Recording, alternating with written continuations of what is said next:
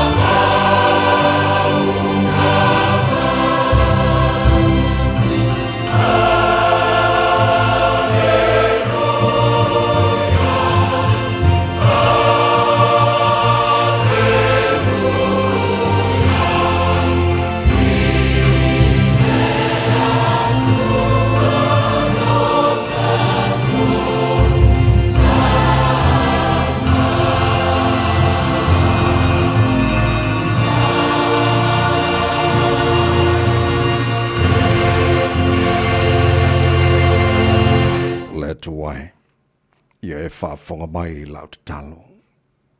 Ia le leo mai o whafonga I upu o lo ngutu. O te avatu taulanga I ante oe e whaifua I lo loto. Le li I o te viatu I lo suafa. A wae le lei. Bua nei tai ao lo mātu tama. Ona mātu whapeatu o lau pulelea ua malia o mātu loto. Iau whamurianga wa mātou mori mawina fōi le sirisili ese o lawa lofa le nei tae ao o lele ua tala noa manu ngangana o le tae ao a tono o lātou lea vi inga I ante oe ua pu ele mātou wa ai ua tawhata o le tae ao ua o mai lea sa fau sang fia I o mātou loto ma le whaafitai tele lo mātou utua I lawa lofa e le aise tua oi ua mātou mawai fōi le nei tae ao fau Mātou alangaina lo manu malo, mātou vivi whaafitai I ante oelo mātou tua. Ona o lau mea lofa o le ola ua mātou maua le nei tai au o maua le sui fua lau le leile a tino mora mātou malosi. Mātou au ria ele nei aso lua o luas fufitu e aso Januari o le fōlaunga le nei fōi tu sanga. O le mātou malanga o le nei aso fōlo mātou tua. Le ai lava se tasi mātou te manu ai. E le ai se tasi mātou te manu ai ua nao o lava. O mātou whaanono manura nei tai au lo mātou tua matatalo a lofa mai tau taile mātou wholaunga o le nei aso lo mātou tua whamanatu ia I mātou umalawa o alawa mea te tupu I le savalinga ma le wholaunga le nei aso lo mātou ta mā o le soifua le tino mo le mātou wola o lo o yo ao lea me uma mātou te whaia le nei aso ia mātou whaia ina ia fo I lava le vi inga ia te oe Whamaria mai tamale tau tua Radio Samoa ni yaso a toa o mātou wole mātou wala au I nei mea malawa I ala swa whamana malo Yusu Kiriso lo mātou ali mora mātou whaola. Amen.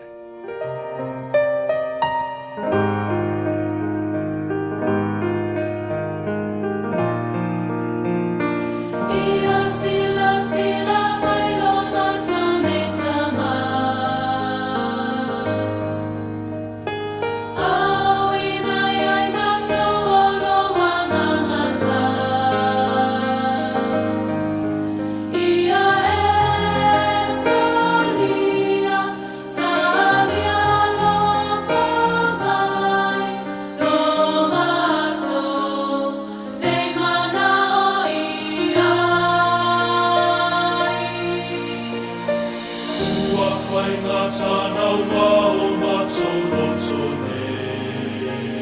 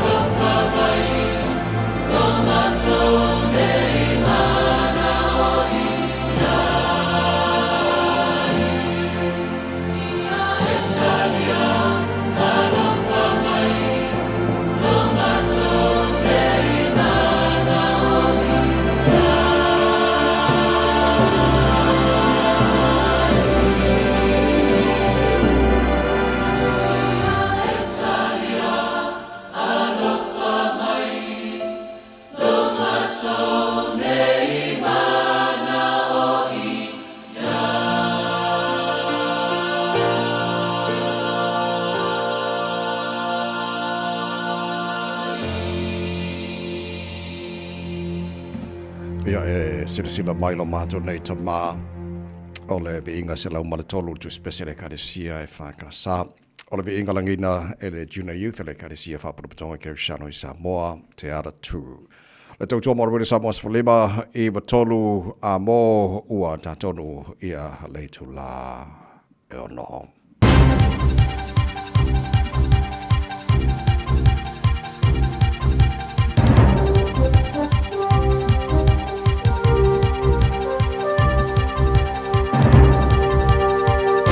In this update, recovery efforts are now in their sixth day at Mount Maunganui, where 6 people are still missing in the aftermath of a large landslide. Specialist equipment's been brought in to monitor the hazardous environment at the beachside holiday park as an extra layer of protection. But weather remains an obstacle, with moisture from the rain making conditions dangerous. Canterbury University Disaster Risk and Resilience lecturer Tom Robinson says we may need to make some difficult decisions about retreating. There's a push for more to be done to improve the quality of the state highway network in the regions. State Highway 25 still closed in multiple parts of the Coromandel Peninsula, while major sections of State Highway 2 and 35 are closed because of slips and flooding. The National Road Carriers Association says the east coast of the North Island and top of the South Island tend to be the most vulnerable to weather. Advocacy General Manager James Smith says these events can't be treated like a surprise anymore. This is no longer adverse weather. It's now pretty much January. We've had many years in a row where this has occurred. A record heat wave across southeast Australia will peak during the coming days. Extreme fire danger and temperatures close to 50 degrees Celsius are expected in multiple states. The longevity of the heat wave is also notable, on track for 7 to 8 consecutive days above 40 degrees Celsius. And while coastal regions are only sweating through short bursts of heat, Melbourne is expected to see its highest maximums in 17 years today. Parliament sitting today for the first time in 2026. Party caucuses are meeting this morning, with MPs also expected to move a motion on recent severe weather events. A major South Island power station's being reinforced ahead of the next big quake. Meridian Energy's making seismic improvements at Benmore Power Station over the next 4 years to ensure it can keep generating if the Alpine Fault ruptures. The work will focus on strengthening the concrete penstocks which carry water from the dam to its turbines. That's news. In sport, the quarter-final draw is complete at the Australian Tennis Open. Craig Gabriel looks at the final entrance. Yannick Sinner looked the goods as he dismissed compatriot Luciano Daddieri 6-1, 6-3, 7-6. Novak Djokovic has been waiting for a couple of days in the quarters after he was handed a walkover and now plays Lorenzo Musetti. The run of Aussie qualifier Madison Inglis was ended by Iga Swiatek 6-love, 6-3. Jessica Pegula beat title holder and friend Madison Keys, and Amanda Anisimova also reached the quarters. Auckland have pipped the defending champions Central Districts by 8 runs to book a T20 Super Smash cricket elimination final against Canterbury at Christchurch's Hagley Oval on Friday. The Stags made 210 for 4, chasing a rain-adjusted 219. That's sport. I'm Jodie Gill. Talofa lava, o le si'u fofonga le nei o Samoa, le Radio Samoa.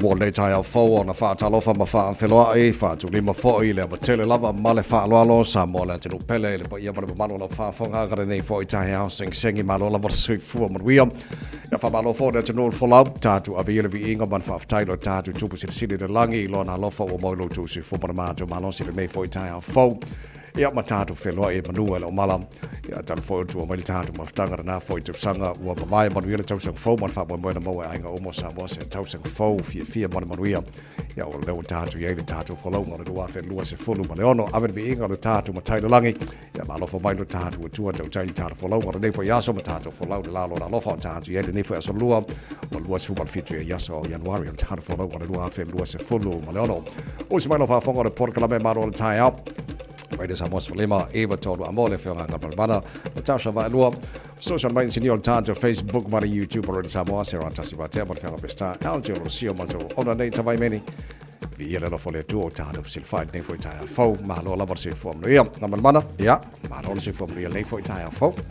So I form manuia le sunga le o tavai vi ele tua ile nei fo i taia fo ia fa manuia te fo le tausanga fo la sunga ile o ia ai mai se le loa fo ia sa mo fa fonga mai nei taia manuia te le tausanga fo e malo fo la manuia Lo sol ia wa fo ka sanga la ko ia ri la mo fo ia mo dia io e ia malo na manuia mai le tausanga fo malo no fo sa fenga ia manuia lava fa aftai me o mai le lo fo le li Ja, le tunu malau mai mo malau fa fo mai nei tai au, am taina fo ta tu was a fo, ole lui tau mo le aso.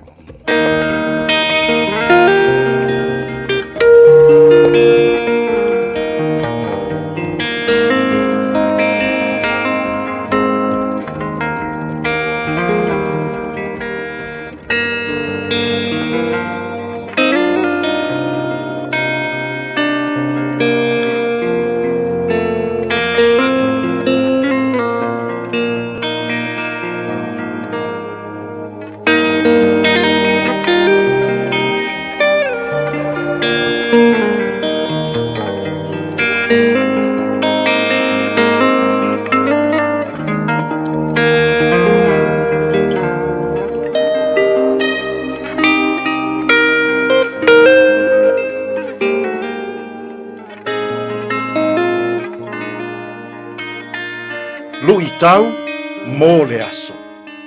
O le tangata mau oa. The rich man. Ma reko ma tā upu e se fulu.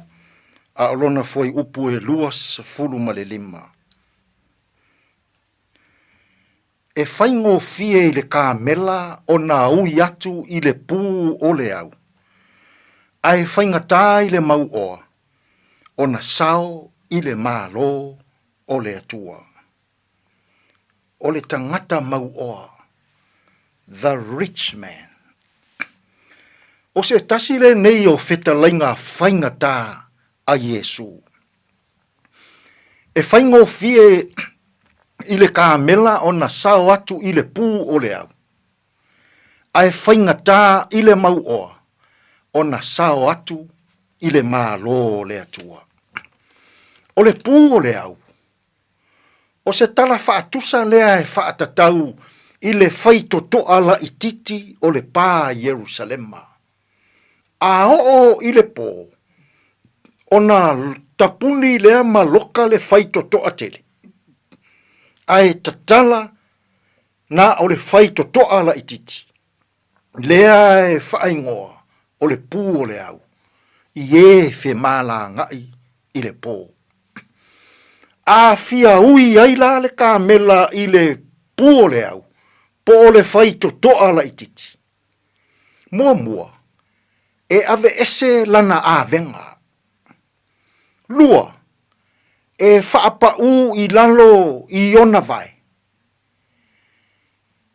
Tolu, ona totolo lea i totonu o le whai totoa. Se ia pā ia totonu o le a ai. E whaata tautonu, i le loto o le tangata mau oa. Ia i loa ina e le tangata mau oa. Ona ave ese ina nisi o mea ua ia maua. Mō tangata mātitiva. Mō tangata fiaola. Mō tangata o fia maua le fesoa soan. E pei o le tu e se ina o le a venga le kāmela. E whaape nā ia sila fia e le tangata mau oa. O na tu e se nisi o mea ua ia maua. mō tangata mātitiva. Ia I loa e le tangata mau oa, o na wha mau alalo ina lona loto. E pei o le alu wifo le ka mela I lalo, ma to tolo I to tonu o le whai totoa. Ia langona ina e le tangata mau oa, le loto alofa, le loto o anga le lei, I e o fia mo o mia, lana fesoa soani. Samo ai, o le oa ma le tamao ainga, o mea alofa foa I fua mai a lea tua mo I tātou. E le leanga. Whāto a leanga le oa ma le tamao ainga. Pe a e maua ai le loto ne e, ma le loto wha maua lunga, ma le loto wha sausiri. Oau. Oau. Oau mea. A o le fina ngalo o le atua. Ia I loa e le tangata mau oa mai le oa ma le tamao ai. Mea ua na maua mai le atua. O na wha maua lalo ina lona loto. Ia I loa alofa I le isi o na uso a tangata. Ia I loa anga le lei le tangata o fia mo o mia lana fesoa soani. Sa moai, o le oa ma le tamao ai. Aua e te wha maua lungai. O le oa ma le tamao ai. Aua e te wha sausili ai. O le oa ma le tamao ai. Aua lava. Nei e ola wha maua lungai. O le oa ma le tamao ai. O mea alofa foa I maia le atua mo I tātou. Ia tātou I loa ai o na wha maua laloina o tātou loto. Ia tātou I loa ai ano lofa. Ia tātou I loa ai anga lelei. O le oa ma le tamao ai. O mea alofa le atua. Ia tātou foa I atu. I tangata mātitiva. Tātou te tālu. Le atua mamanai. Whawhetai I au mea alofa e pei o le oa ma le tamao ai.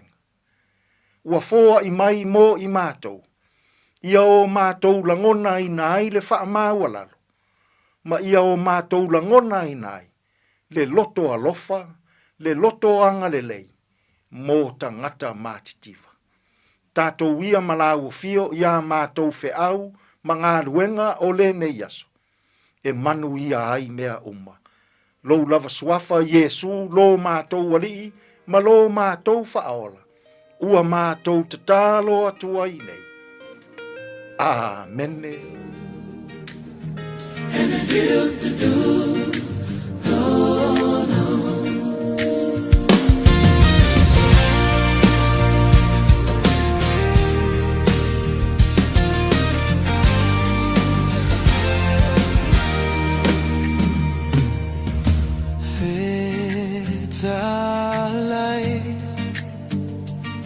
Lo uali ie o te mapuai. Lo nei vai vai I mea e tinga ai. Uana o oe e fama lo si mai. Pea o mai o pua puanga I lo unei. Ola ia e pa I mai. E toa file muai. Olo tonei ua whaingata whaamangalo mai.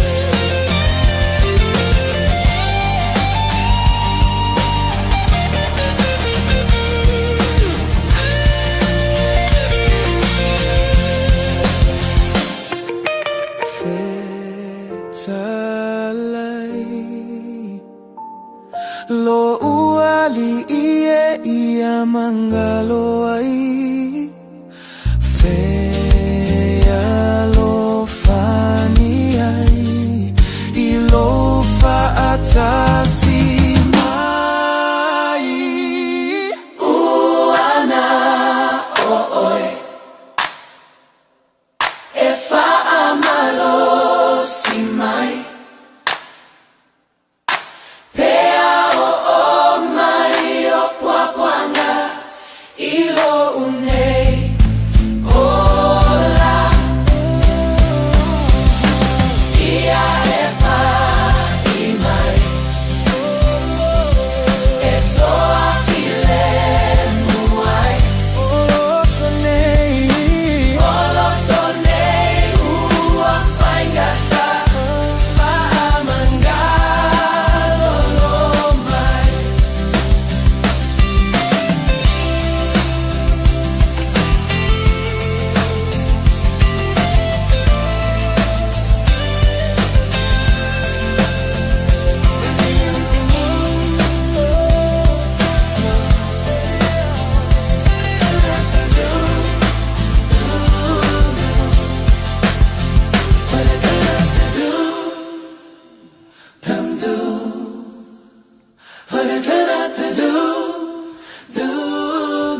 Fetalai lo le e o te mapuai ina was full fitula wa tane le tulai ono le tau more the Samoas for lima e batonu a mo mai mino jo tar musika so I fe filo yo le tai ha mo kwai fa si vai o le tai ha fo fa mala se fo le tulu la su tu te mangar wenga o le nei fo ya se lua wa ta tu o liam tar po kalabe a reto ola te pena mai le sunga pasta la fa la copa a le tai da fitu e le tai nei o le ngalo ya to e fa no ba so taimi o le ta to ba lu o le tai ha fa le nganga na mo nei fo ya se fo wa ta tu o liam today in history tar ba ba me topo e la se was fitu ya no worry tell to South Valley tai da fitu e le tai nei fa po telefone ngal per tania per fitu por kalamena popo fa le kai au le selua la tau mo ka ko ba po ma du wala nei fo tai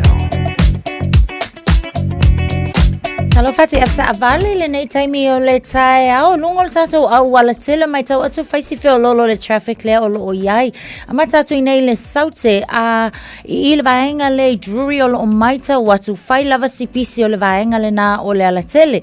Ia marisile fia afta avale ono o le construction zone fo I o lo o iai le vaenga le na o le ala tele. Ia e peo ina le na fo iwa amata ona vave ia ona fai eisi feo lolo o le pisi mai o le tato traffic mai le fai tu le na. Anga I mai e lava leas anga I mai takanini o lo maita watu I o le na lava fo I o lo feo lolo le pisi le na o iai fasol solo mai ai I Manu Rewa East o lo o faisi pisi I le taimile nei fo I o le tai au tato anga I atu waile le isi o vaenga o leo lo maita watu o faisi feo lolo le pisi lungo tato State Highway suma le ono Greylino lo maita watu I o le na lava fo I wa amata o na pisi tato fapena fo I Cumeo Motorway o lo maita watu taimile nei ia o le na ua pisi lungo tato Northern Motorway lo maita watu le anga I atu le na anga I le North Shore ia ua faila fo isi feo lolo le pisi mai le vaenga le na Rosedale o lo maita watu fasolo solo atuai fo I Pine Hill ia o le vale na o leo lo maita watu taimile nei tai au afta vale ia o le na ua faisi feo lolo manu ia tele fainga malanga o le nei fo I tai au avita vale uma Radio Samoa Taslima Ivatolu Amo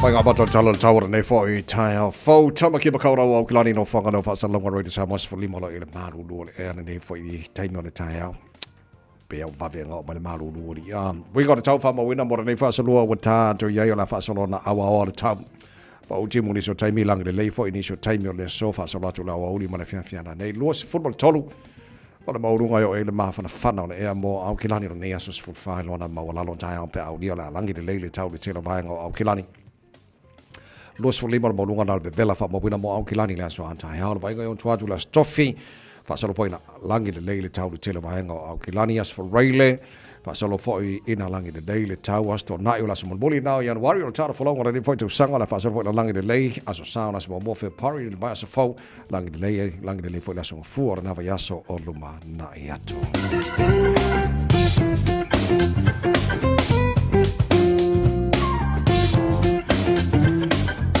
bonga rau tu na mai la ba chau de foi ba ngol chai au fanga solo tara bukala ma nei chai fo la foi tara ba val chula ko ile chau chilo si ba ngol sila fa pena fa chau sa mo mari sa ba ngol ke lopele tu tu sa mo spole mai ba toru a mo lu se fu mal chasi wa jale tu la ono policia ma lo fo se bai ta tana fa fi fa ko sa mo nei foi chai fo da tu nga chu che manga we ngol chai au ya back to reality foi ga ko wa Maria foi nei astro special Apa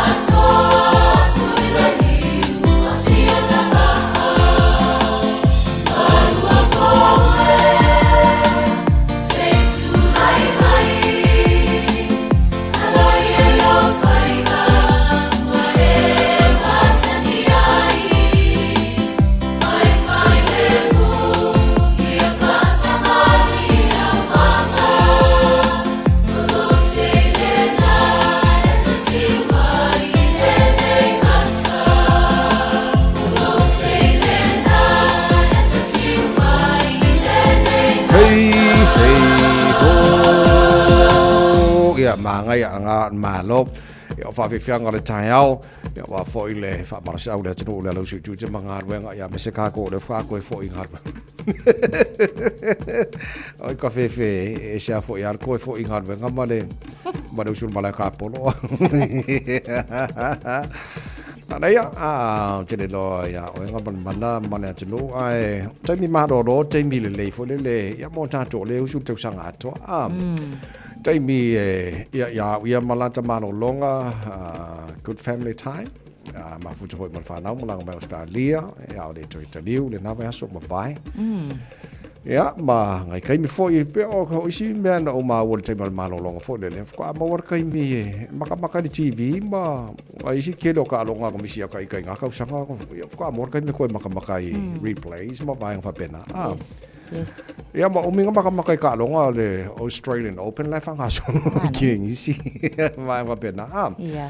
Ma nei te wanga lo ia ta wanga man mana fa te le usa fa sala fo ia po le inga ia fongo se manu Francis Joane ma lo fa ta uso mo le to veina fo ta to nga o to sia mo malo longa ia o le fifia fo nei ta ia o to fo mai ma to fo le tno ia ka ko ngarwenga ia ka ko fa mo ia le lo fo le tu e mai malo si to ai lu tu po ia mo lu tu mal ia male au danga faia le mele le ngata ai le to ai le tno ia walo to fa fo mai man mo mai le ta ia pa ka tar pa be lunga Facebook ma YouTube ro Samoa ki ora fam tama ki ma kaurau malo lava le so fo mo ia ia le ola tatu amata le nei tai o papa ya ko fe lo so ke fe le ka o fe ma ka ko ori le ngata o ki lani le tele si vai a te lo vai nga silio na mafatia le tulanga fa le tonu te tau ma banga nui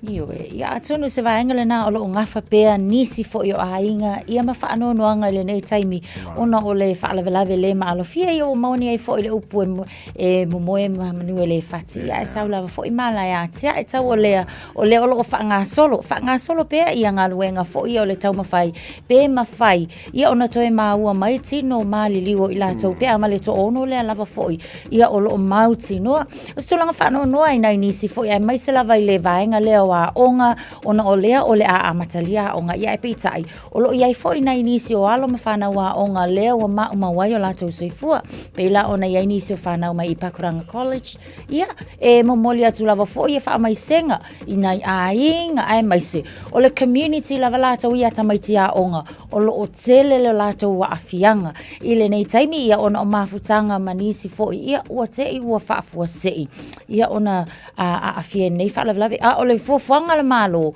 o lo fa nga solo pe nga luenga le tau mafaina ia saili ia mafua ma mau foi pe fa amata e saunga le mu pe ila tau o le anga iatu e sa ilia mafaia le nga luenga ia pe sili ona fa tatia pat e toi fa mautu maila ia pe fo ona ma wa tala le ngana peritania le nei taia o le fafango fo le wa o te loa te tau na ini le sona tau ai o ina tatou mai taimi fa pe ia mai se walanga leo te mata wina sa ini se fai tionga fa pe le lava taimi na won pe lapta ai ele la vai tau ia foi pito no sa fai ai o te lo vai ngan tau ia fai ma le sona tau mo tatou uma ia wa ele lo tatou le me tupu ia mai se lava pe fa le tonu mai tau vai ngan tau lava o le no futa pena fa fonga le leipo feo a wala mai ala ta inga o to langa le tau ma au ngore tau le taimi ma le taimi o te lo vai ngata wo ye tau na learn mai tato ma o ina mai taimi fa pe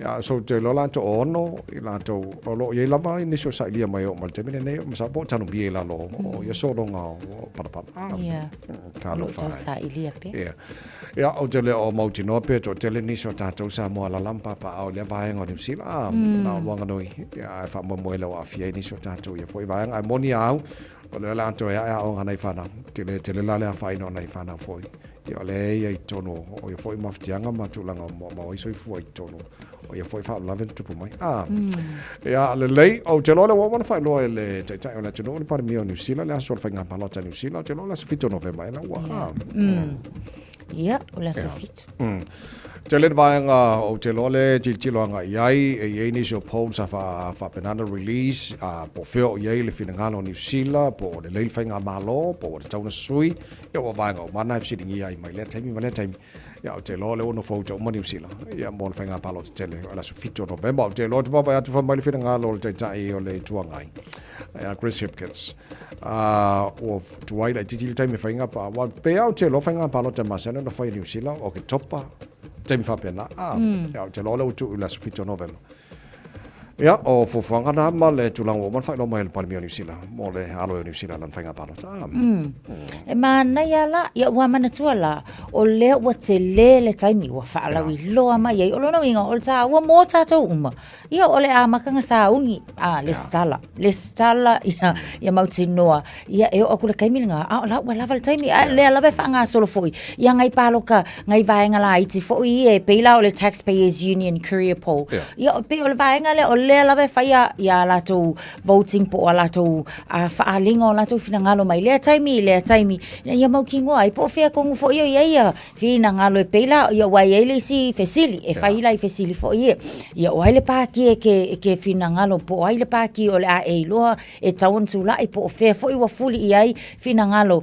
ya o le atunu ya o le si o ile palemia e kakau onga ye po ai se tai ya o lo sili onga e mautinoa e le lei ile nei foi vai tau mal tula mai ya o le si foi fesili ya o ai la ka kau onga kula mai pe mata e tula mai le coalition o ia nei ia pele ai fo ya le ala mai tau o le ala vai fai tulinga ale national lava ia I party tasi o le national mala labor pe lava fo yo na tuli mata ia le mai tau o le ai alu ilunga ia palo ka fo ia la to o ma fo ia po fu si fo la to manatu anga le labor ia a tu o mai la le taimi la le nei le pole fa ma ai ma o ela le alu ilunga New Zealand first ile taimi nei le fuala ia pe ale o tolu tesi ma le value points le o ia o si tia mai ia le la o ia le futas tesi ma le va pese ne no winga o le lava e le o mautonu ale atunu ia ai fa ko ai lo fo ia le au lo pe o le sol palo ya pe o le pola silinanta o fo le o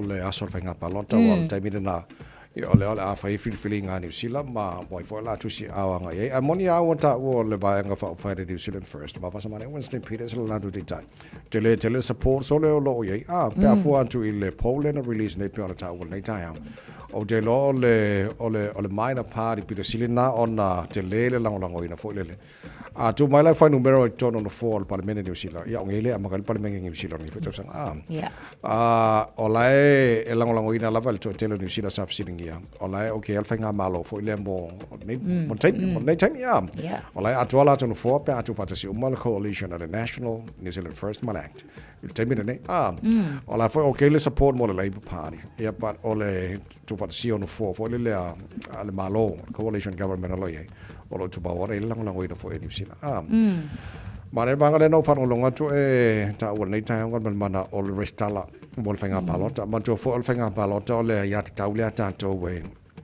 e fai lo feeling fai feeling al tangata po ai palota iai o il party o il tai yo banga o mai o le feeling kana al tangata la to e fai ai le fai lo feeling pa le fai lo Lescala. Ia wa e fo la fo lele. E peila te to ma natu. Ile pa loka le ko e fa le lava fo yo lo fa wa fam sidonga I o tara and pap to lo ko port. Ile me fo le lo ke ya le si ai ngo walu o la ko pe pa loka wa submit. Ala ile fa la to pa lota ta to la I te I fo I wa to e tuai. Ia ona fa ti o muli le. Ia o le fo lo ta to la. Anga oi lo ala vaenga la ia se lo e folo fakamala ko inga le skala le sivanga ta of sitting here le preferred prime minister mo New Zealand ba to le o tu sa ia te tai o le national male Labour nei foi tai me skama ese sengala ye ai pe le va tu ama fonte le mai le lango mo ba sa mane Winston Peters for the most preferred prime minister mo New Zealand ato ya le lei o te lo nei vanga le foi le fa ai lo mo le si fi le tenu nei tai a vanga ta wala na ya lo fa le restana foi le o ta pena le mo fanga pa lo tana sfitio November per fa lo mai to mo le samos for lima I tolu amo ina mo to los for lima no to lo to ta lo le to la fitu ora to mo ilo nei tai le lo fa mana le o ta ma tai le lang ta to sa nga lu na po balol ngan lui sa ngale bol choi chali ai ngap ya ma fa ngap ngon dai chai ka ko wol mokke le sala fai beautiful sabai. Good morning. Ole motu e tu tasi hey o se arasi beautiful sabai beautiful sabai my beautiful sabai ole motu e tu tasi hey o se arasi beautiful sabai beautiful sabai my beautiful sabai e mita mita lo anganga hilela lele tele o tangata vape apulenga amatai e piliona lona fata utai puleono isala fai motu fai me amafai my beautiful sabai my beautiful sabai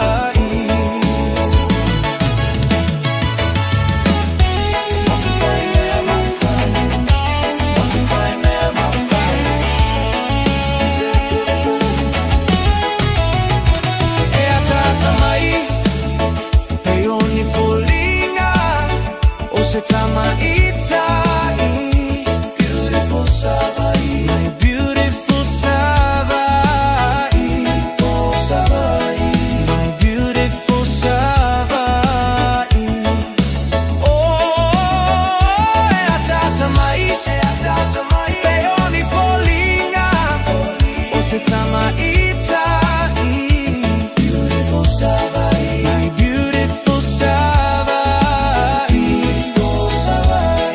my beautiful sabai oh e mita mita lo anganga ilela lele tele o tangata vape apulenga amatai e piliona lona fata utai puleono isala fai motu fai me amafai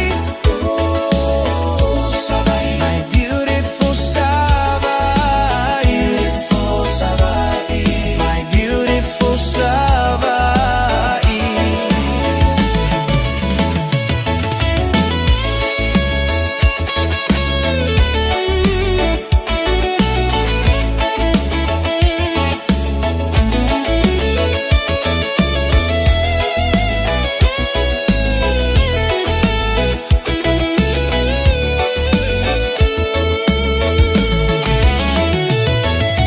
mita mita lo anganga lele tele o tangata vape apulenga amatai e piliona lona fata utai puleono sala fai motu fai me amafai beautiful sabai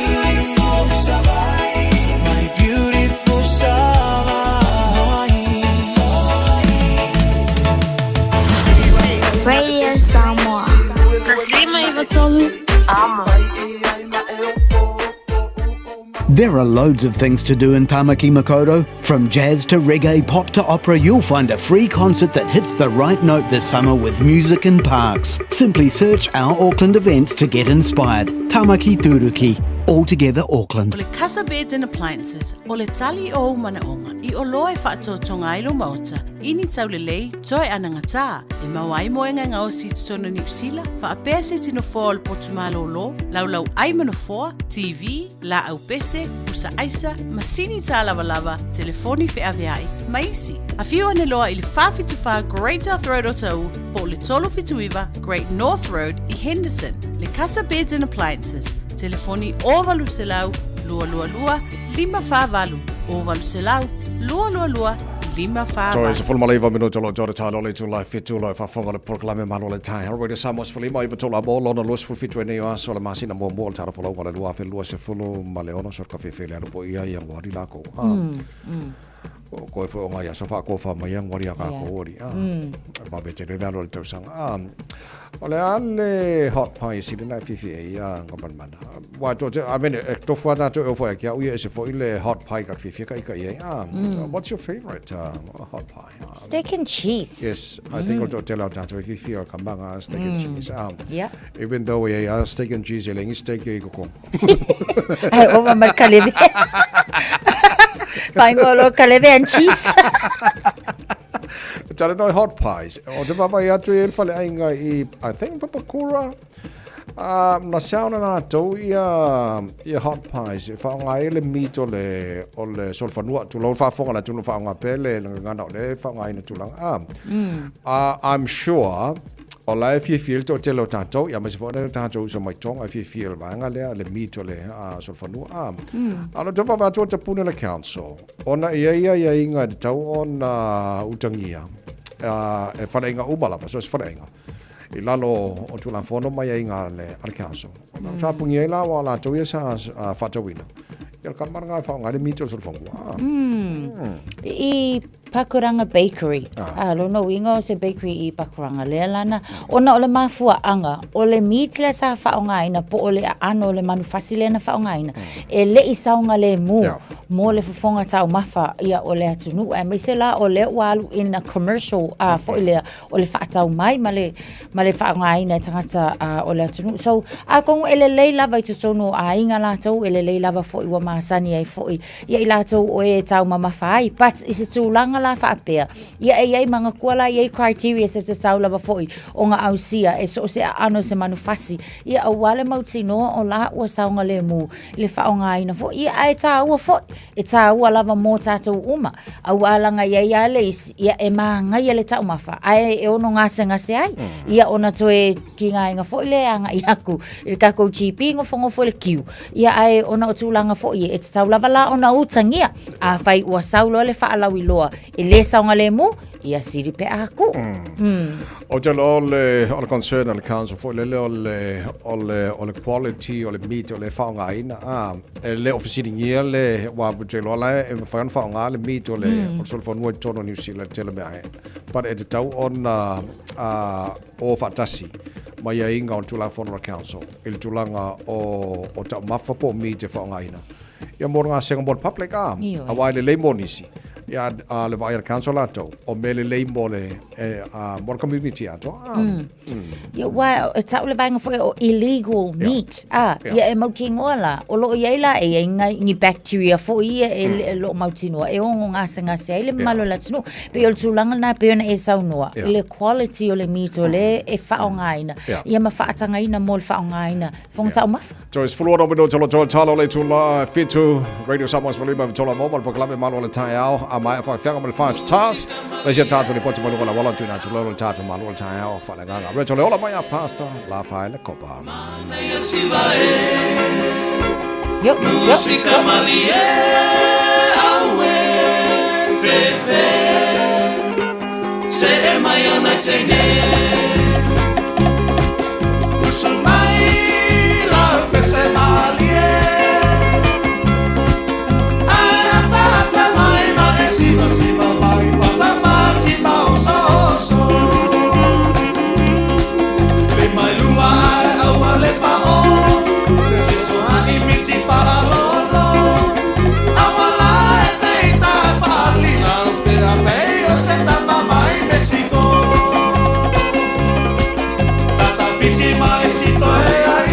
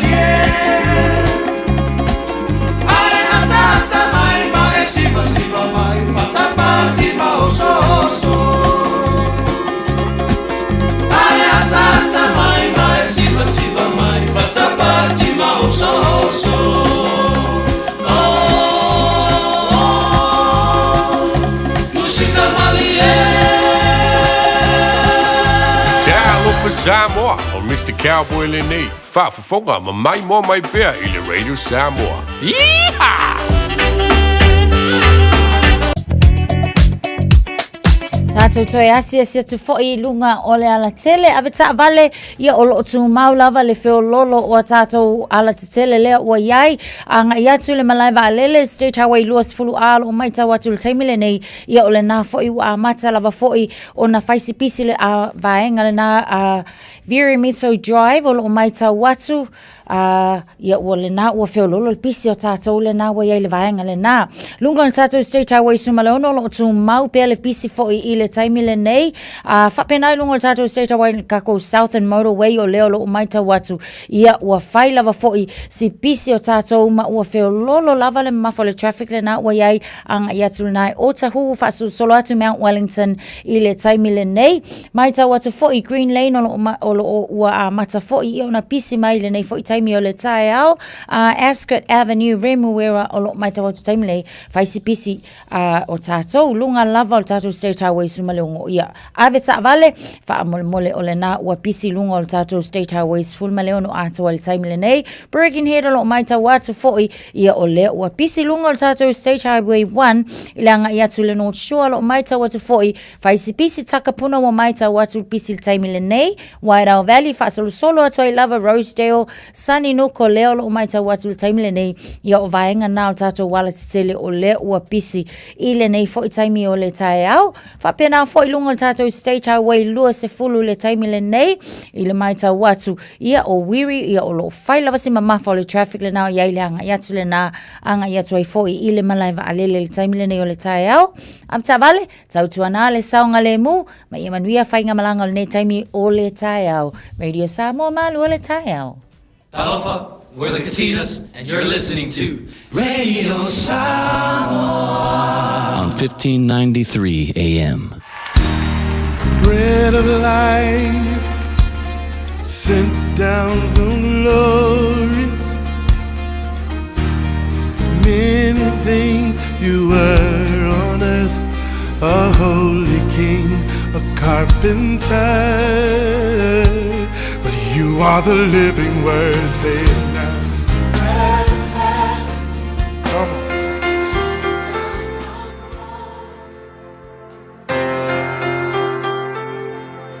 Au te whawhiloa i tatua tunuu mai le amatanga o le nei fo iaso i le alofo le tua ia malo le soifua manuia ia te oe mawhai o na whatasi mai fo i le nei aso i ia le tua o le salamo e whasfuru ono o le whai upu mua ma le whai upu e lua e iai le upu whapea o le tua o lo tatou malu ia malo tatou malosi e whai o ia mawhesoso ani sili i pupua ngā o le mea lea tātou te le whewhe ai pe a whaaliliwina le lalolangi ma luluina maunga i te tonu o le sami.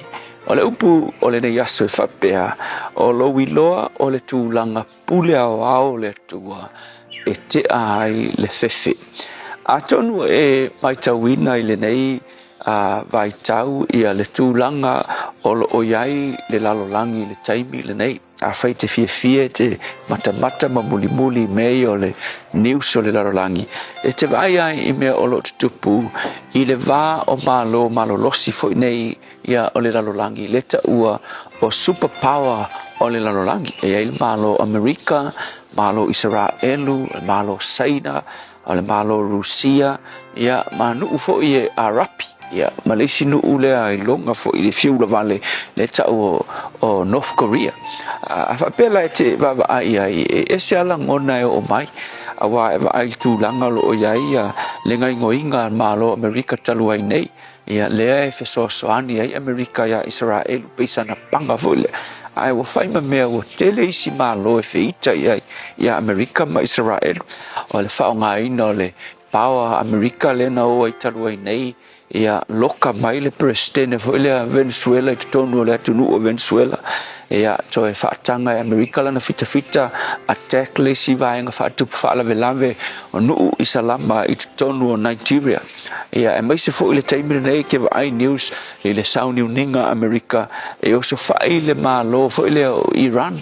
Ia o le mea la ua tupu ua fola i isi malo losi e pewe ko superpower malo ia Rusia o China o North Korea ia malo alapi ua latu fola ele tala i nei anga saul vai aso kule fola e nuuna fai mai e failo e oso failo e Amerika ia le nuu le o Iran ia o le lopo le unga nga lalangi le mea le akupu i le ngai oi mai o isi malo so le mea le atu manatu o manatu ifo ai kako ia kako i le whaatau vaa le nei nuu tatu te nanofo ai ma le nei tu langi tatu te iai pe tua mania ia le mea o lo kako iai ma le lalo langi whaatau vaa ma le maa ale o lo tatu iai but ai le kuspa ia ma e mala malama i le tūlanga pule au le tua e ke vaia i le tua e le whapena le whai unga le larorangi le nei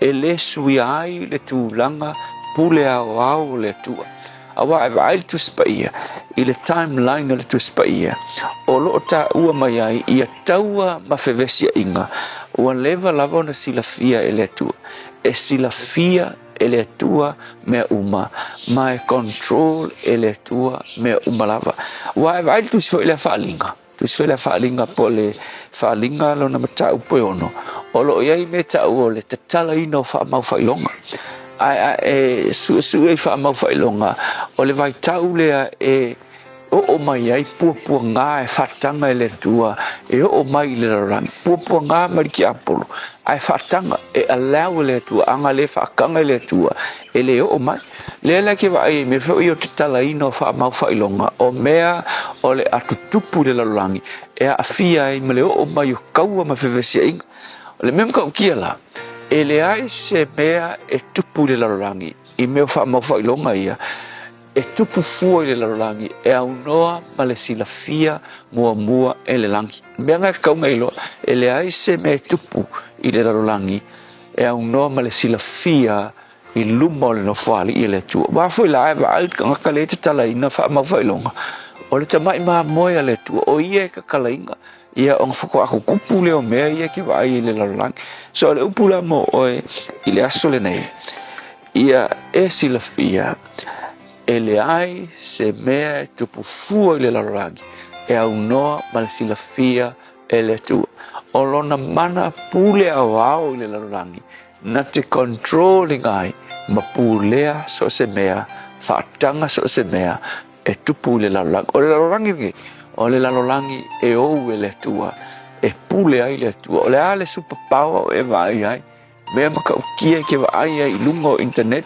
lunga o news ia iloa e pule au le tua i le unga nei me uma e tu mau pea le mau lunga o le tua e whaia pea lona lava finangalo le tua e le ai se mea mātou te whewhe ai pe o la upu pe a tupu mea e luluina le lalolangi ma whaavai o le nei lalolangi e tu mau pea o e le tua soifua whaafetai Yesu mātou te surfai ma whaatua tua ia te oe i taimi umalava whaafetai Yesu Amen.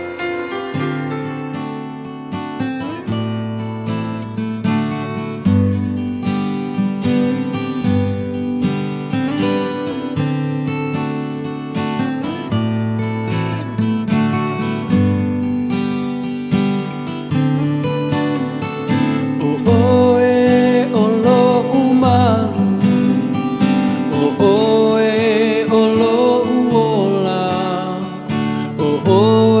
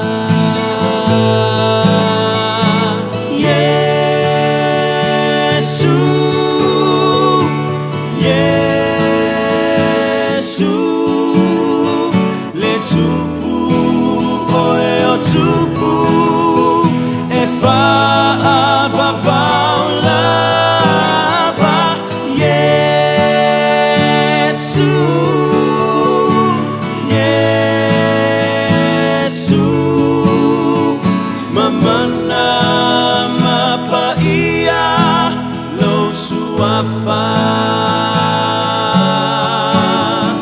mamana mapaia lo suafa mamana mapaia lo suafa.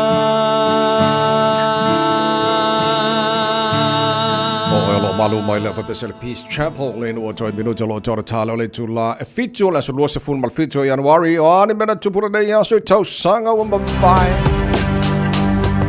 Masa siva fit se fulu ile so ia ole aso le nana suia mai ai le rating o atato watati fanga e pe ona iai ile faa ingoina ile mo pole medium anga i mai ile PG pole parental guidance.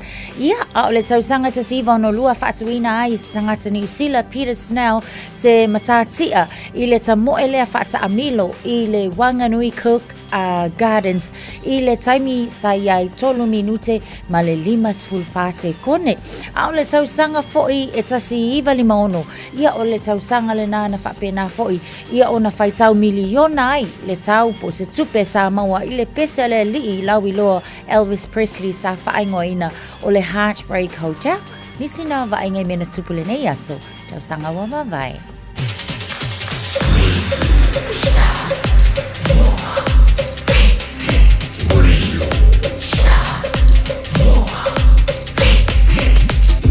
Silimoivo tu, amo.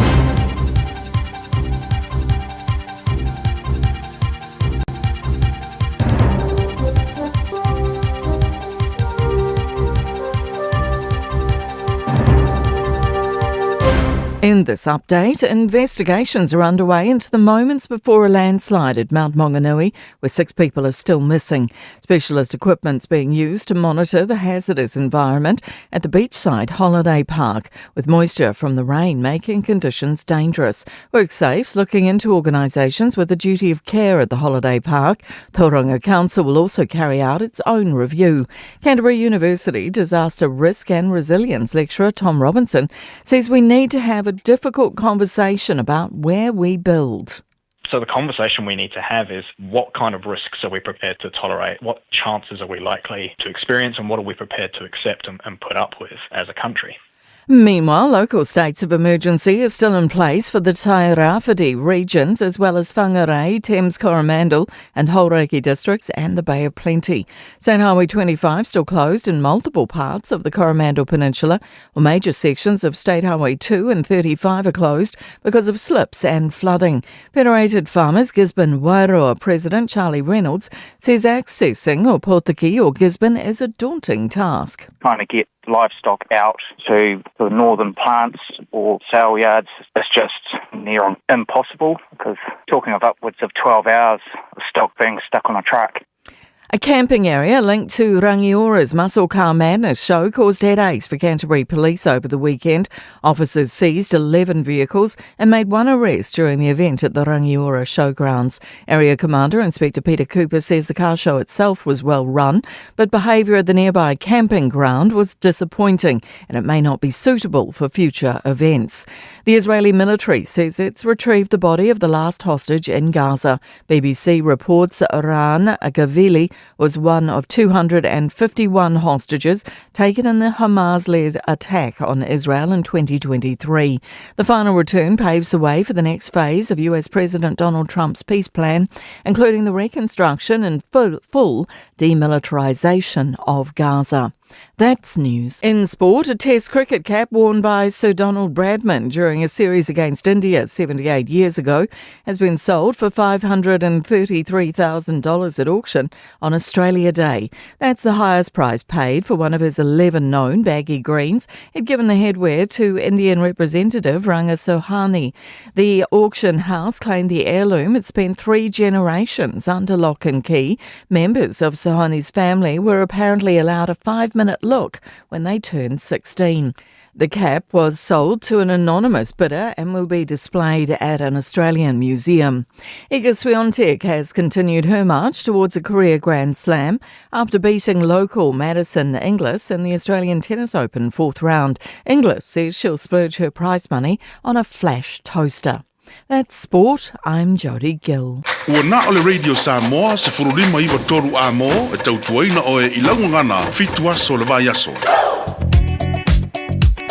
Lo yes, love it Ta'avale on the southbound between Wilkes Road and Bowden Road. O lo yes, atol Ta'avale lo na winga ave Ta'avale. Yes, it's out to ana le vaenga le na ole ala tele le taimi le nei. Fai lava sipisi o tato mai vaenga le anga I mai lungo le tato State Highway 1 lava mai tawato lo tu mau le pisi le na anga I mai juries anga I mai e lava foi papkura fa solo atu pakura anga lo mai tawato e o lava I le vaenga le lo mai tawato foi kanini fai lava sima mafa o le traffic mo tato o lona winga o lea foi la o lo slow down I le traffic I le taimi le nei e mai tawatu lava foi o lo whapena I lunga o le tato Southern Motorway le anga ia tu lea o tara fa solo atu foi Mount Wellington lava ia o lea foi o lo mai tawatu le na lava o lo feo lolo mai le pisi o le tato traffic le na o lo iai mo tato ave Ta'avale lunga o tato State Highway sumaleono o lo tu mau le pisi le na o lo wa yai I le taimi le nei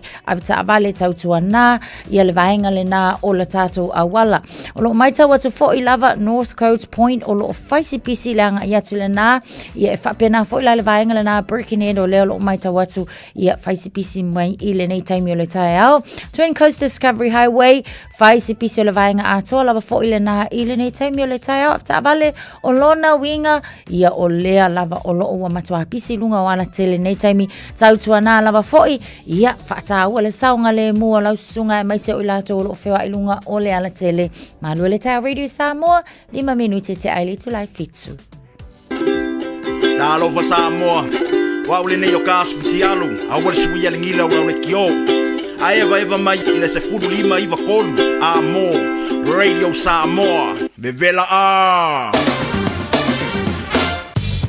Marola pa se famaria le hatuno ila mai mo mana fa fonga ne fa banga le tai ole vai ngala ta mai le nei le tala le tawala tatu amata mai Samoa ile nei tai mi ole tai au fo lua se fulu ma le tasi lo te va to le mafa fa le Samoa nei banga le tai au wa te ale fitu Samoa tai mi tu sa tatu New Zealand Samoa we ngala tawle te rola fa solo na awa e mo wila ni so taimi pa ultimo ni so vai ngo Samoa lua se fulu ma iva mo lunga e o ile bella Samoa ile nei so lua se fulu ma ono e lona mawalalo ya ala vano foi fa talo fa twelve tara po kala me panga o malava ala malu ole tai already Samoa lo my mom fa fo mai lunga on Facebook mari YouTube o Samoa yo ni si fo lo fa fa on my mom fa fonga lunga ole 106.1 FM tono Samoa ya malo la verso fu moria le nei foi taimi o le tai fo taro talo mai Samoa pe ata le tu la evalu I le tai nei se mai talo le tau tono New Zealand nei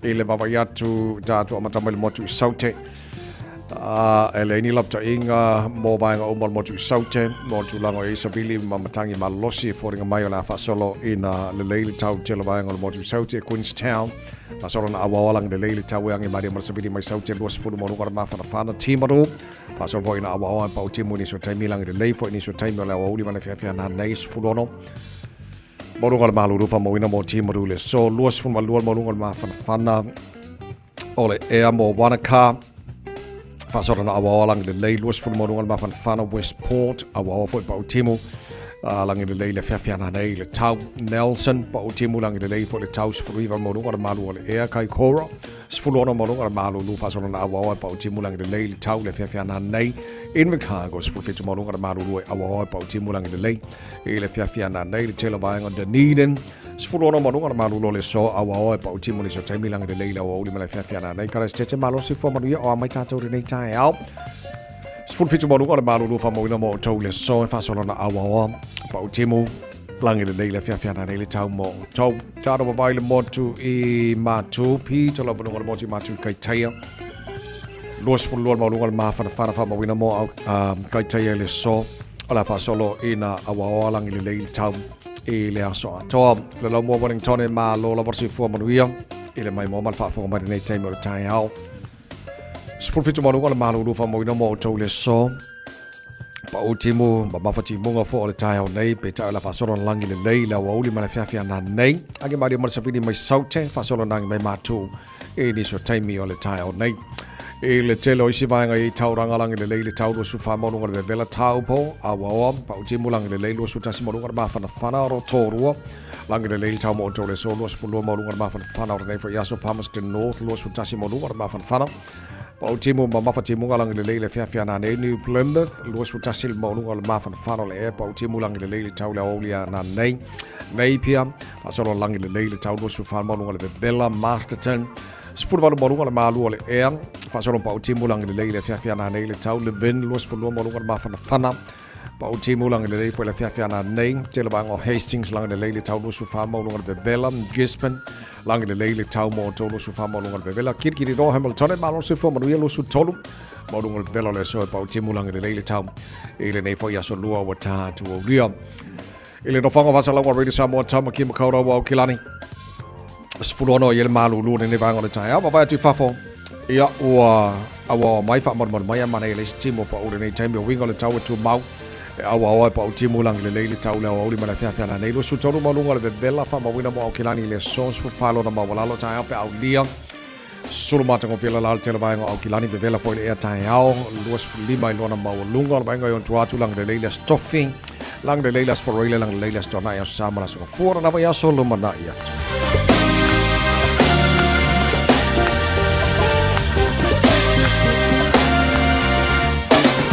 Paikalla tumaina nai le tala le tau le ngate Samoa fa pena fo le tele vaenga New Zealand mo le fa fonga le tino le nei foi time le tai au le tau tuaru le Samoa sfoli ma iva tolu a mo ina was fulu wa tele tu lai fitu solo ke fa ya kuori o le kaulenga ingi ka kuori nga ya so ma vaenga mal mana a o ke le lor kopi ko ngu so na ma ko sifo o ka e ma ko le ai ma se mo yo ko nga ka fa pe yo pe bo ngi me su mai le la ngai ne ka minute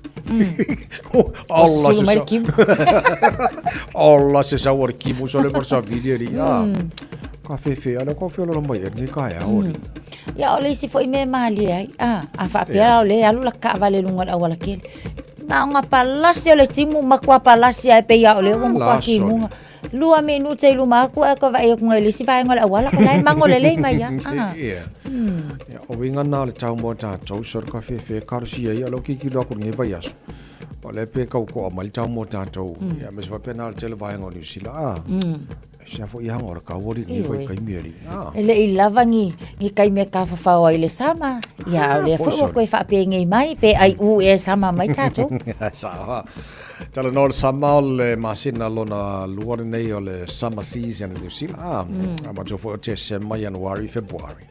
O masina o le season o le sama mo tatu New Zealand mo fa fo ma le no isi va ngalo lang. O winga la le la o nei January. Yang ko ka se lona le masi ai moni au. O le ma lu fo yo nga ya suenga ki aku ngi Ka kai. Ia karsi e ia e o fo ile tai au o le fo ia mai tau atu o faisi ku ai nga mala mai le pe o fo ile lo kai mil sama e ka ngele lima wa mala atu ia ale pe la ko e va ven ko pun sa so ai sa wa ia ka ko on sa ia o le ko tu lu ma mala pe pun sa alu ai sa le le sa tau falita to manusa mo sevens e le vaenga o lima te maita e qualify mo ta mo sanga fa malo o fa ngol vaso nei to e ona ile ta mo sanga fa malo te to fitua ta mo sanga la le na file vaso ta to nei Dubai le sa tau falita to manusa mo sevens e vaenga o lima te maita ka alo mai sia so se va ngo ko o i lunga ka longa ia international sevens le fa ngaso nei sorry o ko maka wa pengo fa makala ko kasi le mama ngai mol of mol ngal o le mo kai me ko fa ko fa ni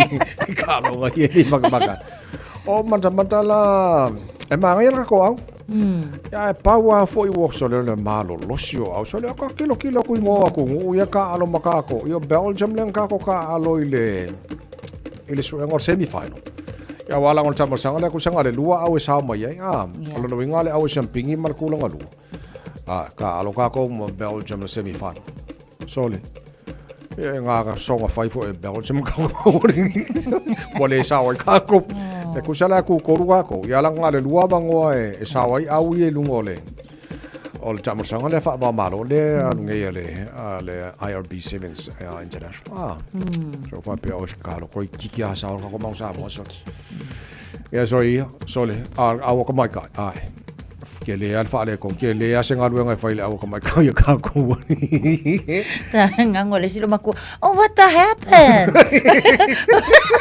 Alangala. Why? Ai sawa. Ya le lei so no wingo le foi la ko yo ka ko man Samoa Sevens. Ya ko so mai foi sia mo more qualifying rounds.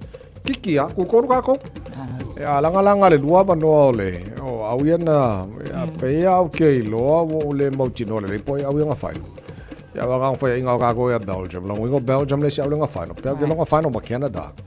O awalanga dua le wa pe fa inga pe ya langa dua pa no le su awia qualify mo ke ko fiku le ala stona nei Singapore ya la se la tala ta fa ngor va son ka ko va le draw le tulanga yai ya walanga le nga o fiki ya la ol pasifika le e filo ai au ke le la langi fo le ya mo ba ngalo te to fitu fa ba ma lo ba ngoli met ba cha ya al tenisi so che foi le ma io il camera sanga scadi le on che ieri te lo cori quarter finals le la fanga solo ma io solo o che lo con le seki ma ya quarter finals le la fanga solo la è su male quasi due colu fa il fa rankings for ya walango malkasi ka ko kamo Carlos Alcaraz afolele ya laisao pe ya te loa quarter final kikilo bala quarter final ma ka ko kamanga o ai foi e final ma so ka ska diele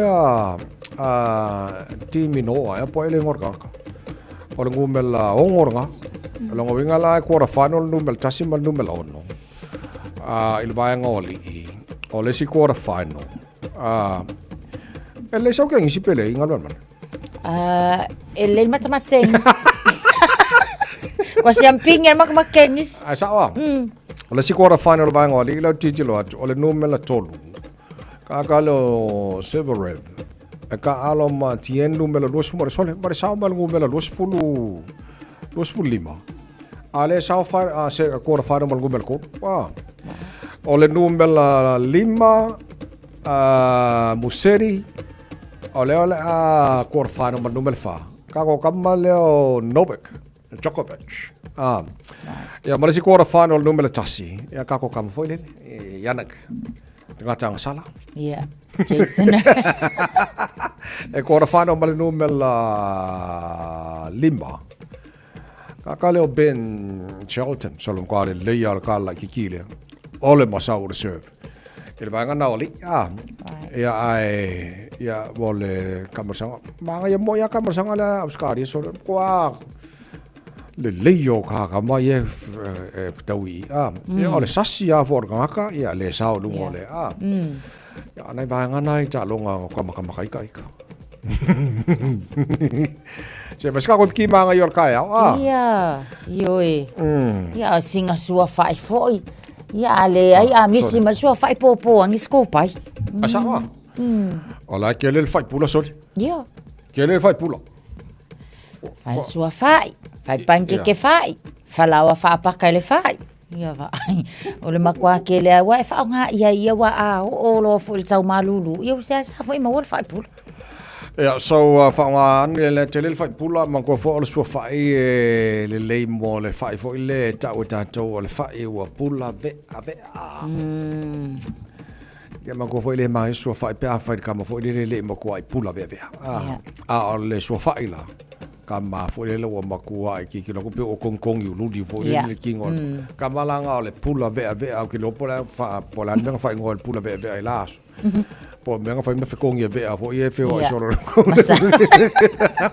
kong i lo ve ama kong i mai man fa al ka ma leila na fa so fa ya a fa pe fo i fa so po si sole ke lo la ka la ngal man mana ya o fo o fi ai ko silma ko malanga be skari ya o saulo fo ile o sau mai si fo ile taro market o taro ai sole wa ma ngai sole ka ko pe pa si fo ia mai sa mo o sole ai pingi fa le fo ko sila ko ole wa ma ngai sole ya mga biela ka ko pe pai singa ia ngai o so fole ngai ma ele taro marketing ngai o taro kwa ke le aso le lo mo sa mo so urukungu yam sole ole ma ngai o urukungu sole sau sa mo sa mo ole sila me ma ngai o lo inga fole le ka ko lo mo sa mo ia wa te lo ta sele vanga te le fa ma ko ka ko konsulo fole si alo fa ka o lo mo sa mo so songi fole economy si ka ko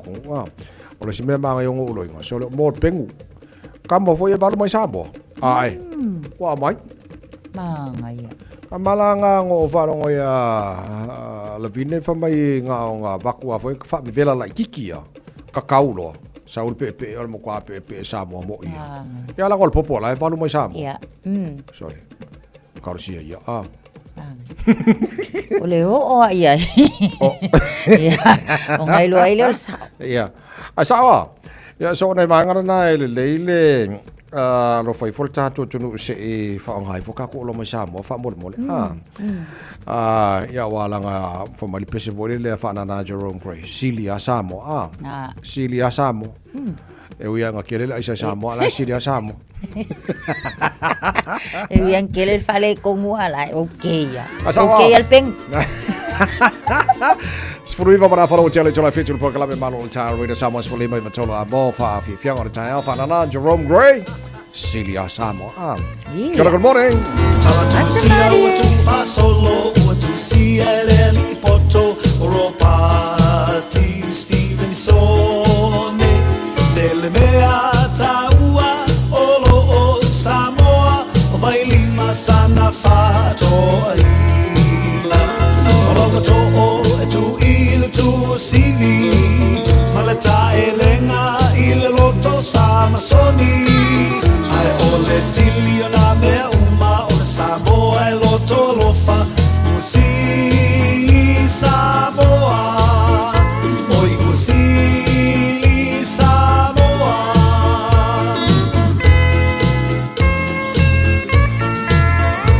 wala wilo mai le lalolangi ole samoa fitau sami fato atulo ilunga feo safari o solo ai tua fale tamai ole au fai manai popo fali fuai te vai salo usau ni mai balsa milolo italiano ai amai au siana tau singa pata ile alila fole falanga i oi usili samoa oi usili samoa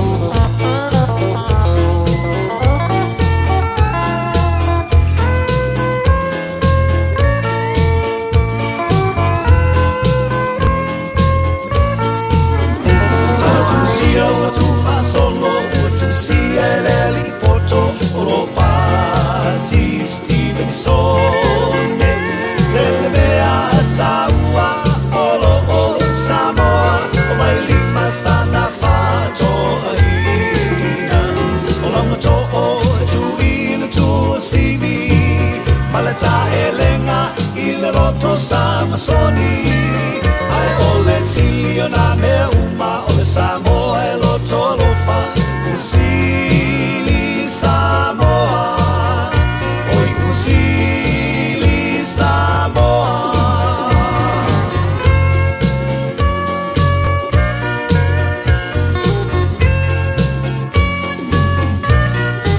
Talofa o tu finga le tau tala ma eselo fi whanongo le breakfast le radio Samoa o te maa o nai. Just think a minute.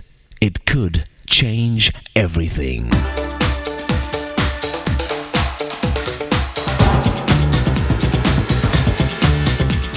Think a minute. Have you ever been lost?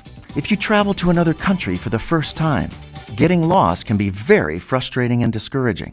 Imagine you've just come to London, England, and you want to go to a certain place in that city. A map of London would show you how to get there. But what if you had the wrong map? What if your map said London, but it was actually a map of Tokyo, Japan? Can you imagine your frustration in trying to get where you want to go in London when all the time you're following the map of Tokyo? You could work on your driving skills and concentration, try harder, drive faster, but that would only get you to the wrong place faster. You might even change your attitude and think more positively, but you'd still be lost. Being polite and kind to other drivers and pedestrians along the way would not get you there either, because none of these things you do can change the fact that you have the wrong map. But that's the frustrating situation we often face in life. We keep looking for success, satisfaction, and love in all the wrong places because we don't have the right map. We keep going down dead-end roads that lead us nowhere, and we waste much of our life getting lost and making painful mistakes that really cost us because we don't know how to get where we want to go. But the saddest thing of all is that the right map has been there all the time. We just didn't use it. In fact, the maker of the right map also came as our personal guide to show us what we're looking for. Jesus said, "I'm the way to true life. Follow me and I'll lead you where you need and want to go. I know this land and territory called life. And I also know how to keep you from going where you don't want to go. Just trust me. I guarantee that if you follow my way, you'll find the good life and security you've been looking for." So why not ask Jesus to start leading you today? Isn't it finally time to stop going down those dead-end roads and start following the right map of life? You'll even have your own personal guide every day. Just think a minute. If you'd like a free CD of our top 40 programs, write to us on the internet at www.thinkaminute.com and catch us tomorrow at this same time when we stop and think a minute.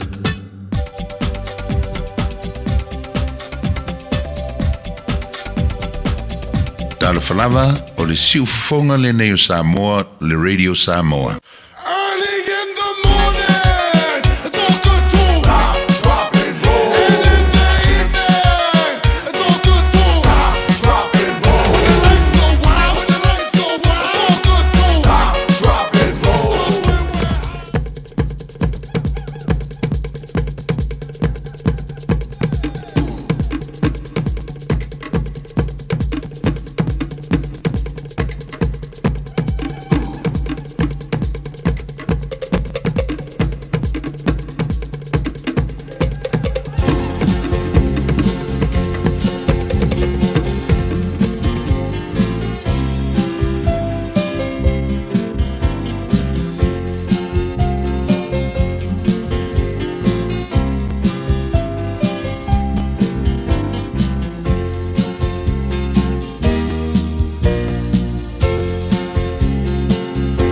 Te longo longo atu te alama, le ne tala lele, le tala winga ile paola, a winga mai le tua. Longo longo atu ia te oe, luna mata ngopie, nene iua o maua, wa muni ai lo ia fia.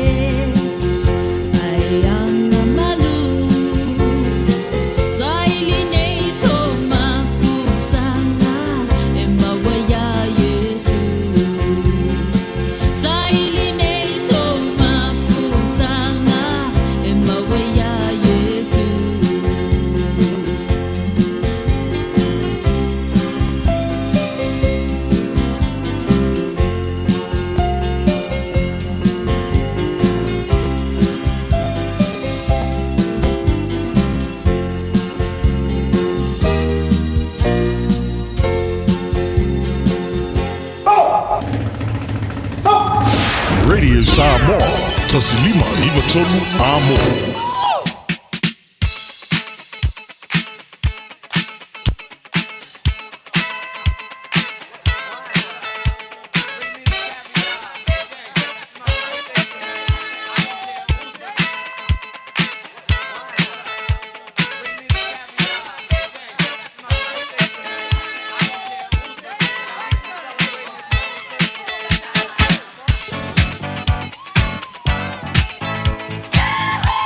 Operangas whana ole aso luare nei wa lua se fulu ma fitu e yaso Januari on tara fula wara nei foi jau sanga wa matala le telefoni mo oe tolu fitu tasi lima iwa tolu.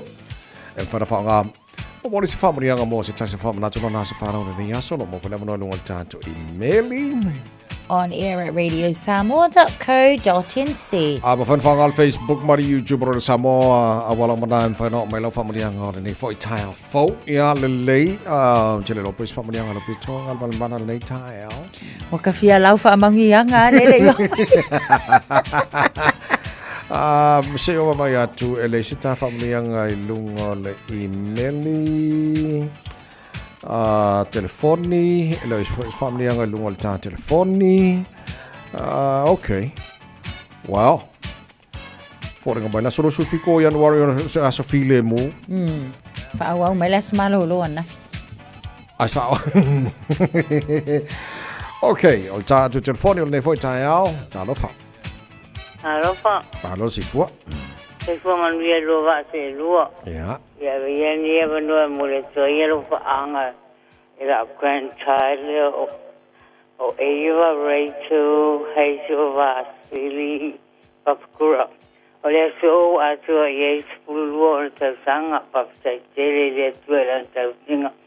Moye ta sanga tele we fua moya fa manuia tele le tuela wata pa na Rachel. Ya tele ni alo fornia so ya alo famo ni tele atuna homolianga na mulia tulo sister of Watino Holy Lonchina ya Claire Auntie Epi Christina Uncle Deo afasi siero for ango grandparents of Pulimatina my papura taila malabno taila Maria for nei tai au ia foringa mai e pau na tara fo mnianga nei tai au ngan man mana yeah okay lelei se yo teva vai a tu te we se fo mnianga misi ele o ka ko nga o ta to le na nei fo tai au fo lelei vilieru a mai se pese mana ia na fa mnianga le pulenga mala fenga benga bete samo Poltaro po kala me mano le ta mo le tino fa na tu a fa ele se vile mai family mai lo was fa na o mako fa mo ya ku ya ni ka ya happy birthday sawa to dos fulono ele balo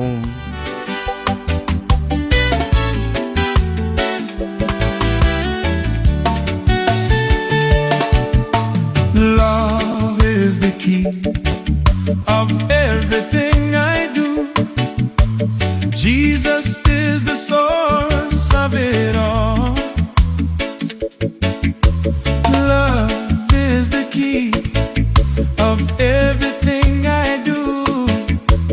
Jesus is the source of it all.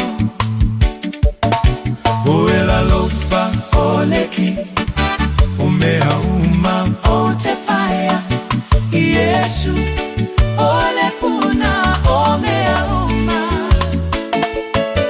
Ole alofa oleki, o mea uma o te fire, Yesu ole puna o mea uma.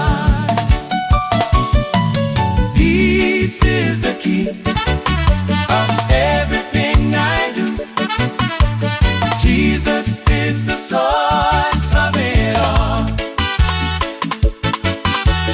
Peace is the key. Everything I do. Jesus is the source of it all. Vilemu oleki, omea uma ote fire. Yesu ole puna omea uma. Vilemu oleki, omea uma ote fire. Yesu ole puna.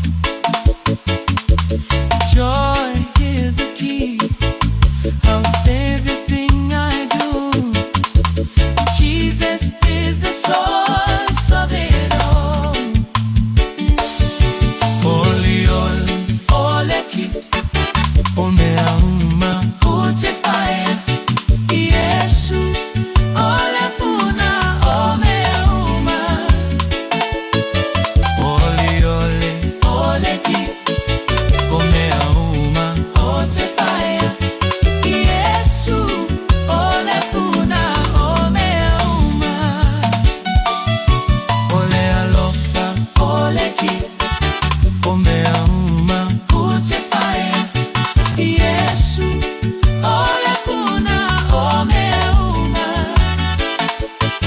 o le alofa o le ki o mea uma o te whae Iesu o le puna o mea uma Iesu o le puna o mea uma Sole, eva mali pese. Malo le whafonga Samoa. Malo fo ile eva ile musika. Radio Samoa #1 New Zealand akoa. Sipso. Yeah.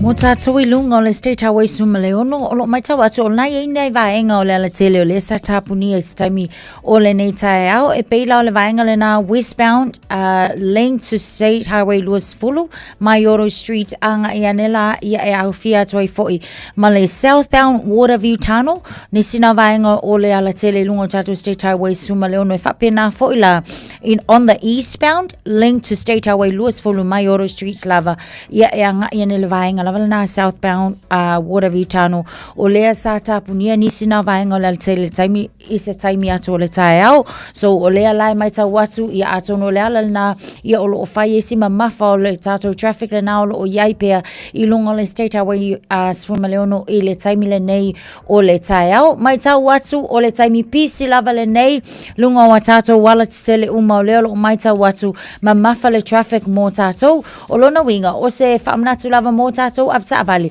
ia tautua na le saunga le mu le anga o leo lo mai tau watu ia o le taimi pisi le nei o lunga o tato wala tisele so o se vaenga o le ala tele o leo lo mai tau watu lo pisi lunga o wiri o lo mai tau watu taimi le nei o le na o lo ia isi ato sta avale o lona winga la ia o le 20B ia atonu o se whaalave lave tau ta avale ia apta avale tautua na le na fo I vaenga o le ala tele le taimi le nei o le tae au mai tau watu o lea lava fo I o lo mamafa lava la tātou traffic ai mai se fo I le vā le nai takanini anga I aku I Papkura ia mawha wau atu ai lava I Drury o lo mai tau atu le taimile nei faisi pisi lava fo I tātou Timber Trail Papkura lo mai tau atu ia I leisi ata o leisi ta avale lo no winga o se whaalave lave tau ta avale Arimu Road fo I Papkura lo mai tau atu ia o nā fo I lo ia leisi ata o leisi ta avale o lo no winga ta avale ia e tautua nā lava fo I fautua atu tātou polo kalame ia tautua nā whaau tauta ma ia tautua nā tausia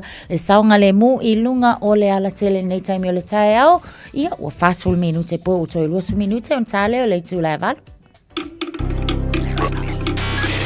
Tasilima I Watolu Amo Radio Samoa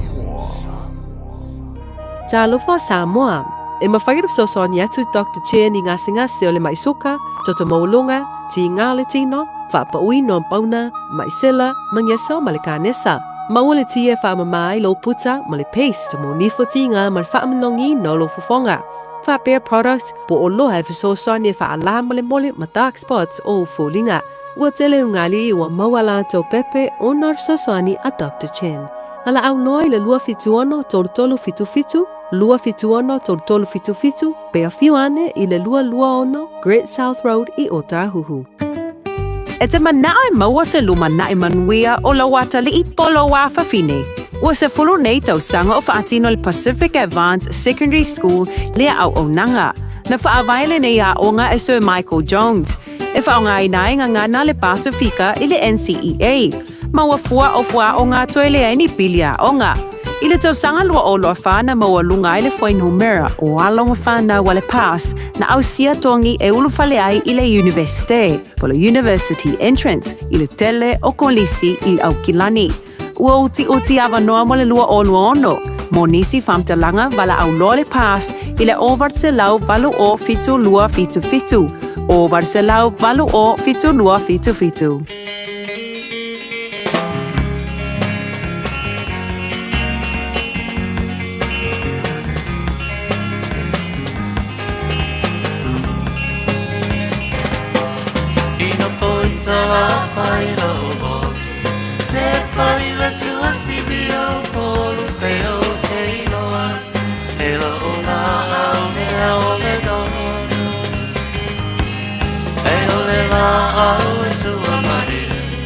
Peo le suka mai silie o te kua nei e pia I tatanu o le whare mai. Stay my darling till far. Tini leo tia le hanoi. Le halo na wa mi o papilo te manatu ala umasan. Tele le pama tanita e topa oi. Te ola pele tota se.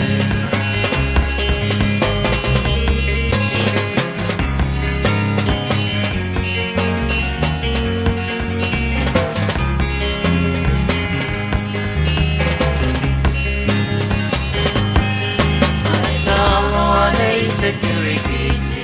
Peo se moa fiti. Se o pulu moe moe ma se au fa te atabe. Ae si da mai se mose. Peo se mobilito si tosi manu mai mai. Peo ne wai au se telefone. Say my darling to far. Tini leo tia le nanoi. Le ngalo na wa mi a papilo. Te manatu ala umasani. Te le pama tanita e topa oi. Te ola pele totase.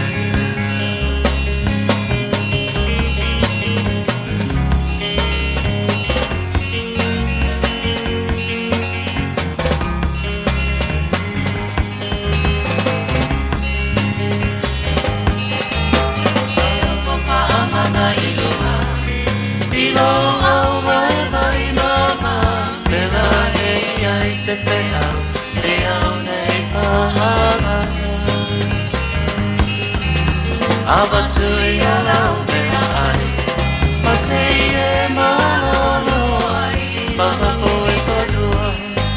Ai so ia e te petalai. Say my darling to far. Tini leo tia le nanoi. Le ngalo na wa mi a papilo. Te manatu ala umasani. Te le pama tanita e topa oi. Le ala pele totase.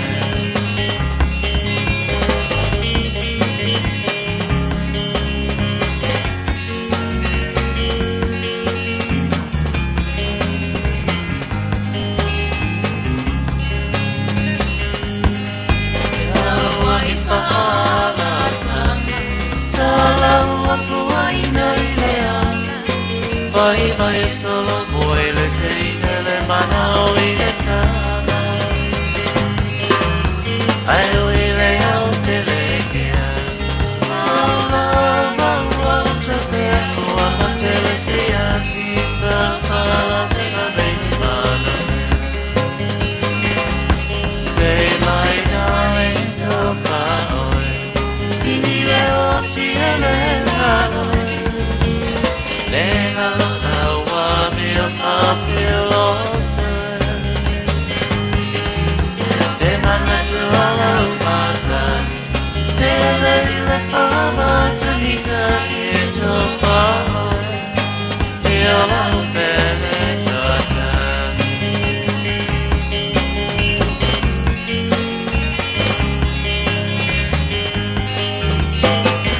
Lopo sala whailo motu whapi whianga mai le peni no tia whau ina wato e se fulu mara whame no te loa tōna tālo le tūla valu le tau tua mora mene Samoas whale mai tolu a mō mana por kalame malu le tae ao lona luas fufitu nei o aso o le masina mō mō tāra whalau o le rua whi lua se fulu ma le ono o le aso la akunu masinga mō mō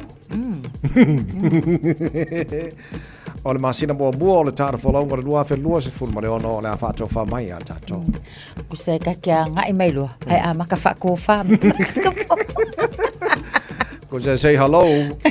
I say goodbye mananga. Pepe ya sa er suka fa vale. O kau fa ne ko ngwan kau le vanga anu ban. La lo va tai pa ngal tar pagala me lunga Facebook mari YouTube or sa mob. Bonus yo lo fa fonga lunga ol FM 106.1 in Samoa. Lo mo fa ba we fa sa lunga ri Samoa ma lo si fo mo ria. Ja, so stuff for kilo lo my mom fa for my let no on Facebook mari YouTube. Technology lo tar fa ngai le tai. Ba to je fa sa la wa tu nei au kilani saute maruko I New Zealand nei. Ja, lo mo tar so tai man maro le no to te le tato fa tal for my Brisbane Australia. Ni se lo fa for my Flaxmere Hastings ma lo la versu for mo ria fa tai le fa te mai nei tai fo. Ja, maar zoals het daar voor de nekje lopen, zoals we hangen op Sila lotaat, maar voetai nee voetai afval. Fa pena foi mai tau atu nei vaenga o mafuta mai Amerika I nisu state o Amerika. Ja, malo lava, malo le fola moria. Telefone nei fa lava no ba ya tu mai Amerika. Ja, lao malo si lava. Ja, o nei vaenga na lo foi o tupui tar fola ngol nei foi mai tai mo tu sanga o ta tu yang.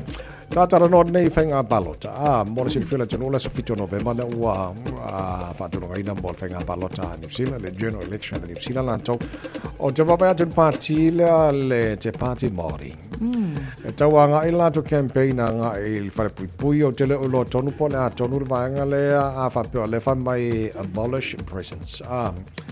Por me o le te lo po la tonu va nga le nga le te party mori I va nga le fa pui which o se tasio va nga makua ke e le leipa party le tulanga va nga yo fa pui ya pero ti lo tonu na ni so va nga lo campaign le te party mori e mo fenga palota la sfitto no per a tonu ne ini se ta fi foi FSS ai pe ona o mai ta watu o ia ole au mai I lunga o fai unga foi mai inga mai le tetiriti o waitangi e pe o fenga inga foi e le mana o mi ai le ave o tangata e tu ini no fanga fa pe e pe o lo tau mafai la tu inga ia le liu foi le ma ia tafal tu la fono inisio a wala mafai ai ia onga va ia kanga ka ia fa longa ka a ia te wa ia ai a tonu se tulanga a tonu lava foi se tulanga ele le mo lato ia ai le telefoi ia mo le a lau tele la tunu pe a fu lava la ile tu tau ile saunga le mo tangata nia mankua a mo le tangata le solinga tu la fono olona winga olonga nga kula ol sol kula fongo e po a lava la nisio a wala foi tau mafai ai foi le e pe yongi a wala I tu ai a inga oni a wala I tu ai fa la putonga engalu e ina ia koe fau sielonga ma fau e fa sao ia a sa wala le ia fa le kongu wa olona winga o inala le pe te ele leipa e te tau lava ona ia ni vaenga ina ia mauti no le malu puipuia ia saunga le mua mai so vaenga I te sono fal puipui okay le lei ia o te wa vaenga na le fai lo mai Japan ti mari o lan tau na le la campaign tu langa le o te lo fal puipui o lo tele al silio do lo tu mai amene ta office se mala vala tu no mene far pui fa tu foi wala nga asol tu la fono tanga ma sa pola ko nga asol tu la fono wat ta na e o fal pui le no fanga pa no sil tele o fa mata e sui ai ma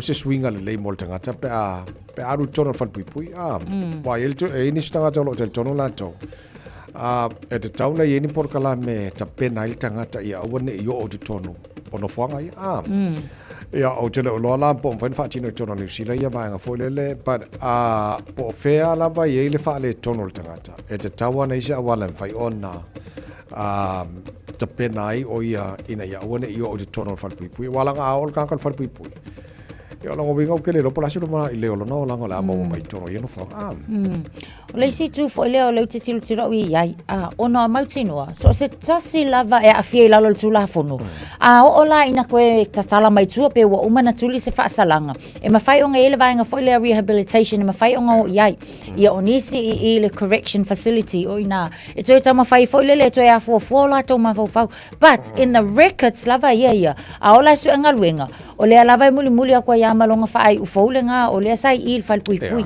So in the justice system, pe o lea ka mawhai la i le au mai o le tetiriti, inga ia mawhai fo i le longa ise kua, e solo ia e seal mea na, a maa ngalo al kankau maa ngalo e le ko ia se whaale se vaenga fo i le po ngi records i le justice system, e whaale ko ngoi tangata, but ia ke au ia e kakawa o ngā won mua, a o le whaia se whaai unga. O maua to tele tangata New Zealand mana e o le tunu le o Turkey fa la tu ta tonga fo le masano po le ta tonga o si tau control ia le vanga le o le puta tele a po la po a o te papa ia tu le se sengo tau e fa ia la tu ta tonga fo le Turkey e te le se sengo New Zealand patolo te papa ia tu e iai fo I vaenga o lo la pe ai ia le tele o tautonga ia whai o tangata whai o le tunu leo Turkey. E tiltilo le tango fie, ai lewa ai ini a fianga i ono tupu mai. E taimi e umai le tautonga, mabaeng whapena. So, i la wau tiltilo po le mole mau stasio tina New Zealand fo lele. Ko kikia ia a umolona so I fo lele pe umolona o lam. E le tulanga na i le tautonga fo lele. Sana po le kaimiwa, umal tautonga e le ili lei ona vai e le lei. Ako e fo I mai la New Zealand.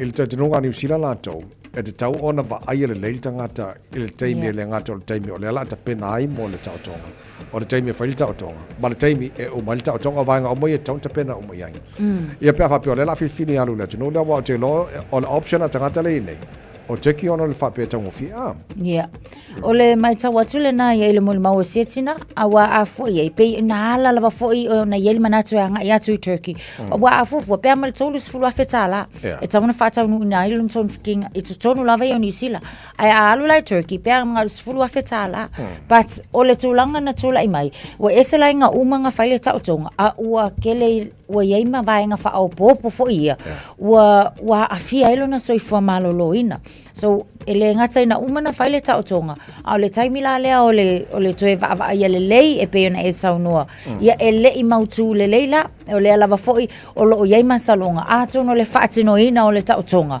o le sila na vaenga o le pe o lo pafala ile au nanga ia a fo mai fo isa fatino ina ia le ta otonga o le sinale ia fa mai ko ki a ve menunga so ole I mean tina Helen Watson fielding olona Menai no Hawaii na malanga I le Americana International Clinic Istanbul malfa moi o le tautonga e Soswani ile tulang sa po lampo tele tinama tulang fa pena ia ai na tele iloina la e yai tua patatua ni se fo vanga pe le ia tulang o pe o tautonga I tono le fo tunu so I mean options and find tele tangata shall I take the cheapest ai le mautinope le leil va inga pe te me mal tau tonga pe kongi pel tau tonga ta jon New Zealand ala fai ona ona I mean le leil va inga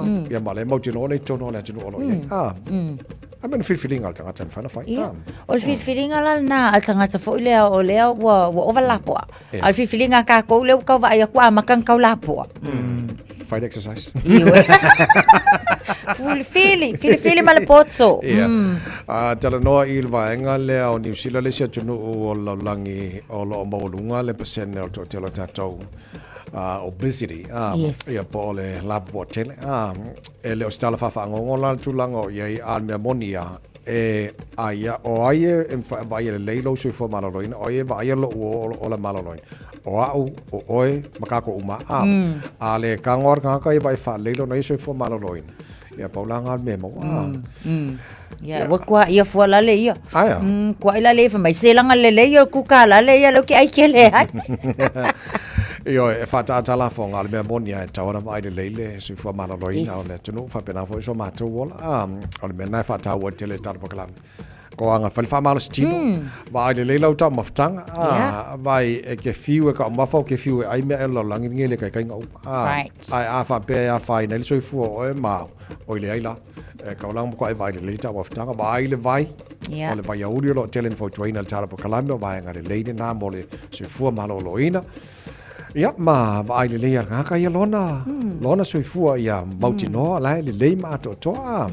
O la ka mi ke alo vai fo mai la ke la kwa mai fo mai se lo kama le lei.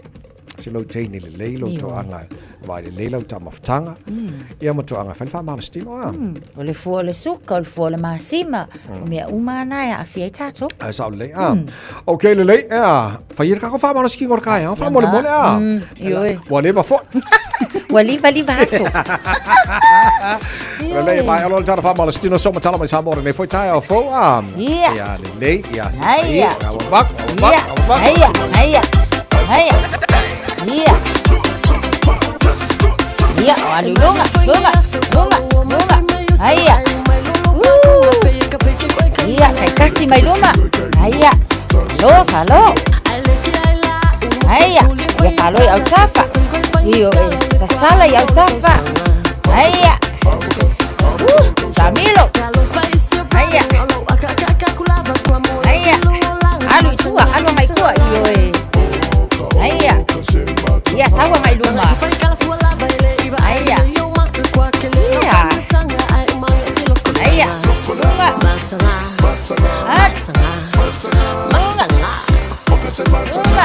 Sao ni luma? Alu. Yo. Luma. Iya. Alu ya tafa. Iyo. Hai. Desi piko. Alu luma. Yo. Oka. Kau leo lima ngai lima ah. Nunga. Naya. Apa kaki? Naya. Yo. Sabali luma. Naya, sabali mai tua. Ali ya tafa. Naya. Desi pito. Luma. Naya, ngai. Nunga. Dua. Tolu. Fa. Kasih. Dua. Tolu. Fa. Luma. Tes. Dua. Tolu. Fa. Kafa. Naya. Alu yai.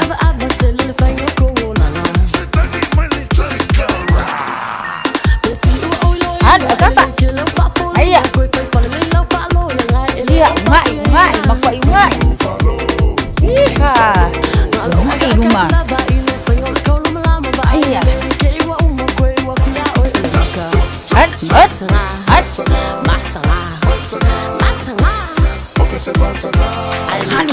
Iya.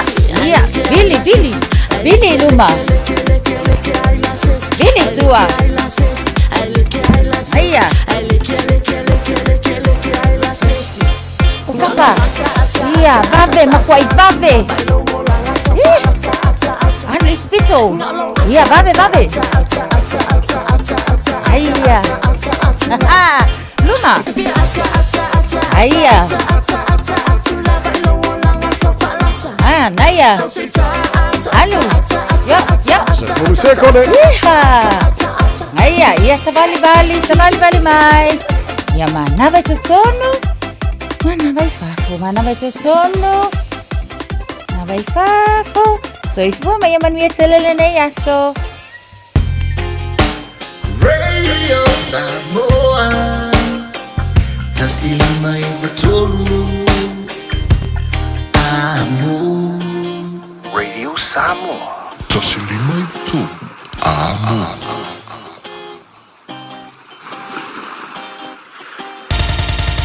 Usimaya lau whaafofonga o le whaapoponga fo ele nei o talafau mai Samoa. Awina sa mai mo oe e lau leiti o whalongolongo le Radio Samoa. Tasilima Ivatolu Amo. O te whatalofo nei asa fau lo tātou o tino o se mai alau whaafonga. E le mai ale masina fau o Februari o te tau na whaatino le fuafuanga fau o le malo. O le tufa tu whaatu le vai ngā tupe tolu sifuru lua miliona. Lua se lau lima sifuru afe tā lai fe so soni ai. I tā penanga o a onga le whanau umai le tino. O whaailoa lea fuafuanga le te tai o le malo. Le fionga i le pā le mia le te talaina ai o le fono a whaia onga uma.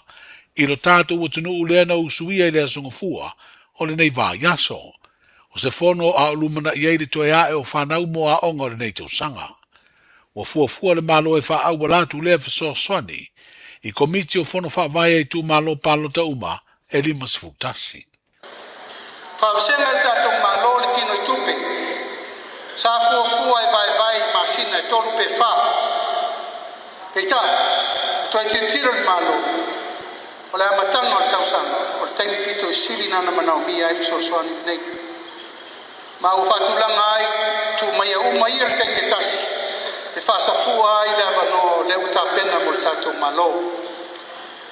Whakabangabanga ai le tupe tolu se furuma le 2 miliona. Lua se lau lima suwahi. E whaasafua mo sa moa atoa i le amatanga o aunga ma le tāpenanga o aunga e amata i tausanga nei. Nunuinga e te tau e tātou whono whawai uma na siaki le lei na uwhainga o mātua whanau matamata i na ia sao ma whamaoni le lei le tūlanga leo tātou tāpena. A te le fia o fo isi mea na whai mōmua e uma newa e tangata whakopo o whioti. A ua lafo le whatua tuanga i le pule mamaru a li i whaipule ma taitai whono o tātou komiti whono whawai. Lato te tāpena ina le whamoe moe lei mo le tunu atoa. Lona winga, e le seisi o to uma lea i le tai aole, e le whamania ina i le tātou sa whangane nei. Ato ai, mana ato kolo iai mana onga tu mau, o le au mātutua se i tau lawa i se pepe patoa whanau mai. Ma u whatu langa le whainu mena ina ia longo sa ia lava tau lumanga o le tufa ina. O le tolu sulu miliona lua se lau lima suwa. Ma o la whamatu matu ele le masino februari e amata i tātou waonga. O lo iai nisi whamoe moe, tātou maloa e latu nuki wha, se taimi, ia na whasisila voi le minister tupere na fo i sosoani. Ar sosoani le na. O na o le au whaisa o whanga lava e afi ai. A se tātou mele u whatamari pale tunei. Ia e le ise si tu ua tātou te au whanga poto ai. Te ulumanga o le tātou sosoani. Lono inga a whai tolsu 2 miliona lua se lau lima sua fe vai. I le lua se lau su lima afe. E le la loifo se lau lima suta lar tangata to tasio se aina. Lono inga o to tele lava oe, to lua ma lau whanau. Ole tau tino i tupere na. E a mata ai sosoani e tātou malo. E sosoani vol back to school tapenanga a unga. Ma mea umatala whea mai. Mo le tātou atunu. Le fionga i le pāle mia, sunga la udi e le mali atoa le uatea polate wa fosi. I le talaina le fono wha le tausanga whaia onga umo le atunu. E peo na wha ngā solo i le nei vai aso. O le whamana tua i le mtanga aluenga o le tiuti o le aso e whaatau ai. Le lato au nanga. O se awanoa tāua lea i le whaiwhi autoe ina whaatonu na te tai le sauni ngā lotu. O le aso. E apo i ai le ufai ngā aluenga ma ave i ai le whi au o le tāua lea o le whamaoni. O le ngā aluenga o whaatino nei e le malo. I le whaamalo sia lea o le ngā lulu e whaatasi. O au nanga uma le malo ma e ka le sia whaapele pule ngā nuu. E te atuai whala au whaasaina. O se longo ta tangi leo tele lea i ali ma tamai tai. O le ofiso le tiute. A o whaamanatu i ai e le whaiwhi auto e ina le sunga moli. Le tā ua o le lato ngā ruenga.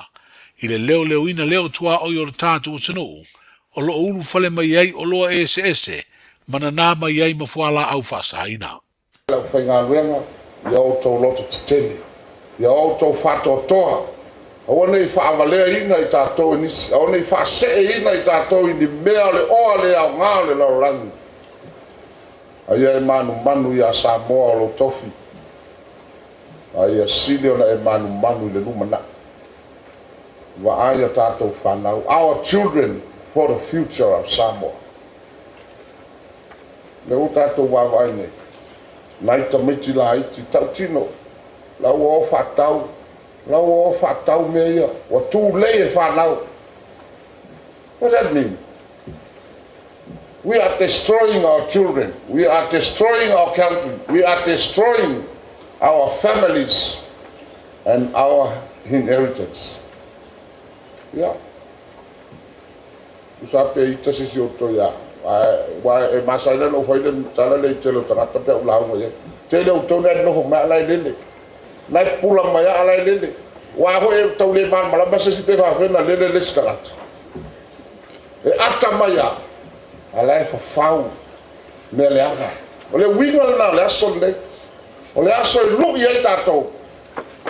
Le ala ba I ya disio tama. Matina usam tu waleva na nganu duet nengawe kalo fai malor fa toto malor onsa malor finau tato talo. We pray to God to give us the courage na yam pan tato te give us the courage to protect Samoa. Yeah. O ma fo fo ye da som Afa yo le maru lau tau puipuinga. Ai fa pefe ona sao mai mei tono a inga manu umalbeta ape tono. O fefe o ma ye meia. E fere lei mai le langi. Wai le ni me fere lei mai lugale langi I pa un solo I tono samo. O me fa ma fua ona porasia. Le puipui e tato. So afa yo le tumu pea. Lau fioga al mistama, al mamalo, al maloma, al paio lau. There is something wrong. And there is something that we have to be done. So now there is an incomplete service. E le mele tupu. No le yo o lo tato malos I le mele ngata. Le sunga fe fe auto ina moli I se vaenga la fe au fa le nganga I le fa mna tuina. O le aso ngā luenga official tute lo tato o tino o fa pea le lalolangi atoa. O le sau noanga le fionga le minstao tute na fai lo ai nisi o tāpenanga le malo, e si ti ai le au nanga le official tute, I mea whi ngā luenga wha peata I fausasongi e lua, o le a wha o popo mo le sueina, o whala au wha saina. O le autu o le nei tausanga, o le wha ta ui e na lea, o a tātou manu lau ti tau awe, I le lei wha tino ngā luenga. O le mautinoa lea o le manuia, ma le manu pui o tangata anu. E ala lea I le ngā lulue puno wai, male tino o le tātou au whainga luenga. E le fisiringia le tāua o le ngā luenga le tātou mta ngā luenga, pa pēr le official tute, I ana pono tanga, pa ngā solo mai lava I tausanga o mawai, e o mai lava I pono tanga taruai nei. O lātou wha leo, lo lātou watu ngalunga, I le whaafita auli o whala au whaasaina, ma la au malosi, ma ua tā pena fo I le malo, e tali atu I nisi o atu ngalunga, e whaatatau I le tau, o a tātou o loa mai whafo. O se tasi hui tau tele o lo whiangai ai ma tātou, o le uti lea o mea whainga luenga, ai maise o tangata whainga luenga, e ngawha tau li maina, a tātou ngā luenga. O mai ona tāpena ina matui nātu I le kāpeneta le tātou tāusanga o mea whainga luenga whaopopo. O lea foi ua talia e le Pacific K9 program I tātou tāusanga mo tai whausasongi e whaopopo mai ai tai whausasongi e lua e whasoaswani mo ngā luenga. Le fionga le ministau mta ngā luenga o tiute, le tō whamasina lupe le atua vau ma kesi pisi, I se vaenga o lana saunuanga, I le aso whaamanatu whaavau malo o official le tiute, e peo na whaamanatu fo I le mtanga ruenga le tiute I lo tātu butino. O le whale mari o le mōta ngā se ngā o tupua tamasese mea o le mato tua, o lo ta otoa I nei le tino mari o le tamai ta I tu stala masolo fatu, o papali I sia whikau, e whaatali le taunu unga o e ngā fua mai ma leo, e whaamautu wai le māfua anga o le mariu. O le tae ao le songa fua nei vai aso o le 15 minute te ai leono, e peo na whaelo ai e le sui komasina o leo, whare pui ma le toe fua teina, le fionga le I atau o le sa Samuelu a whamasanga, na maua tuai papali I sia ua maliu, I le potu sa nofo tau fi ai. E leo whaelo aina le sui komasina pēsa I ei manisi tau fia, sa whaamautu I le potu sa nofo ai, ma le ua maliu. O whali e se li ponti o loo masalomia, o ni manua na whaatupu ele ua maliu po self-inflicted wounds na mafua le whano o le soifua pe tai whatoa manino lea tūlanga pe a mai asu engalo whaia. O le aso luas furu o le masina fau whea puari o lo whaatūlanga le whaamsinonga mawalunga e lau ai sana whaai unga ilo ai le whaamaunia ma le whaamaunia o le morianga fasio ti tangata whaamoimoina, morianga le fasio ti tangata paivalea, morianga le umia se a penga matautia, ma le morianga le whao o manua tūngā, sa mori ai papari i sia whikau. O le solua sfuruvalu o meo le tausanga lua o lua wha, na tau fia i leo le ua maliu ma moria i morianga matu ia, e peo na wha ilo atu, ono o le maliu o le tamaita i profesa, o Caroline Sina Vaiana Gabbard, o se tangata nuu o Amerika Samoa. O le whamasino lumana i nei o le awhenga i eire komiti o le tuto tasi ua whidwhidia. Ma tā penanga o le sisi ngā fua le masino i uni, leo le ato e whaafo i ei porkalame i aso e tonu, sa masani ai. Whapere te le o whaafiafianga ma tau vanga ese. O ia porkalame e peo na whailua e le pāle mia e le fono matu stale le asfreide o mawae. O sa wali whaalo a onga ma whaalaputonga, o le ato e a mata sava variatu, i le ele fauanga i mule nou. O whaafiafianga o siva ma pese whaaleanga nou, o tau vanga wha i pū, whaleitu ma tau vanga o tālonga ese, ai mai sere kirikiti wha Samoa. O le ato e whaorola i fui a tātou tu ngā waalo, o pao, tulula ma fautasi, mai le oiloa peto e whaoso ai ma tu ngā waapa, le sa whaatino inisi o sisi ngā fua o tausanga umawai. O whaalia le te tai o le malo, o le anganga o le whainga malo whiriwhiria, ia toi whaataua sa iri ngā malo a Samoa, ma e na loto le toi ai, ai maiso i lātou na asa ina le ngasu o le tai ao, i le fia maua o se malo tuto tasi o Samoa. O le asfreida nei e peo na whailo mai ai le min stau tupe, leo lo wa aia ma le whalaptonga le whaputu ngā tupe lumana i manui o tangata le nupi wha.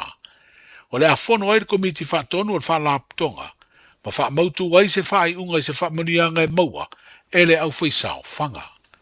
Taru to ia e ngā luenga umare malo mo le neitau sanga fau, o le pese leo tere lea mai nisi o le au whaisao whanga, po le a le teimi e whailo ai le nupi wha, se pasene o se mea lofa po se tufutu whanga, o se whamanianga le dividend. Sa whailo le tamaita i minstau tupe, le fionga muripola ana rosa ale morio, le fono al komiti whaatonu li whaiunga le vaya sonei, e ilo ai se whamanianga, ina ua whasiringia le mai o le sauni ngā lotu masani, ale mta ngā ruenga o whaamsinonga e talo si ai ngā ruenga o le tausanga, lea sa a waima le minsta i lona tūlanga, o se tasi o sui pāne mia. O tala i ole nei aso, tātou whero i pēa, soifua. Talofa, we're the Casinas. Talofa, this is Pat Lam. Talofa lava o a ola pi marina, mau pelo li tio. I le radio Samoa, tasi lima iwa tolu amo.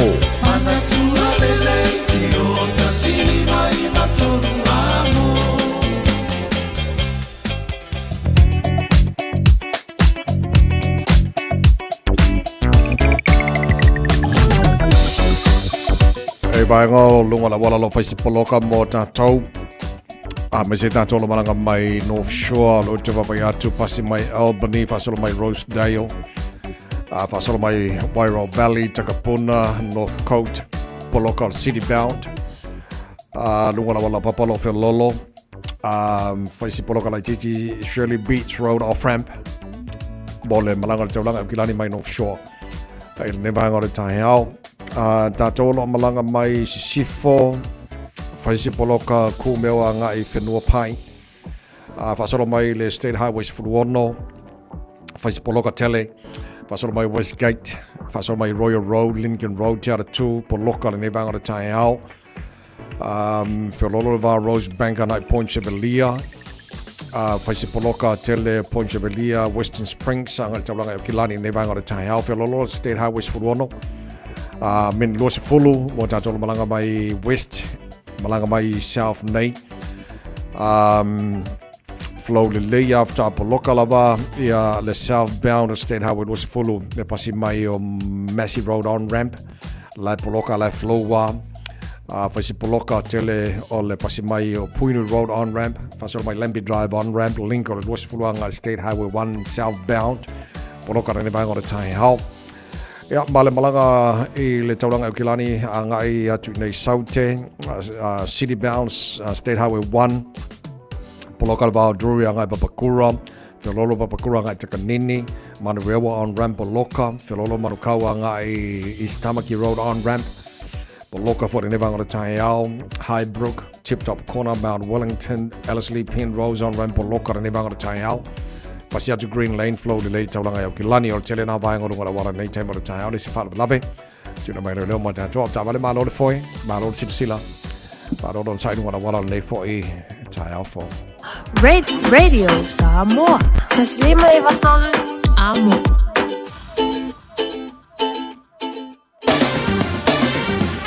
Malo pop tayo tuno la mai mo malo pa fonga nei vanga o Tayao le bainga lata mai le nei I le tala o le tau.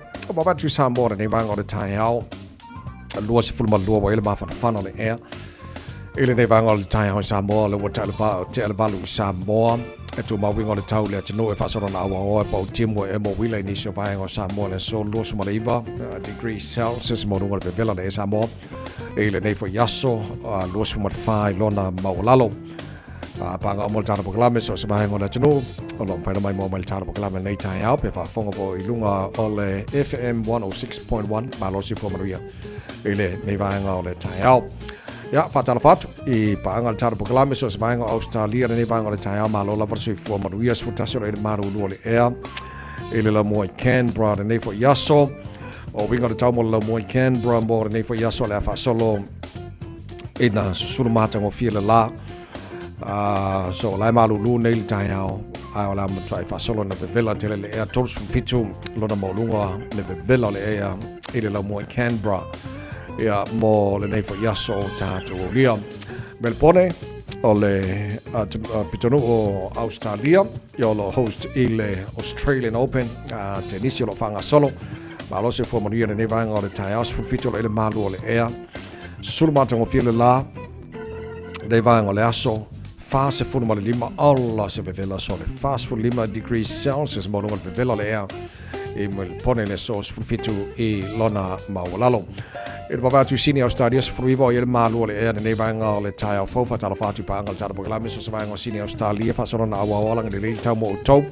lo so marvano mo lunga yo ele vela le air sini Australia fruivo il lona maulalo ia mo nei fo ia so fo tatu o dia Brisbane Australia lo so lima mo lunga le vela lo yai ele nei vanga le Tayao fo le fa sono na awa le tau to so fantasimo lunga le vela le air Brisbane Australia fa mo ina mo le lona lo so fitu nei aso January o tara fo longa o le lua fe lua se fulu maleono ia o tene na vaenga Australia ma va atu e le tau I pe na fa mawina mo le so foi mal talo tau no fa fa salonga radio sa mos fitu e le malu le air ne vanga le Tayao va atu fa fo mana ia bai amata na sulu mai le la e tu mawinga le tau le so e awa o pa o timo ni so taimi langi le lei ile o uri ma le fia na nei lo su toru un faino il maununga le mafana fana por de vela le air mo au kilani le so sfufalo na mo la lo Tayao pe au lia pa sono sulu mata ngo fila lan telo vainga au kilani lo sfu lima maununga de vela fa mo ina mo au kilani le so Tayao sfu lima lo na mo la lo vainga tu la stoffi pa sono langi de le tau de telo vainga au kilani sfu railing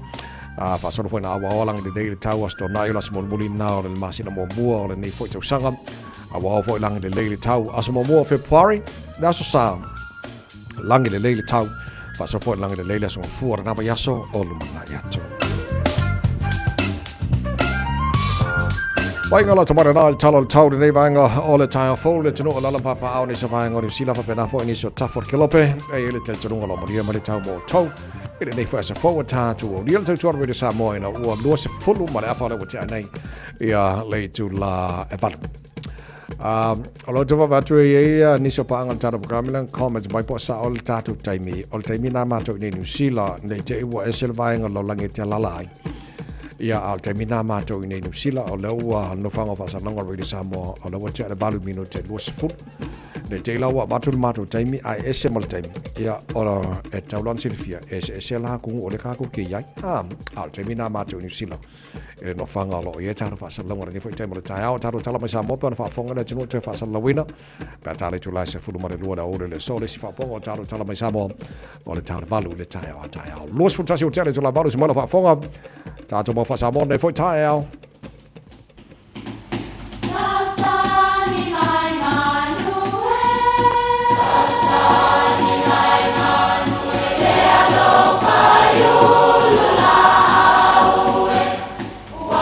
E o fanga manu i ululu o la au, awa e fafanga I funga o la au.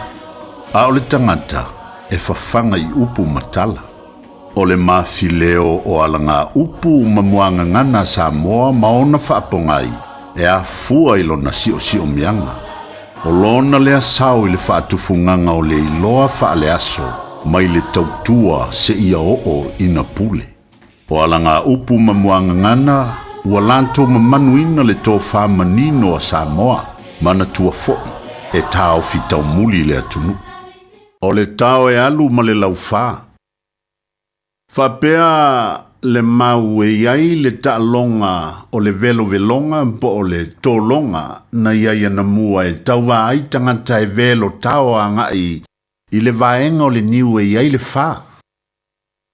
O le wha o le lau, e pei o le tāwanga, e tā ai le fui niu a o taume se ia o ina matala pe funga maoso le aulusoloso.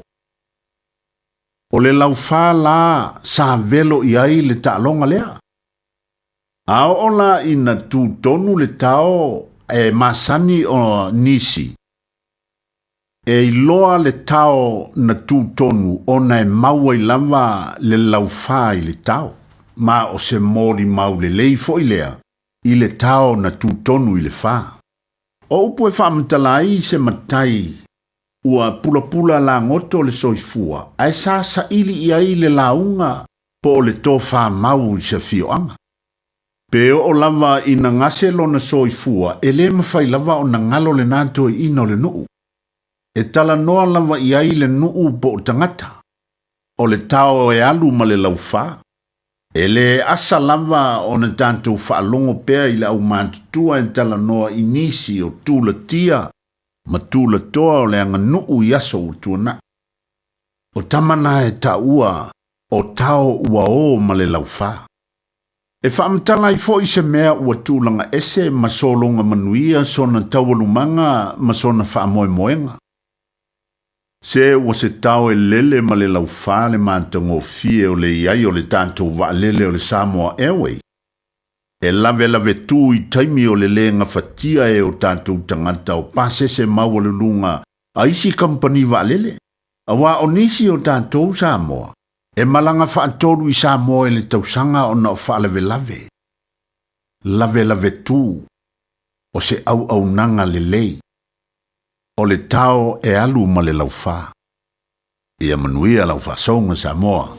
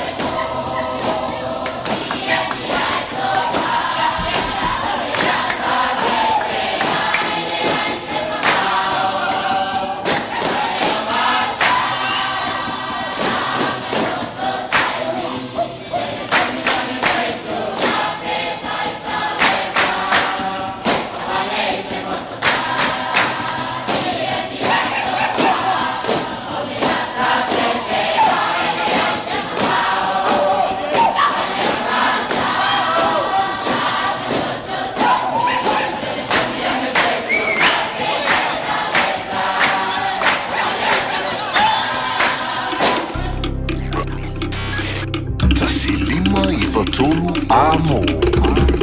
Radio Samoa. Mole manuia o lolu manai. Ole a ongol International Travel College. O te tala neiles tala mole lua a filua ono. I mata tau tu risi maha onga tau vaaleli. Ola ITC e iaiona la alai au kilani mawhangarei. Ai mawhaifo i one ea onga online, mai lo fali. E leise tai mi whaatulanga i nei te a ongai. Sa ili nei loa so lumana i manuia. Langolango ina maa losi el ITC o e malo ainga. A waa wa onga. Asiasi lupenga te whailangi, itc.co.nz.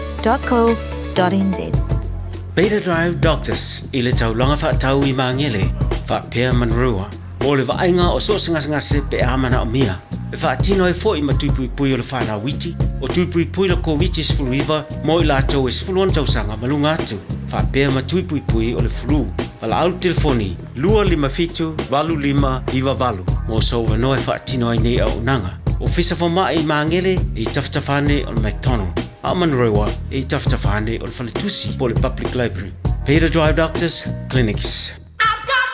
Talofa o au waleni o se Electrical Inspector Samoa, tolsu 5 tausanga o tautua ma o resta reino fo i mole waina o lo mauta, falsam fatwhainga luenga, whapeli pe ino vai vela ma o ngā umu. Walau mai lo waleni o le Amos Electrical i le o lua fitu, lua no tolu ono fitu ono lua, o lua fitu, lua no tolu ono fitu ono lua. O fia maua sau ta vale po sau piki apu, ai tongi ta iwa yaso, lua va yaso, pe ta imasina, o le Sleek Cars o le a maua ai le fsoswani. Ua ta pena le au whainga luenga a le Sleek Cars, mo oi malo a inga. Aua e te popole i se mea e tasi, te tala fitu aso, mai le sfulu i le tai au, angai le afo le ono le afiafi. Tele la lai au kilani i saute, vili mai loa, i le o lua tasi faa, fitu lua selau, po le o lua o, fa lima tasi lima tasi.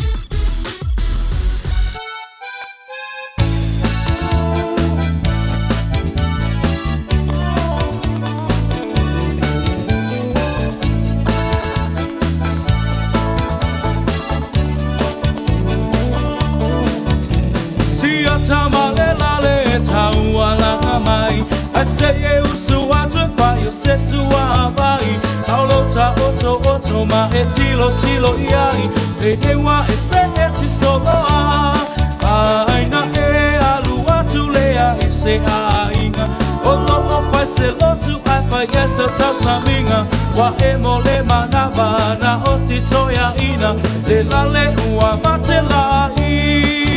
Ina foi mais seu falinga. Asa filipilinga. E moni e alaba ita. E te talanoa. E te leiloa. Mana tole tawalanga no.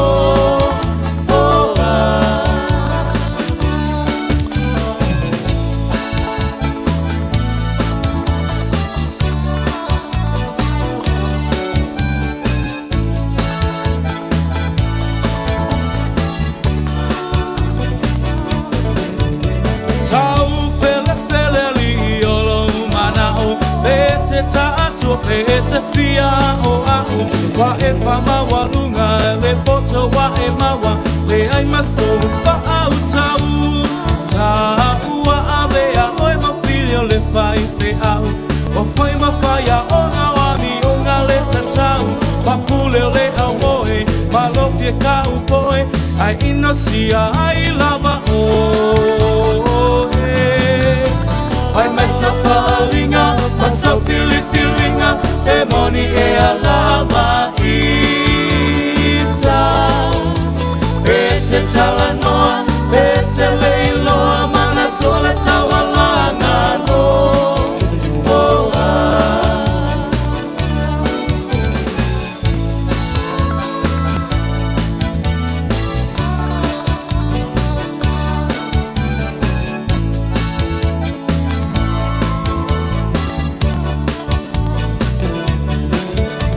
Tafa mai ata o le vavea o, anu o le vao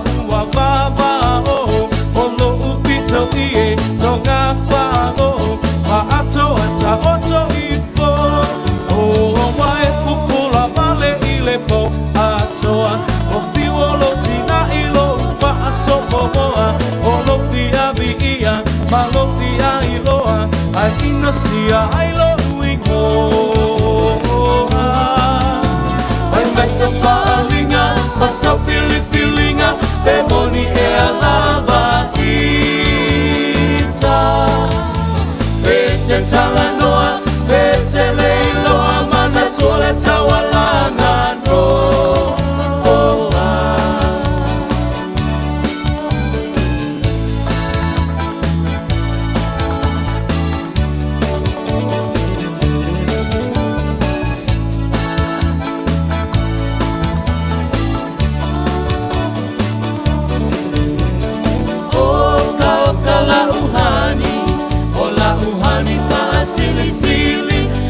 Faatu saina Ise apa helapi O se pisu pasili O se masikeke mai piti O sina sapasui O ni tamato maniti Afai lava uatonu Uatonu lo fina ngalo Tapa aipo ipo Avane ile malo Ele anga ole ta atua E tele aile ti apolo Te fai sau pepe Ole pepe ole po Ha ha ha ha he he he Sauia la ia malolo to tele Fia fia mai mai atatape Se yo pese pese atu ile ea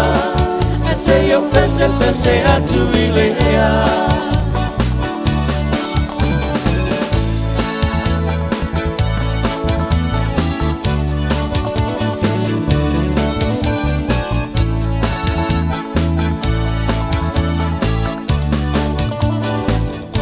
Peso patonga mai le RSA ma whawhiwhianga Radio Samoa na nei taimo le tai ao ina wato lua se fulu ma le 2 minuto lo tana tana le tula iwa le whawhonga le por klame ma lo le tai ao ala Radio Samoa se fulima iwa tola mo lona lua se fufitu nei o aso o le masina mo mua tara po longa le lua se fulu ma le ono Joe Waine Fili auro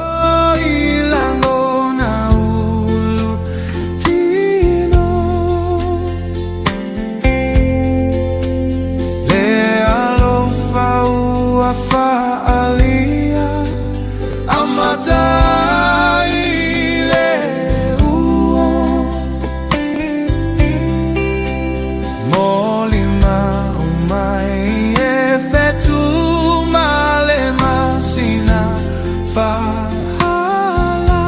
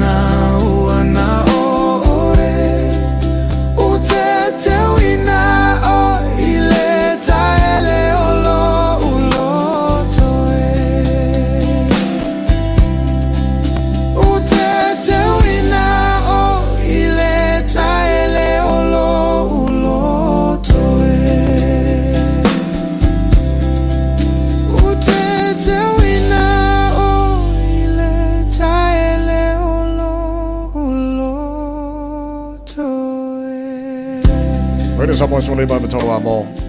Fa lo fa songa ya Joe Wayne o so lo fa tu nei tai fo to is full fit to le ba wa taru tel fo pe tara vale tai nei.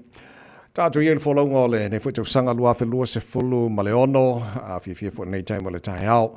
To fa o wina taru klame ma le fe ngal sa o so le fe ngal Peter to su to fa su o wolem si lo fa te smal taru klame ne fo tai fo mo nga fa lo fi mai ta por klame nei tai ma no se fo mo ya fe ngal Peter.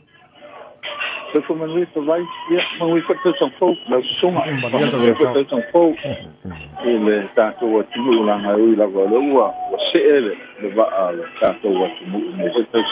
Ya langa le pa ha filo ile. Ya moni. Ma lo sa ma lo put for lau. Ya me se fo ile pa fon mai ko il tato wa timu yon tu langa mo tu langa fa lu te peina. Ya pa pe ho isunga pa pe hai ma lo langa. Ma lo fa te tele lo fionga le sa o so le moni leile sa noanga o le fo mo volta filo inga mombo le lua filo su male ono ma fa moi ya na mo se ke risi masi fia ma sta sen fo maria mo no fionga ma fil tu ma la inga pa ke ma wole ke sa mo ha o fio bit yo man ko yo sa mo ka ko sa mo o le ala vole fa se me ka ko sa mo e fa ka ko alo se mai me fa ai vale. Ia mai fia o lale kom fai mai ko ia I mai kom ka ai mga yar ka o Samoa mga yar ka o mafa ia fa la ka ko e la ve ka ko so se I ko ai nga review ia I ka ko wo mai vale o le ala o silsila ne le tno so longa le me o mo le fo ma tan le tau sang fo Makal tau sang fo uma fo I le vai aso o te talo ma ngapong ia nga malo sa tau la fo I sa to ia o le ai fo no o se e fo I le sala to ia le malo I le kompanya e fa kinwa ia la ko mai fo I kompanga a fa ia on nei to sa ia ai lo ai ai te wa e kele maka o ko lo o se ngai mara nga malo nei kai ia sa fa la we kele ko I le fa sa lo mo na ku lo official I sala e ko sa malanga mai ngi sio ka ko wa ku su ma pa te ngai na te mai le lango ai o lo ia ko ngi sio lo kai ki o la mera a pa ko I sala e du a o le ia me ka o ma a pa ia nei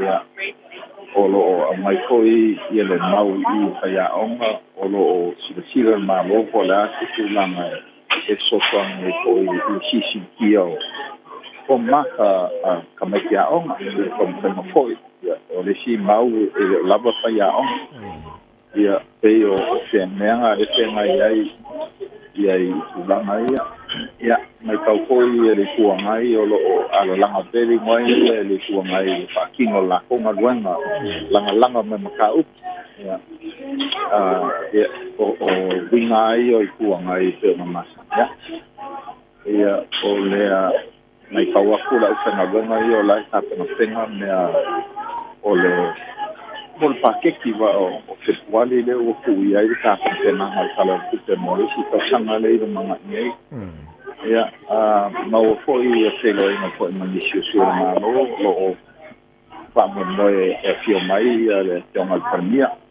nei le maki e salo po le sisina po o ka foi ai a pena ina mera mai po permia ni si fa ia ngai po kiki nei a o le anu fa sa ngai mauli pa sa mo la o la sei kai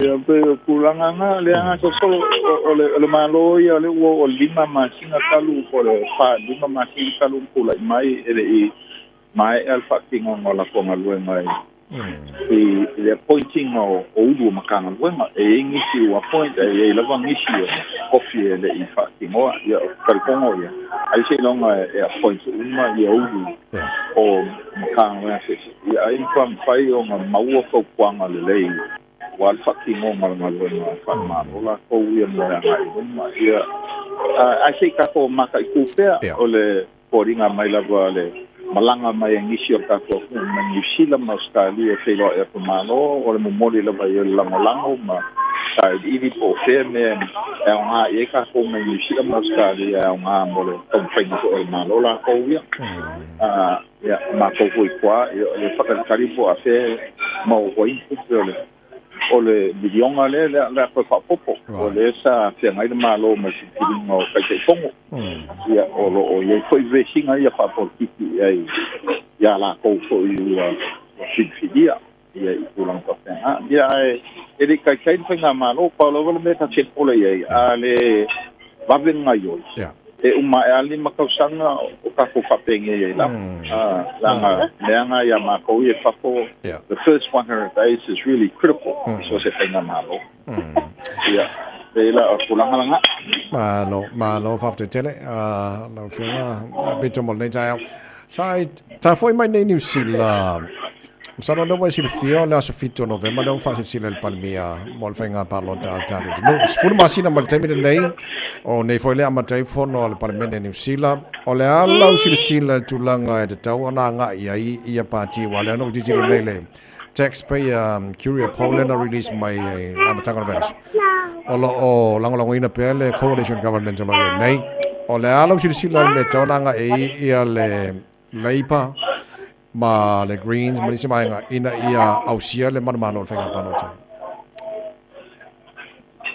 ka kele nanga ole ulanga le wei ia o kaul so fanga la ko ole o i la para ulanga o ngaluanga ole ulanga la so se fenga pa lo ko ole mata ulanga le ko kamawa ngali economy mali o ina la vai ave ia manga kora no va ina no mai ku pe maua o ina ko ia lo ai pe ole akamka ai ka la ko fai fa au mo fale a uma mamu e ka yangela ole si maka upu piko siding ka ua ia ka ikala vai la fagawa ia ko le o maka upu le ka mau langa ole uma ka ku la e nyusi maka ko umala the veshi le tula in mai ila la langi and mashi amadika wa pasang kau ka papa e ka ka ina nade teila le ka pu e ku e bunsa i longa pasang kau ka mau mankuala e mongi le pasang kau mau a ole wo su mafaka ko ai nga mau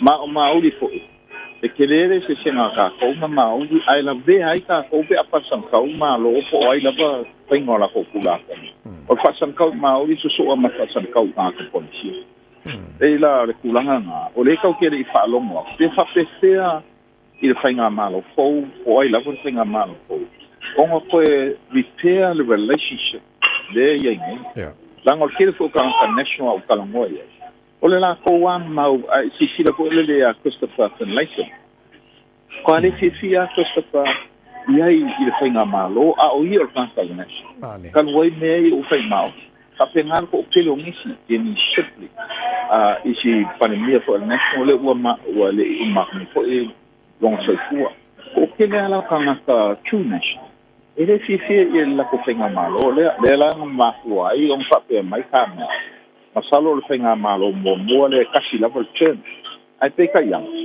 ele se me fainga fi langa o pa ki le mo fainga e mo mi ala ko fainga pa le mai ngele si fo le New Zealand research pa o le was alu dunga mo mela New Zealand first alu dunga mo mela like ya ai ka te fa no e musu yo mo senia ko pa anga malaipa ya ale me mongila se ya va ke le fa pena ele no po feme pa u ye fainga pa o le fainale ngele laipa o nga vaenga masangi la vai Maori Party ma Green Party ia walu le lua mana ko sanga o be Green Party e kongo la ko ko fa pa penga ko le Maori Party ka ke lo inola pe sao ia fainga party pe maua 5% e pe fia ko la ko o le kala fo ia voling konga pa me e kia u makanga pa me ai longa ko fo I party ke le e le national male Labour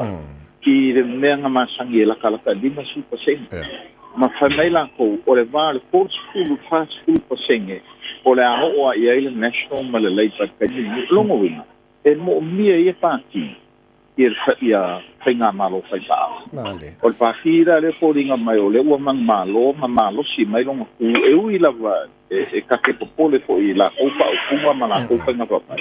O le New Zealand first. Ia o le whamai isi kānta.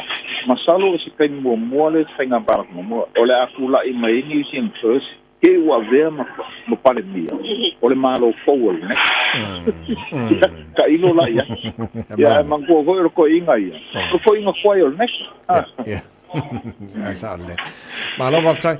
E le vai ngalo so nonga nei tai ao na ta wai America ma isi vai ngalo langi fo le tilo tele me lo tupu fo le wal me monia te lo la valo si fil tu langa le a fa ina le economy lo America ma lo langi e ono fa ina fo tanto no sila ma sa mo o la lo si sila tu langa ye le tama ai ngalo langi ma lo tupu America le vete e o makau kia le fa de kongu o le mene sa ye pe sa pure kuku la Trump ma America i le la ai o le fongo le nga fai le World Economic Forum. O ka ngaka le nga mua la o nga mala o nga ka ngaka ua whapea mai ai. Au o nga I ka whakalia mea Trump le fai mai po mea fo I malo kele. Wa ki ke aku I ka malo I ama. Le ngaka ki ke aku I Amerika. Ai ua nga karsanga fo I malo e ka o middle power.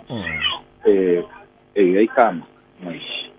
Inga ia awangi I ka ko muri ka I winga leanga ma winga sawa ma winga e lea mi o kongo ma sole kula kongo e Trump fa dia manko foi la makanga ka sanga leanga si e lunga terrorist ka malo I kilo wa kumula alela walwa o lela wa alo ese ia ka ngaka e le ko fia pa anga ka ngaka yala o lela wa makanga muri e isi kumu o le vevesi la o vevesi ai o la ua amaka ko vevesi la Amerika ko kongo nga ia loko fangi aka ko vai aku o lua vai so kalera makanga ko samol o fanga e kamaka ia le au immigration I le skepele o Minnesota fanga I se tingo korsu monku ko sanga e foringa mai o se tingo ela sa alo ese ai fanga la va mar mauti mo vaina leo le immigration and customs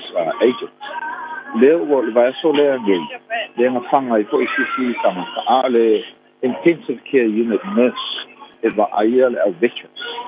O lo mai aku ia kai o saumani o fa sala la wale so ke e la wale ke le e o longa le la ko vanga e o la ko mai ya. Ma kwa ke ia. Me la le o kupunge wakula I mai China o le maulia na mai Singapore o power si ale wakula I mai power kele o le malo I kaninge la wale nga Amerika wakula I mai China mai foringa mai o le wamang malo China le pulea me ka economy la o le si power o I ya India saka ko mas pakava ya India le sauma le economy le India wa ye nga pomuni India e nga army ma ole was recognized as a world power.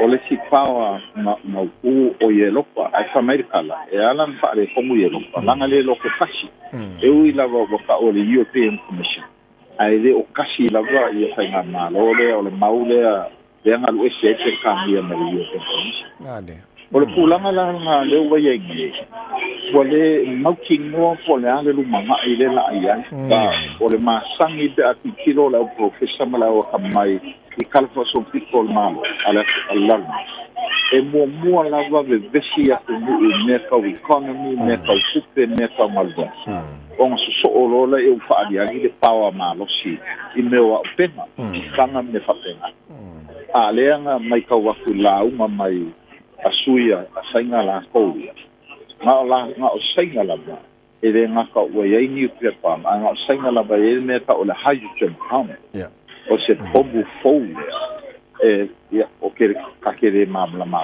o e foringa mai saunga suida se e ka sia le fomu nga ma umalona ya so ya ka itala o winga le anga I wa amaka mai le la langi amaka mai o isala elu kaua mal sawa fai kasa sau I Lucia mai Ukraine ne o sau pongo loko I fale o Amerika le ko whasangkau aku Amerika ia Venezuela, whasangkau aku ia Greenland, e rei ropo le anu.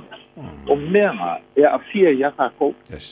O kalkalongoa i ngai kama ia wa ia o mai whako, i ngai Samoa. Ka mai o le mele kampai tau se whangai kama. Nanga e kumu containers o wa e sa mai whako. I oloa. Ai a koe foi wa. E foi empty lava e le lava se oloa e alu male. Male mapaan. Olongo wi. O kako. Ma le mele le kau ke mai kauinga e kau on kako alo esem ia i mei kupula langi e focus kako ia. E sisi ki or kako kama inga martu buingo kako a inga vai. Risi kako ami e reingi kako aulo boangi a seka ua vanga ia kako kangata. Mai kau ke la iki e risi kako pomu ke kele to se ni kili a pe o le vaenga kele ngei. O le kulanga langa. We don't know po la kongu maka upu e ave el fa mo le afu pa wan mere te fa no la oi ka tomka se swanga le lava na luenga over masul wafe public servants who have lost jobs kaumaka wa le mafai na fa kau fale misi la ko ia ale ko i wa va ia i kimu malo longa me ele o lava so fanga pi ele malo so there's a lot of uncertainty. Kulanga le uye ngei. Ole uncertainty ko nga le kupula lang. E ngwa fia ile fa nga palo pa nge opele anga ia. Ele mau kingo pe malo national malang vai. Ele mau kingo ko i le lai pala ko ia paule me ka ko ngwa uye i tabai. Or ka ko ku. O kai li fa pengi e mo mia ile kula i mai o sai palo. Male. Va a fai o lai o i le kai mingi. O le fishing. E oro mo fungo fo fale ngo maro palo ko e so songe menga ya pe ngai kala na ya alo fa te tele lo fianga sa usori mo le tampo kala me amato ne futu sanga ma lo fa time mo fa so for finanga nei ta ya aka fe lo ide fa so pa udi pero il va so le sei ma dieta va mo yesi amar popole kaliere Aha, ma fai nga waku e ko laku mas kapu sai. Ma te tele, ma ria te tele mai stay. Ja, la fat, ja, sai foi. Sa no ba ne fenga sa usori ne fenga Peter Tosu sul to fa so bolem sio. Ama te dar pa klapa ne foi to sanga te tour sa mos for lima tola mo ta tono tu la iva. Usmano fa fonga taru telefon.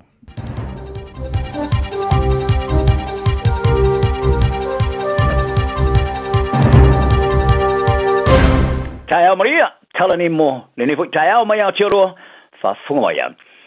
Sa maua le tau tuo fui mu se vala au whaananati, le tasi tasi, e winga i se solo para pala lata le no whanga mo ta whaonga po le Holiday Park, lata le maunga o mga nui, i le tusa ma le whai tu la mua moatu, ai le i solo para pala e pe ona whanoi so i fua e pe ona mwhainei, ona whairoina. Wa whaaliere o fisara o fui mu, ma whaalavala ve whaananati ni sila le Fire and Emergency New Zealand po defense, sa la tulungo ina le whono whaatono le taulanga a tauranga. E ona ina le vaenga o le ele o yele no whanga o tolo o pinga mo ta whaonga, ini nai minute muni muriane. O rea sona nafi sa to e whaawa wai ngā ruega, mo le sa ili o tino maalilu ili no whanga o lo yele a solo e mount o manganui, le ae to ono te ngata lo misia pea, te alu mai ona solo le pala li tae au le stofi o le vaso o mwai. I le tali vesili mai le Johnny Sila, sa whaamaoni ele ta isu ta iau po le Deputy National Commander Megan Stifler, sa maua ele official le fui muma whaarawa lave whaananati. Se vala awa le telefoni whaananati le faso valu minute, e te aile lima li tae au le sa tofi lua fululua Ian Warren. Ma isi tangata sa ali iputi atu le solo, lata e no whanga wa pitanga mo ta whaonga ale Mount Manganui Beach Holiday Park. O le tangata whai ngā ruanga sa e talia le telefoni sa e fsota e tuloa i le whono whaatono le taulanga o tauranga. E o naina le ele o yeile no whanga o ta whaonga, malongo yeile whaamtalanga. I le lima sutasi minute te aile lima i le tae o le valea. Whaari ai o le solo sa longa inatu i le telefoni sa le ia afiaisi soifua, ai po se me to tino. O le mele na sa le anga i atulo yeile au fui mua e longo le whono whaatono sa le taulanga, ono o le mata whaioi le nā le tangata o naina le lele. A betai, sa whaariere o visasilo le whono whaatono o le taulanga a tauranga i a Marty Grenfell, i le lominga le New Zealand Herald, Ile ese telefoni whaana nati ha wha mamawina sa wha o atu i le whon wha tonu. Ai pe tai. O se wha amtalanga tu sia le whon wha tonu sa wha matuina ini nai tūla munimugane. Sa lato toe wha mauni ai loa le mawina ele no whanga. Mōfiso ta inga le whon wha tonu o le taulanga i le telefoni. Mai le official o fui muma whaara lawe whaana nati le toe se 10 minute i le ono i le tae ao o le stofi luas fuluro i Januari. O le atilu nei le official sa o ngare mua ngā ruega po le work safe i whaala abrutonga e ele tiu te le wawa ai o tangata te tō tasi ma le sa o ngare mu i le no whanga o apitanga mo tā whaonga pe sa wha mariaina nei ma tā whaioinga.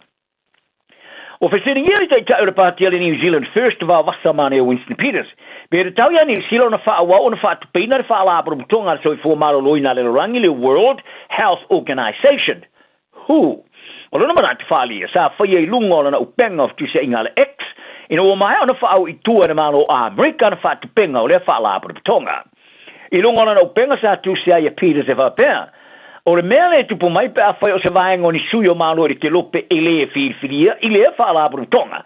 I le ma whai o na tali atu ini wha le tonu ai penga whatia le wawa ai o tupe au tongi la whonga, ale lorangi atoa.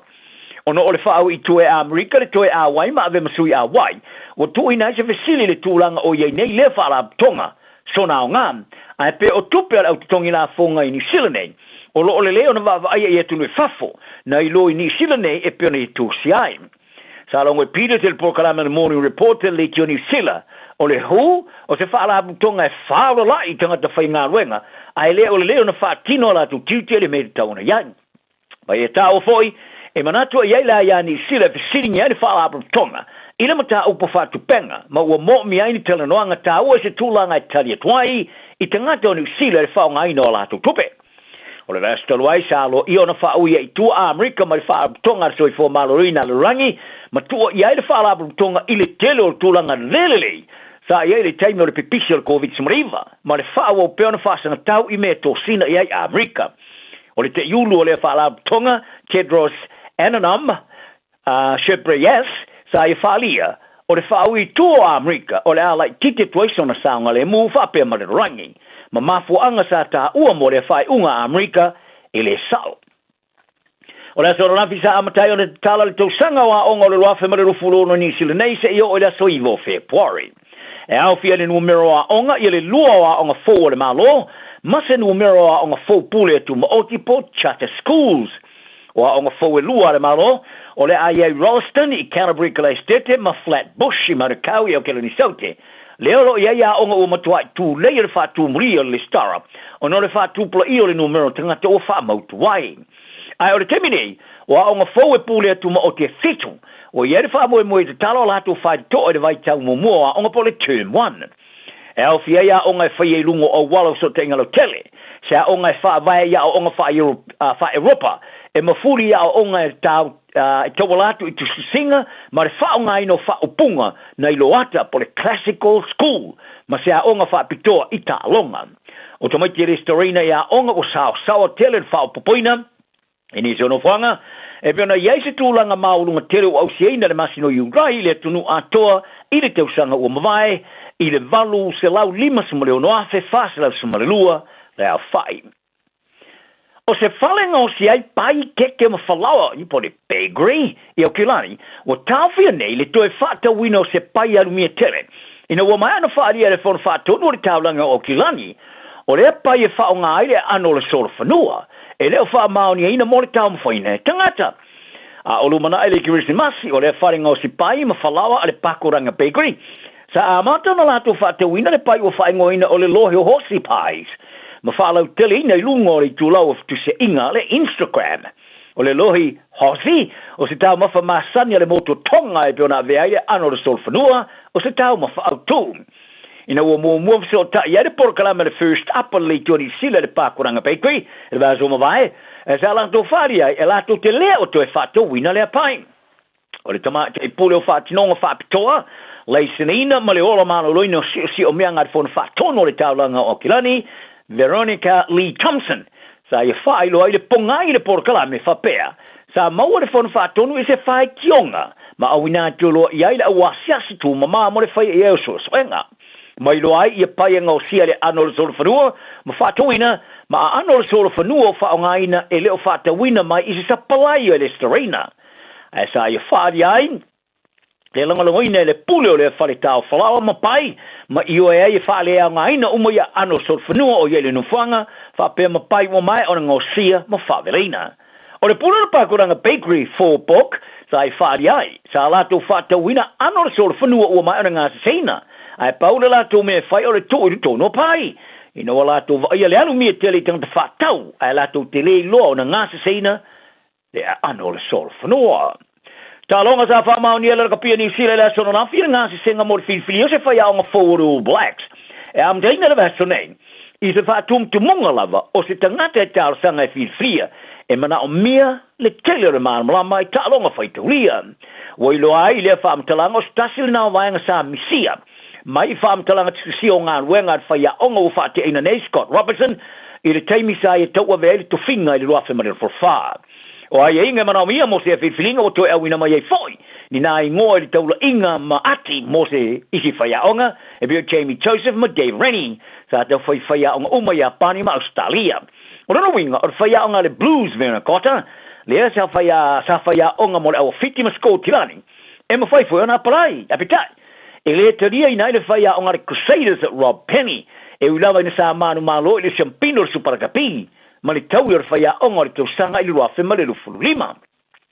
E iele maanga o whaia o ngalangalanga o All Blacks o iei ne ia Scott Hansen, Jason Ryan, ma Tamati Ellison, sa longoina, e whaawo o pēr ile meolo iei nei, ai petai. O se whaia o ngā forward whiwhilia, o ia lava e whaia rana whai unga ilana i ana whaia o ngā langolango. O le laulau e whaia le whiwhilinga, mo se whaia o ngā forward o Blacks, e au whiari te whono on whon whātono le kapieni sila David Kirk, le isi suyu se whono le whon whātono Kevin Mealamu, le lito mai whāpito e le maurulungo whātinonga le leipo, ia Don Tricker, le ofisa sili le tu mau o ye nei Steve Lancaster, ma se tamata alo le o Blacks e talwai nei sa alita ai mani talonga. O Mealamu, e se lau tōs ma le lua talonga whai teoria sa ta alo ai mo le o Blacks e le varu luafe ma le lufulua ma le luafe sulima. Sa au fia ili toi roi longo talonga le o Blacks e whai ngore tusanga, ma whai eilona sao se tūlanga mata ino le ave seo ai o Robertson, ma le tūlanga whai a onga ila se sumalilimo na masino nei o Ian Warry. Au le tabere o whai angora o le kapia le Wallabies au stadio le awhase ese Joe Smith o ni sila lea, i le fia tal sanga mo le ave no whai a onga o le kapia peoli. Sa ia longo le kapia ni sila e wha a wau na avela na wha maoni. I le Wallabies, ma le kapia Australia, se ia uria ni ta amarasanga o ipo le roangi le rafi ma le fulfitu. O le lua master wai sa whate ai le kapia ni sila, ia Scott Robertson, ma le whai angora All Blacks, a fito alua tau sanga o na whengainga. Sa ia tua inga whapeo se le fia se vai ango tai, ma tamata alo sini o le All Blacks.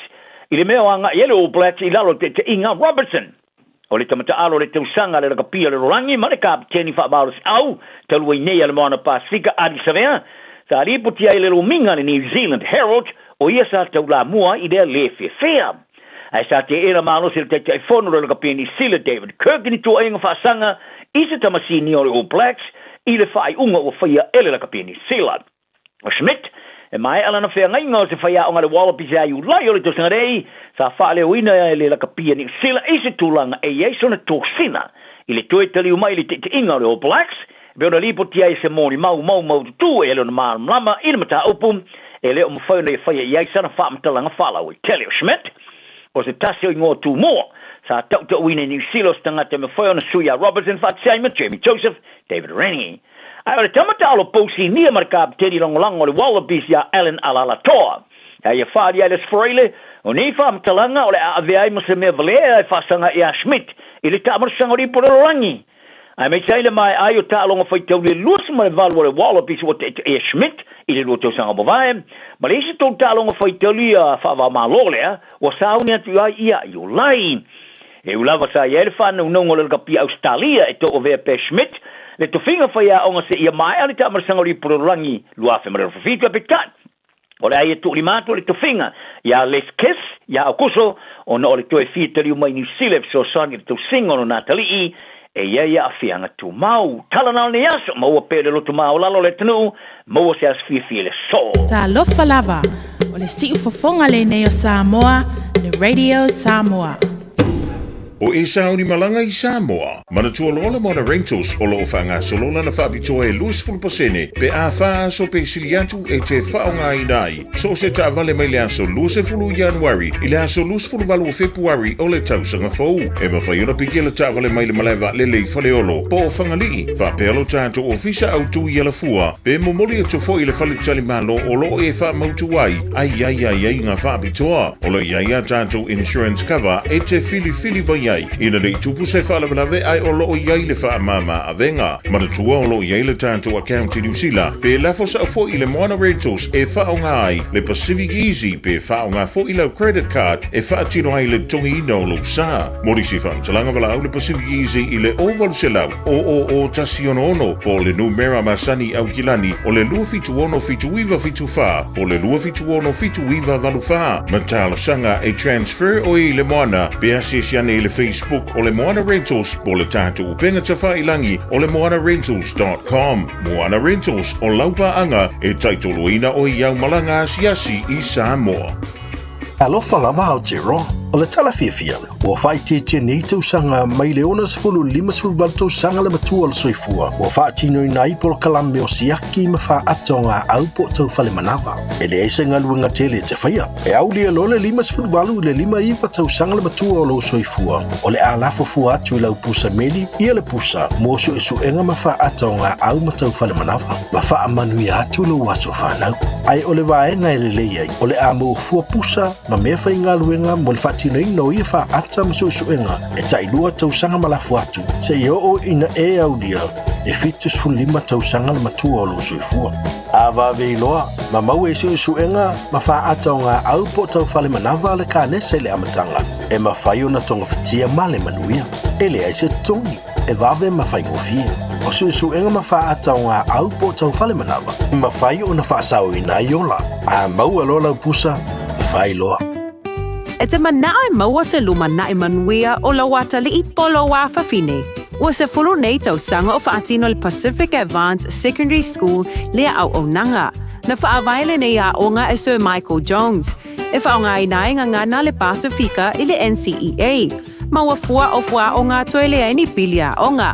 I le tau sanga lua o loa whana maua lunga I le whai numera o alonga whana wale pass na au sia tongi e ulu whale ai I le universite, po le university entrance I le tele o kolisi I au kilani.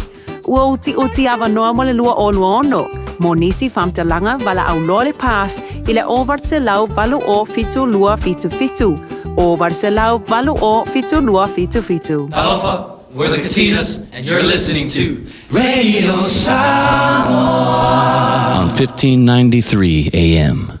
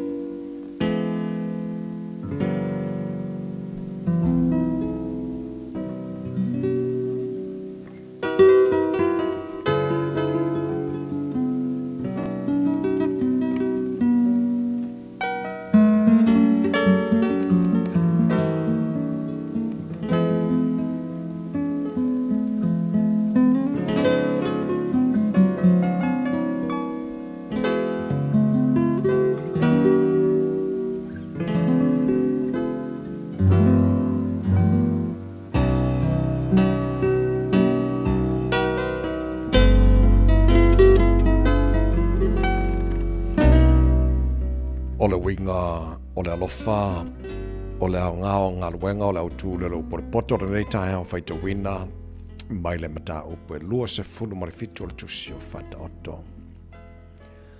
A wate mita I le aso tae au, a wātere I loa se mea e tupu a tae au. Ia vi ia oe e le tangata ese, ae le o lou lava ngutu. Ia vi ia e le tasi.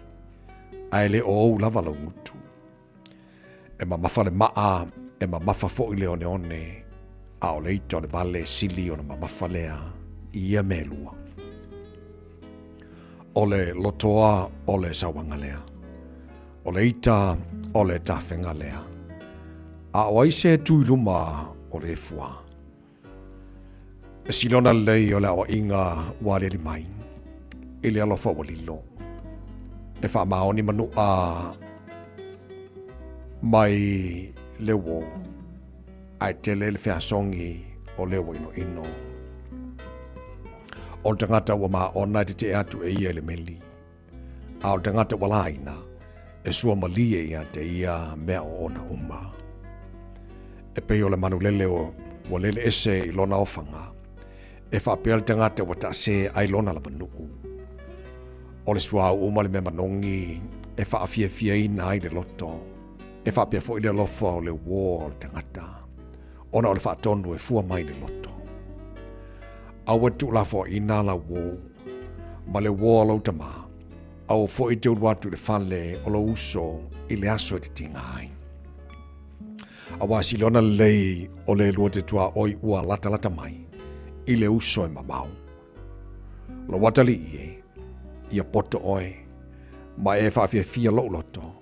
Ona o mau tali ai lea. I le whai mai. O leo whautautana te lo atu le leanga malafi ai. A o e wa whaingofie, e o atu pia i lato, o na whaasala ina ai lea.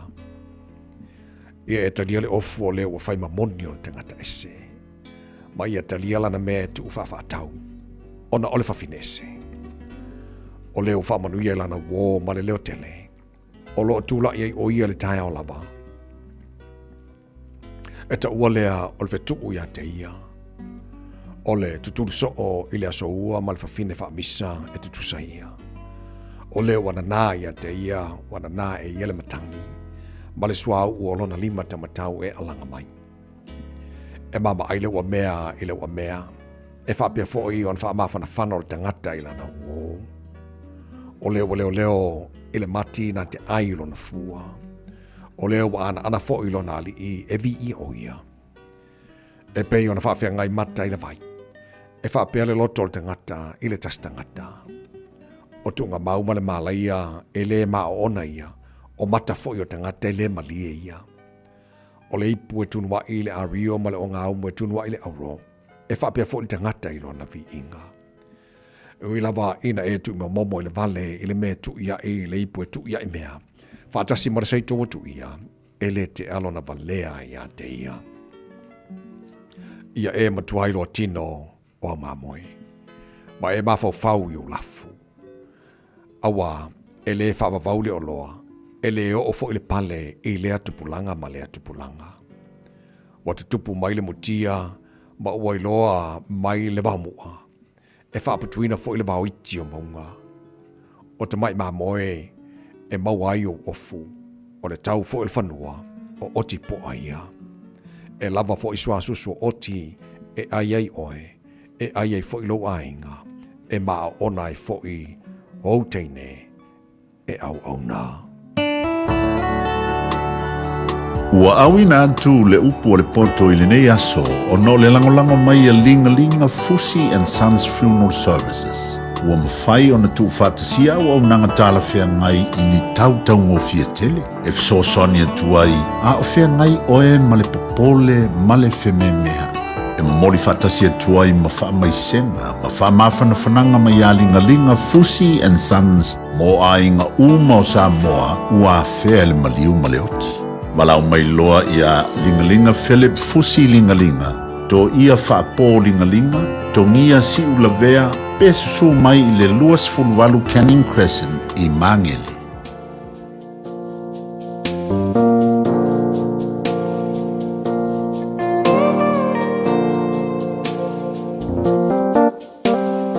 Sayo uluma se maua, o te lei mua iwa aya.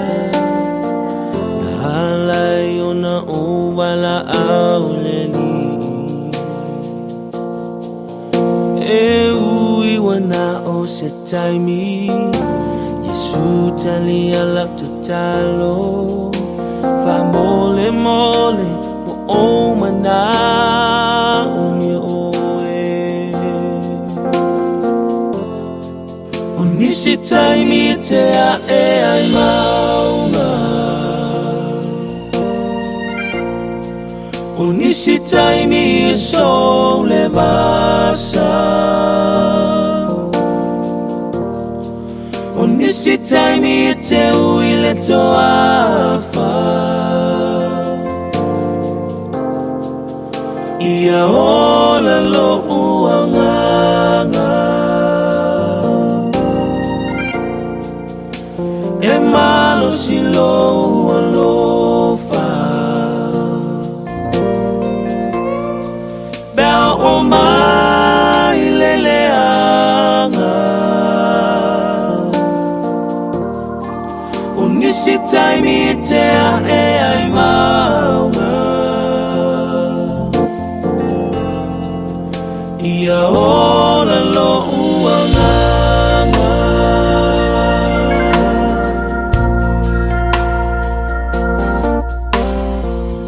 Tamo mao ma oe Sa o manatu e whai mo fie Ua o se i o wala Ai o te tau tino nei A o to atuli O a ule nei Yesu e tali ya mai O nisi taimi e te a e ai maunga O nisi taimi e so le vasa O nisi taimi e te ui le toafa Ia ola lo uanganga E malo si lo ualofa E o mai leleanga O nisi taimi e te a e ai maunga Ia ola lo uanganga O nisi taimi e te a e ai maunga Ia ola lo uanganga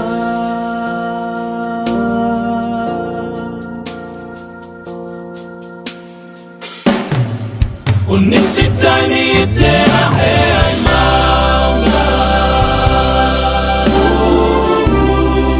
O nisi taimi e so le vasa O nisi taimi e te ui le toafa Ia ola lo uanganga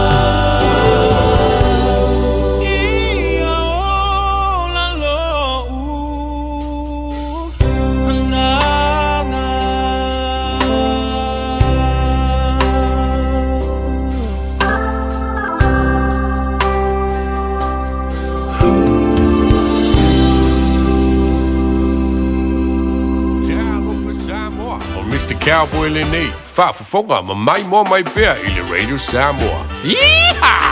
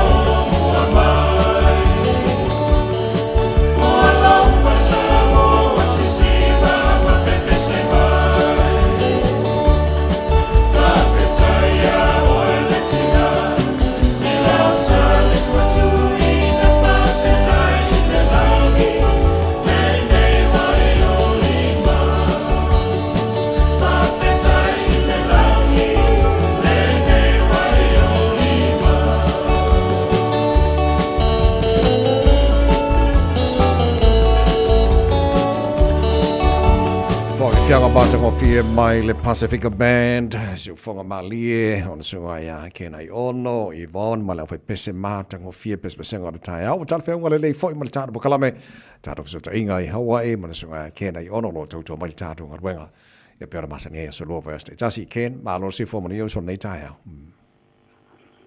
Ma lo se fumia, ya so o fa te fo I le tua, tatu se do I fo I le tu da bene as, le fo I ona suisuia tai tula ya ya familia ko iba matul ko ang le ko tu ai ai tu ya mise ya le fo ya le fo fa ko in masina mo ni ka sang ya ya tele tu na lo kumlo na le ya ai por caso po ka ni tu sa tu malina te America I wa ko ile ki el mar le tu lo fa po mai po te la ban no que lo pero fa po mai ya fan kan fa ya me se po ya le la po in mano ya no mam kina mat tu po ya fa tai ai san vi na tu na buen pe pe se fo fa le ngano ta nata ya ai mi ta mo vo sna no fa te no ke te si sa mo long ton li na ki o America tu langa ta longa ya ele I alo le va ira tu atu le so po le au vai pe po I sipsili po se pa ponga ele I amatina le talon le ta ya masalo nei tai au lo so ken na ona family to for sang fo ona le ye stay mi tato te filo I fo I le Christmas mal to sang fo fa mo sa ma real Christmas mal to sang fo lo sunga ma le ainga fo I ma se fo le mamalo le tunu I Hawaii ya sa fa pena la file bua fo ye which massimal to fo me sili le da to amatem se elva ya wa oni fo ya so ya ne ba be la go to sang ya e wi ya fa tai la tu ba tu fo ya tu te ba tai ele na te ni ya so ya wa so te si ba ya so ma ye po to sang la tu ma na tu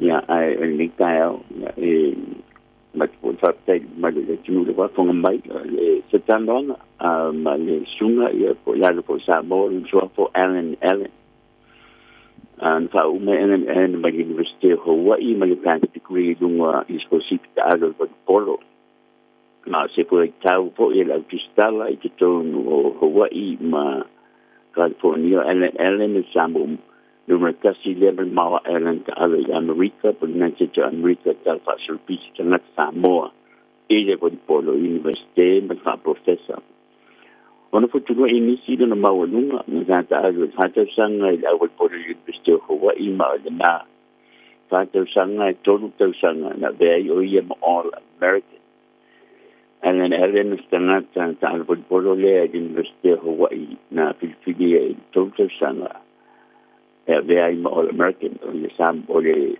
tangata almo mo le na Samoa ai o tangata te tonu ni se Hawaii and for you Samoa mo le o Filipinas la tele ale United States of America ya o lo Filipinas ye au for the Olympics Olympica US National Volleyball Team pina me for le tasiba te tasi le por la World Cup I Osaka Japan in Euro gold medalist that he was in Hong Kong in the World Volleyball Championship. So la lang Camilo del Polo il Unione por foleta o beach volleyball, ma il polo zone inside volleyball. Na tu for il University of Hawaii il tau sana lua fe subono le pine tau loa tau Alumni Recognition Award.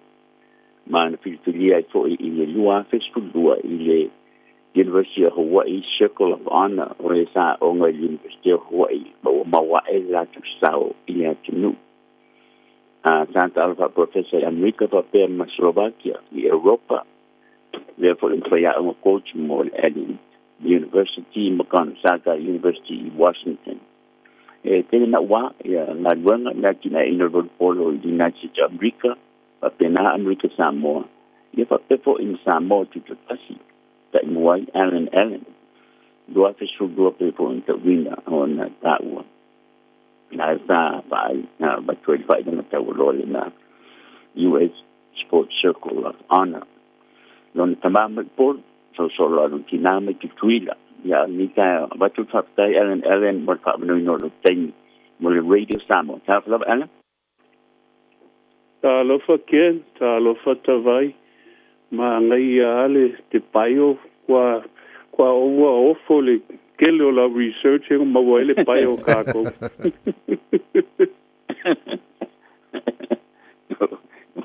Ole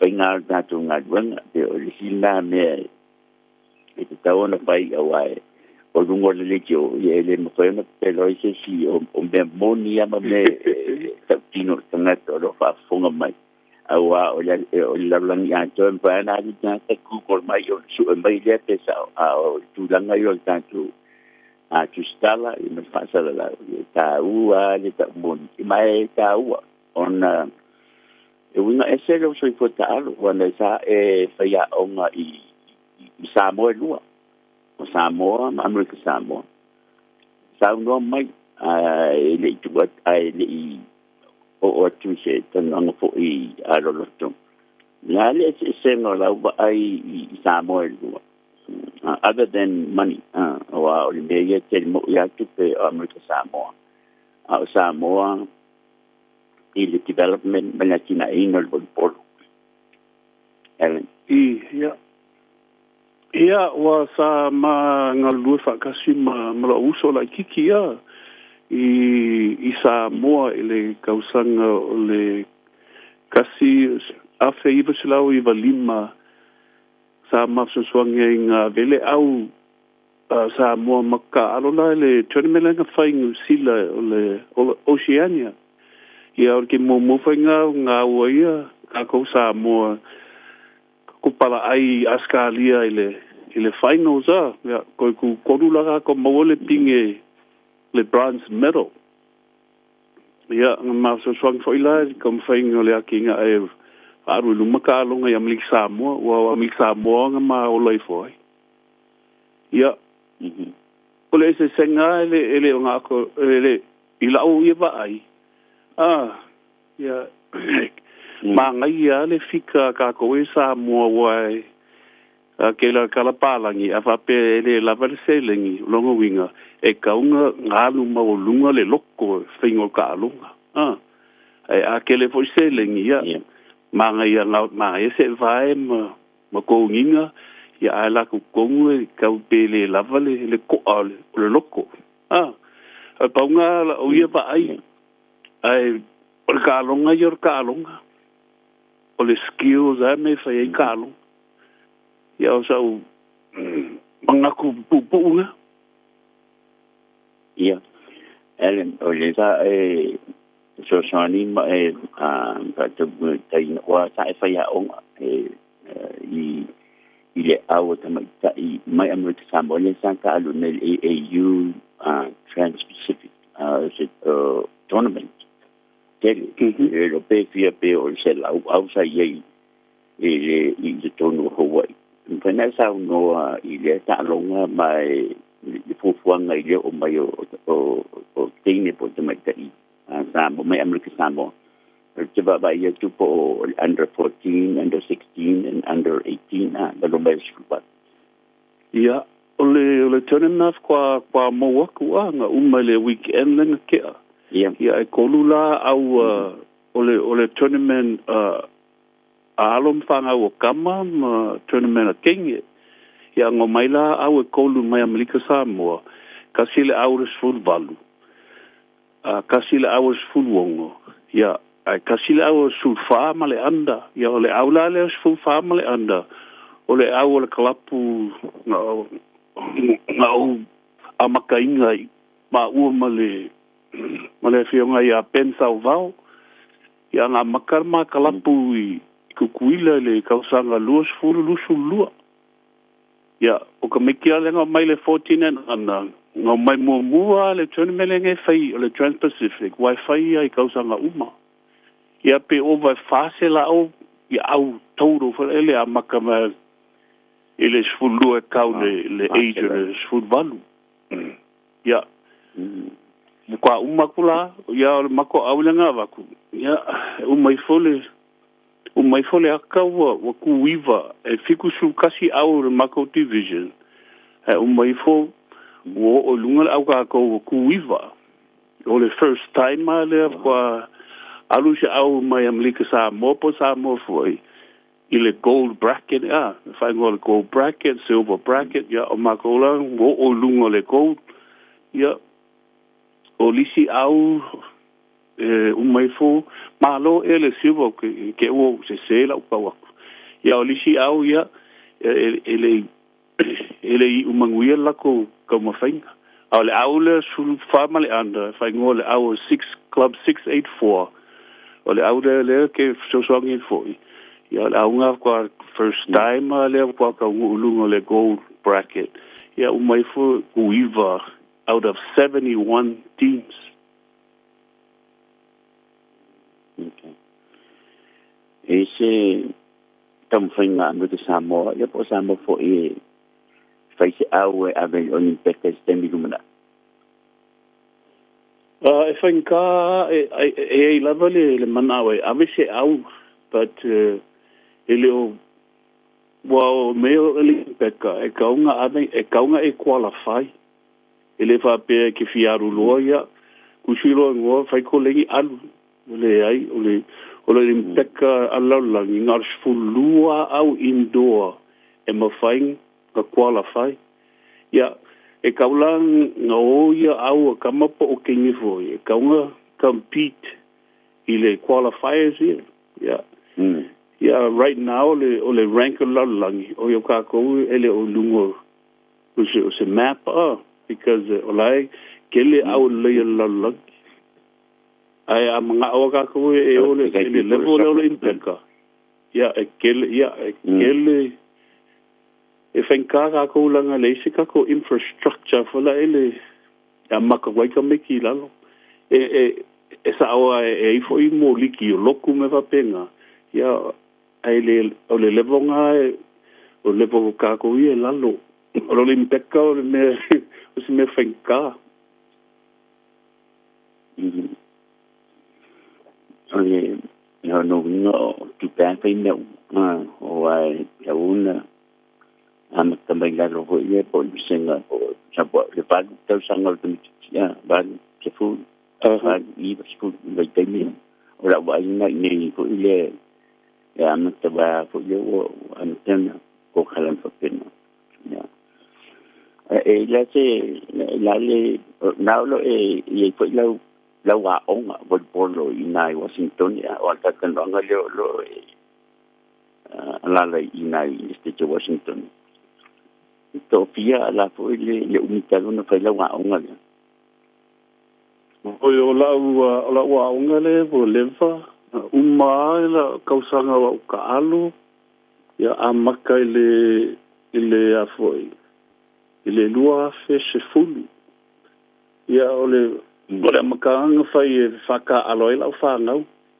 wa me ka ko ni fafo ya ole kupea police lenge ka kala ele se me fu ya ke le manga alanga avela fanga we le faka alo e ko ni kupe se vana ya ale o ke ngofo wa ole ya u ka le ni male afo male mafa favor ka alonga ya nanga makaila kala na makaila fanga faka ala fo sta ka ko fa sa mo e kus fa la fa fo ya ngol mango ya o lu mo la fa le la fanga ya nga maka mai ya keminga ya le la o mangi ya fanga ya la fanga o kengi la o la sinye ye le l'université la fa ka alo ya ole malo sia male afo ngalu ai ya le o we umanguia we ele ko nginya o nga walai o ka meki school city ya ole singa ole afo le fa mo o la ka la pu ye ya o mai ka palangi ko komia ya o mala staff ele a o ka ronga ka meki wa ade leila ko skills ya o mai ele a recruiters ale university e recruit la ka meki ya ale layout skills ya ele kele fole ngao o offers ole mai la banga ia recruiters e la koe o ka alo la ko university mal fa tele fa enen mo fa no no teni ye ni tao ki lo fa bo ta kan dong ye le pokalam na nei Hawaii ai tu tu le teni te fa mai ya sam dong pi po i se ti mai na po je self sani po se je fa tu fo ya lo fa na fa fonga mai enen ya okay fa tai mo le no ken ola uia advice ia makua kako Samoa ia ole mele ole sports social sports ole ola kaukala kui i Amerika wa le lavala uia ma la knowledge le kunga o Sila po Australia au kameki mo ia kako lo Amerika Samoa e kele scholarship i Amerika so ska longa ava pela eso walo e kikilo ku oi pele leili ka polo pele lei ke nisi kam faila e afo ku lei kameki ile a onga mo wa ele fa pesa lo le yo skills ya mo lo le ai e ka foinga leila o ma fa ka unga mawolunga ma fa na ka wa onga ya ola we advice ya kam faya ku lei kameki if a malo si develop la ko skills la ko ma fa ya o skemi fankara ko sa mo kele fe au fai e kaulanga balance thing of the au ma faingo skills ma le onga ya o ses o me fai ya kala palangi a elo ma fa elo loko yai ya e o manguia pe aku ye punga ako kung malo fa en mo le family no tem tengo como tanto tan no a litao ya va tu fa en tanto to calme le tio Samoa litao family no tem ya Samoa o te no na mencioné San Tony Allen mai de Washington ya mo ni tao ai ko jo ko sala ai mga le seleo le o ai mo temi nei soifo Taraflava o David Tuale nei o e whaafonga mai pe le Radio Samoa tasi lima i watolu a mo Samoa i manuia le nei aso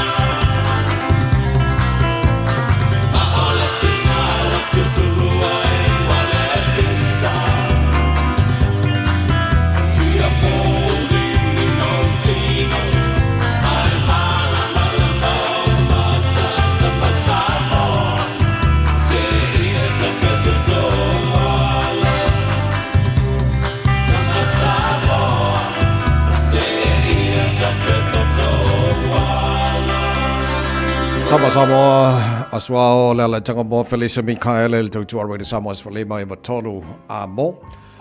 Ia, Samoa mailo au fatolo limo tau fato whao le tā malu o le tā au le nā mo le neifo i aso lua. Malo whaftai lau talo ma lau tāpo. Inga, talfopia tala iwa. Mara por klame fifio manasunga tia whalau tustia tia mo nei taimol to ona nei tawai meni. Soifua. Ia manuia.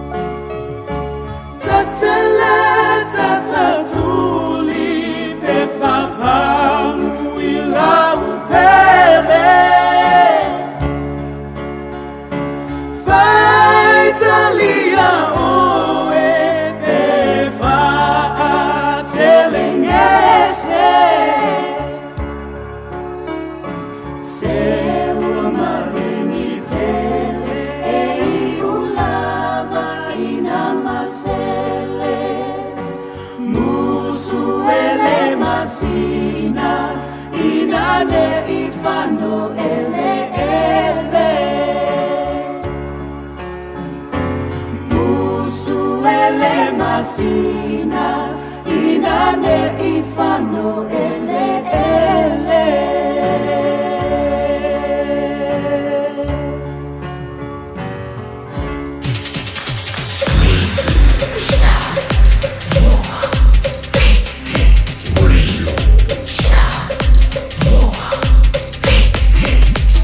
Tasilimo i tu amo.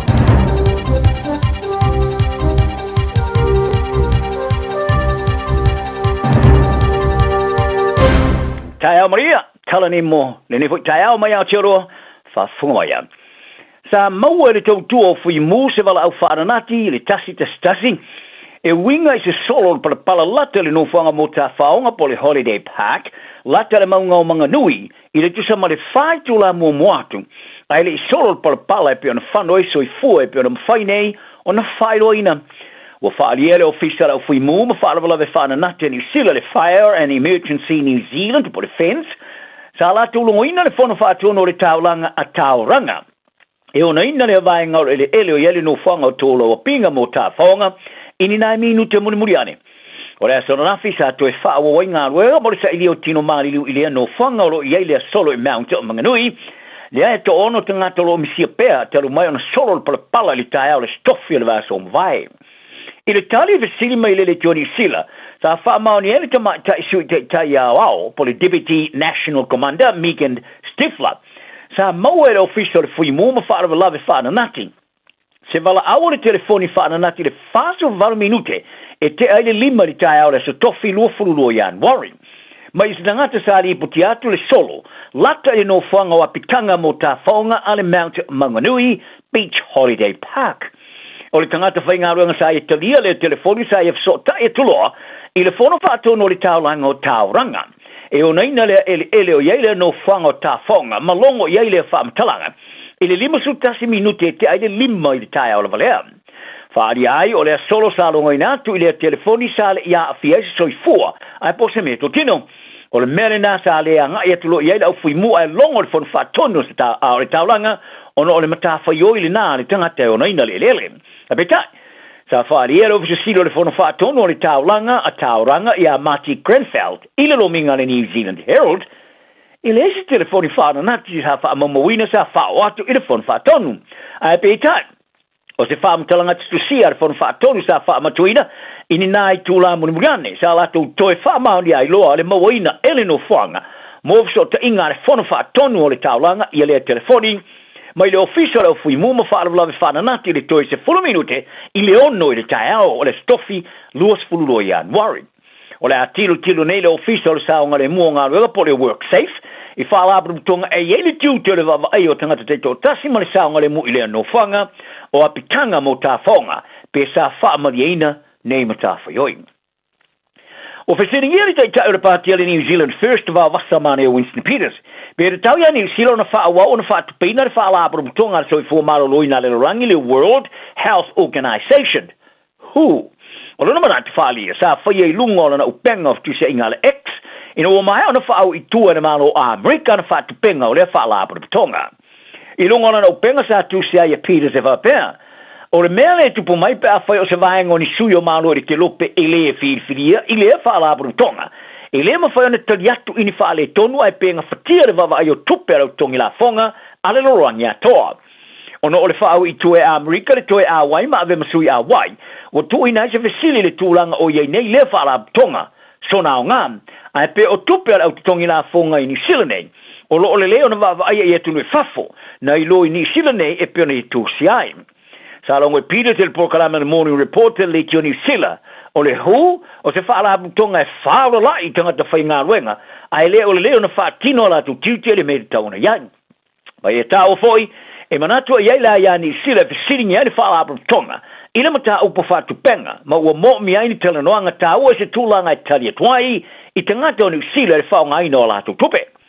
O le vesta luai sa lo i ona fa uia I tua Amerika mai fa tonga soi fo malorina le rangi ma tua ia le fa la tonga I le tele o tulanga lelele sa ia le taimi o le pipisi o le COVID smriva ma le fa o pe ona fa sanga tau I me to sina ia Amerika o le te iulu o le fa la tonga Tedros Adhanom Ghebreyesus sa ia fa lia o le fa ui tua Amerika o le ala tite tuaisa na saunga le mu fa pe ma le rangi ma mafuanga sa ta ua mo le fai unga Amerika I le sao. O le soro nafi sa amatai o le tala le tausanga wa onga le loafe ma le rufulo no nisi le nei se o le so iwo February. E au fia le numero a onga I le lua wa onga fo o le malo, ma se numero a onga fo pule tu ma otipo charter schools. O a onga fo e lua le malo, o le aia Ralston I Canterbury Kala Estete ma Flatbush I Marikau I o kele ni saute. Leo ia ia onga o matua tu leia le fatu mria le stara. O no le fatu pula I o le numero tangata o fa mautuai. Ai o le temine, o a onga fau e pule atu ma o te fitu. O ia le fa moe moe te talo lato fai to e le vai tau momoa onga po le term 1. E au fia ia onga e fai e lungo o walo so te ingalo tele. Se a onga e fa vai ia o onga fa Europa. E mafuri ia o onga e tau I tawalatu I tusisinga ma le whaonga ino whaopunga na I loata po le classical school ma se a onga whaapitoa I ta'alonga. O tamaiti restorina I a onga o sao sawa tele whaopopoina e ni sono whanga e piona iaise tūlanga maulunga tere o ausiaina le masino Urai le tunu atoa I le teusanga ua mawai I le valu se lau lima sumale ono afe fase lau sumale lua le au whai. O se whalenga o si ai pai keke ma whalawa I po le pegri I au kilani o tawhia nei le toe whata wina o se pai alumia tere ina ua mai ana whaaria le whona whatonu o le taulanga o kilani o le pai e whaonga ai le ano le sora whanua e leo wha maoni ina mo le tau mwhaina tangata o lumana ai le Kirisimasi o le wharenga o si pai ma whalawa a le pakoranga pegri sa amata na lato whata wina le pai o whaingoina o le lohe o hosi pais ma whaalau tele ina I lungo o le tūlau of tu se inga le Instagram. O le lohi hosi, o se tau mawha masanya le moto tonga e peona aveaia ano le sol whanua, o se tau mawha au tū. Ina ua mua mwafisa o ta ia le porkalama le first upper le tuani sila le pakuranga peikui, le vazo mawai, e sa lato wharia, e lato te lea o to e whato wina le apai. O le tama te pule o whatinonga whapitoa, le sinina ma le ola mano loino si o mea ngad fona whatono le taulanga o Kilani, Veronica Lee Thompson sa ia fai lo ai le pongai le porkala me fapea sa mau le fon fa tonu se fai kionga ma awina tolo ia ile awasia situ mama mo le fai e so swenga mai lo ai ia pai nga o sia le anol sol fanua ma fa toina ma anol sol fanua fa ngaina e le o fa tawina mai isi sa palai le strena sa ia fai ai le longa ina le pule o le fale tau falawa ma pai ma io e fale a ngaina umo ia ano sol fanua o ia le nufanga fa pe ma pai mo mai ona ngosia ma fa velina o le pule le pakuranga bakery for book sa i fale ai sa la to fa tawina ano sol fanua o mai ona ngasina ai paula la to me fai o le to no pai ino la to ia le alu mi tele tang te fa tau ai la to tele lo na ngasina le ano sol fanua Talonga sa fa mauni ala kapia ni sila la sono na fia nga si senga mor fil se fa ya nga forward blacks e am dei na va sonai I se fa tum tumunga lava o se tangata tal sanga fil e mana o mia le tele man mala mai talonga fa ituria wo ilo ai le fa am talanga stasil na va nga sa misia mai fa am talanga tsi o nga wenga fa ya onga u fa te ina nei Scott Robertson I le taimi sa e to wa ve to finga I lo afa ma for fa o ai inga mana mia mo se filinga o to e wina mai foi ni nai ngoi le taula inga ma ati mo se isi faya onga e bio Jamie Joseph ma Dave Rennie sa te foi faya onga uma ya pani ma Australia o no winga o faya onga le blues vena kota le sa faya onga mo le o fiti ma sko tilani e ma foi foi ona play apitai e le teria ina le faya onga le Crusaders at Rob Penny e ulava ni sa manu malo le champino super capi ma le tau ia whaia onga le tausanga I lua whema le lufulu lima. E iere maanga o whaia onga languranga le All Blacks o iei ne ia Scott Hansen, Jason Ryan, ma Tamati Ellison, sa longoina, e whaawa wai pēr ile meolo iei nei, a petai. O se whaia onga forward flia o ia lava e whaia rana whai unga iana whaia onga langolango. O le laulau e whaia le whiriwhiringa, mo se whaia onga forward le All Blacks, e au whiari te whono fon whatono le kapieni Sila David Kirk, le isi suyu se fono le fono whaatonu Kevin mea lamu, le li to mai whaapito e le maurulungo whaatinonga le leipo, ia Don Tricker, le ofisa sili le tu mau o ye nei Steve Lancaster, ma se tamata alo le All Blacks e talwai nei sa li tai ai mani talonga. O mea lamu, e se lau tōs ma le lua talonga whai teoria sa ta alo ai mo le All Blacks e le vāru lua whi ma le lua ma le lua so lima. Sa awhi ai le toiro i longo talonga le All Blacks e le whai ngore tusanga, ma whai ai lona sao se tūlanga mata ino le ave seo ai o Robertson, ma le tūlanga whai a onga i le se sumali limo le masina nei o Ian Warry. Aur tabere or whai angora o le kapia le Wallabies au stadio le awhase ese Joe Smith o ni sila lea, i le fia tār sanga mo le ava no whai a onga o le kapia le peoli. Sa ia longo le kapia ni sila e wha a wau na avela na wha maoni i le Wallabies, ma le kapia stadia, se ia uria i tāmara sanga ri pororoangi le rafi ma le fulfitu. O le nua master waisa whaate ai le kapia ni sila, ia Scott Robertson, ma le whai angora All Blacks, a fito alua tau sanga o na whengainga. Sa ia tua inga whapeo se le fia se vai ango tai.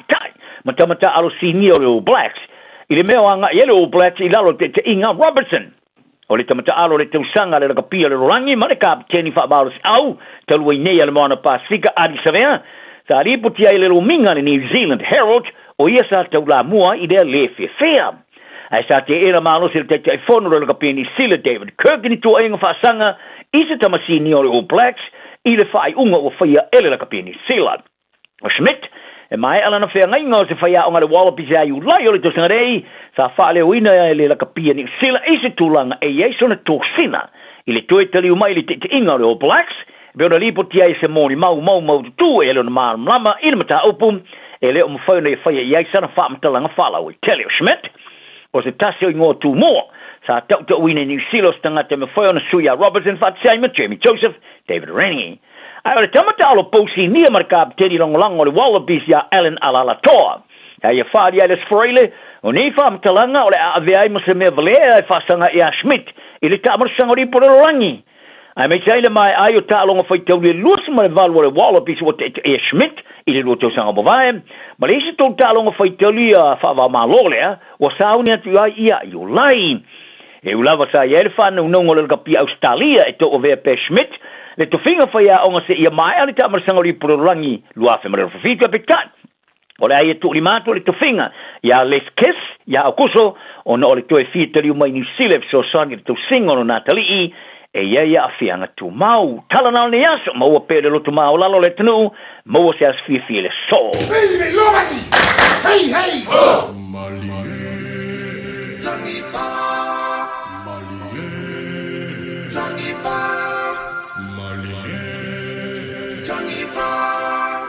DJ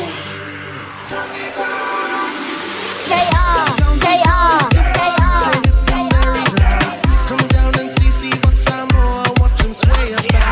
And Mr. Fa'atawati with Tama Samoa. So come on, get ready to see what do you want some more. Maluelu might see that. Fa'atawati might not be Sapolo. No lufan u'ikina ula, Maluelu might tell me that. Maluelu might see that. Fa'atawati might not be Sapolo. No lufan u'ikina.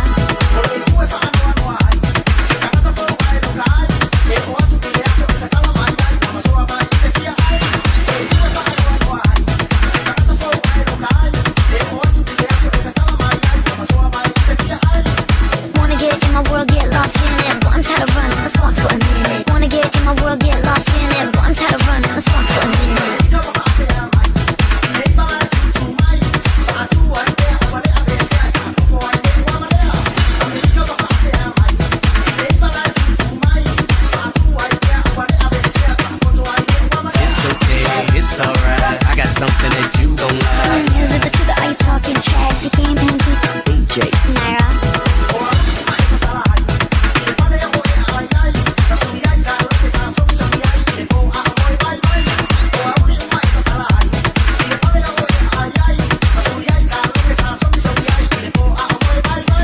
Wanna get in my world, get lost in it. But I'm tired of running, let's walk for a minute. Wanna get in my world, get lost in it. But I'm tired of running, let's walk for a minute.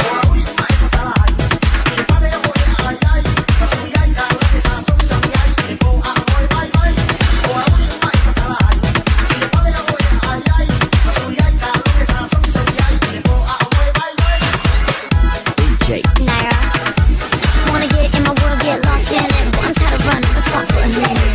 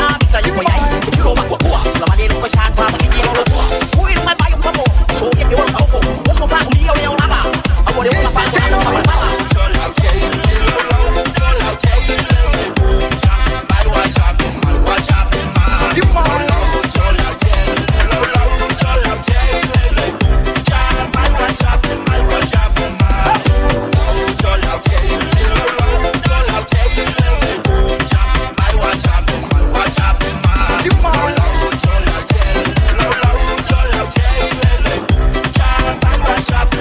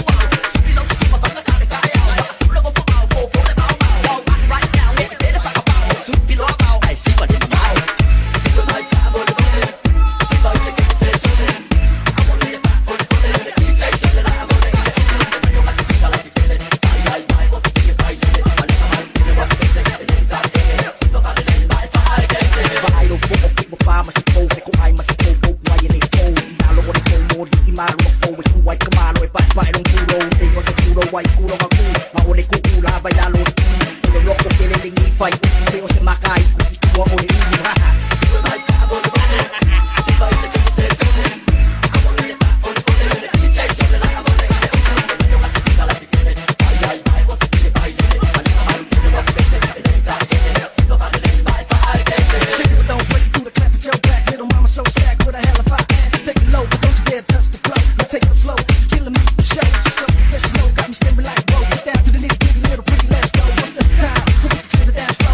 Feel sound, far to the zip, so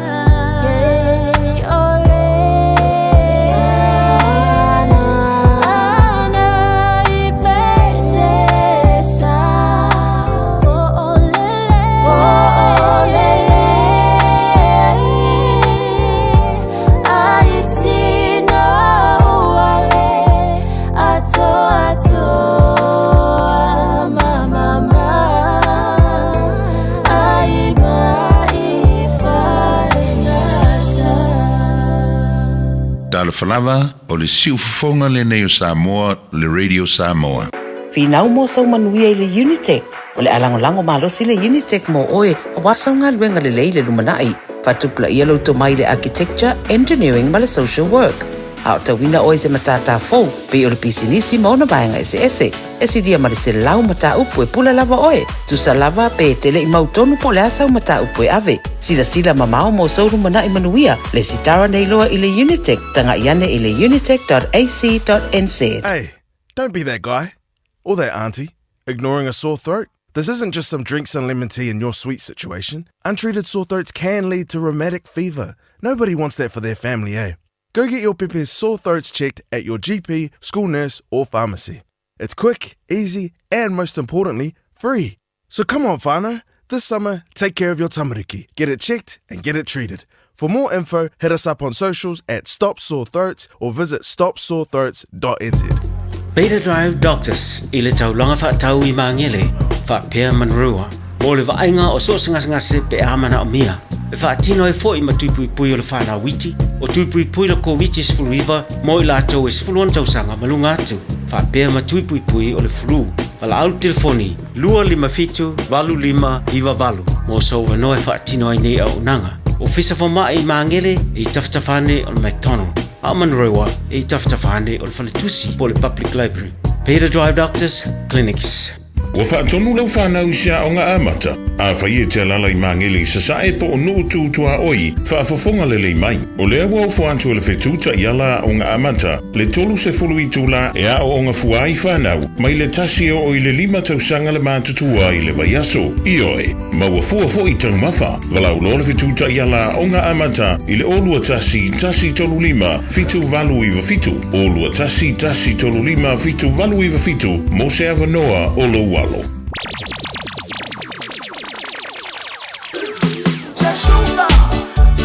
Shale, Parifa alele na mea.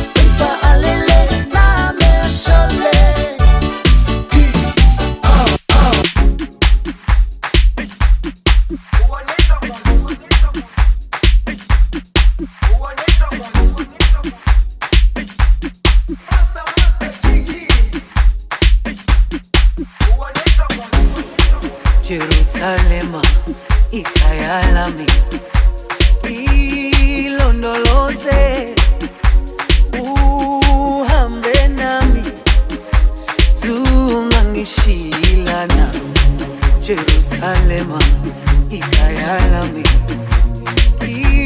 ilondoloze uhambe nami zungangishilana dawo yami ayikholana buso wami awukholana ilondoloze zuhambe nami dawo yami ayikholana buso wami awukholana ilondoloze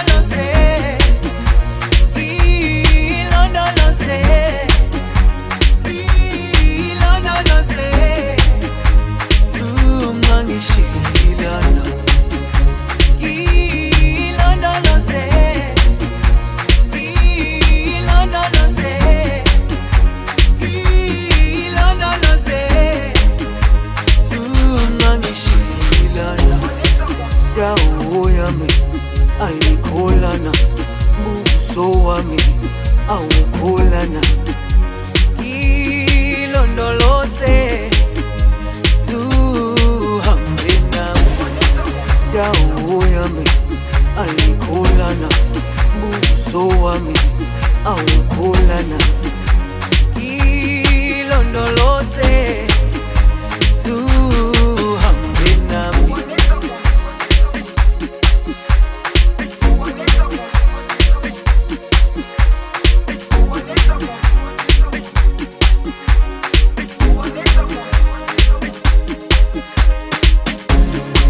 Jerusalema ikhaya lami ilondoloze uhambe nami zungangishilana Jerusalema ikhaya lami ilondoloze uhambe nami zungangishilana dawo yami ayikholana buso wami awukholana ilondoloze zuhambe nami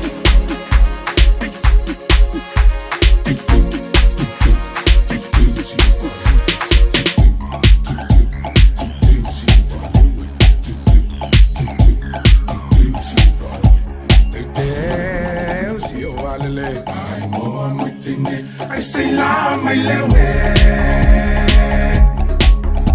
Today si ovalele ai mo amatine I say la my lewe Ale ale ole to lina to see ale if I feel it Ali yesu e mali Oli malo victoria na swele mu Tania Samaya samutang always say na tatatai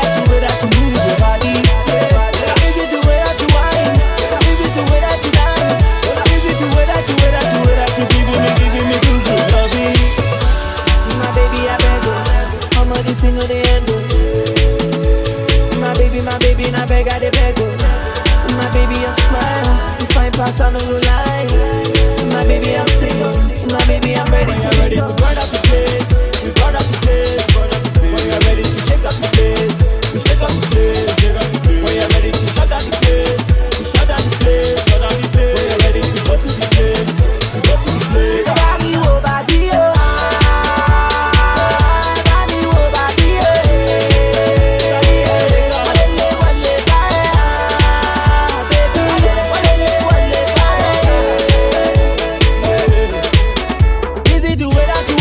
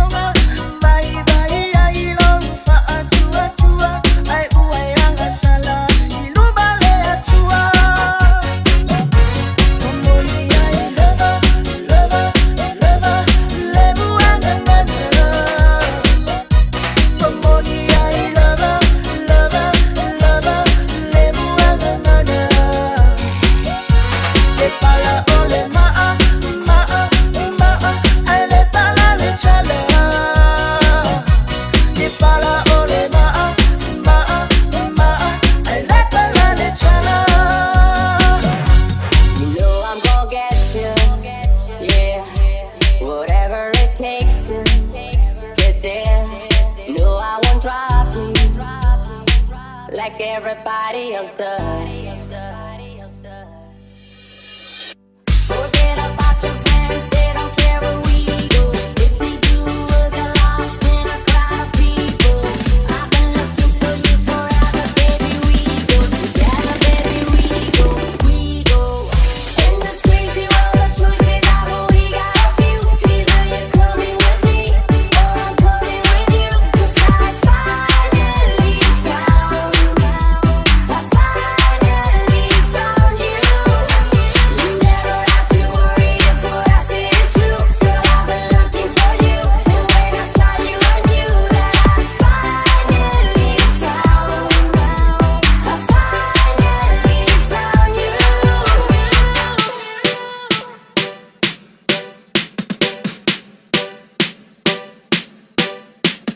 This guy you are, remake.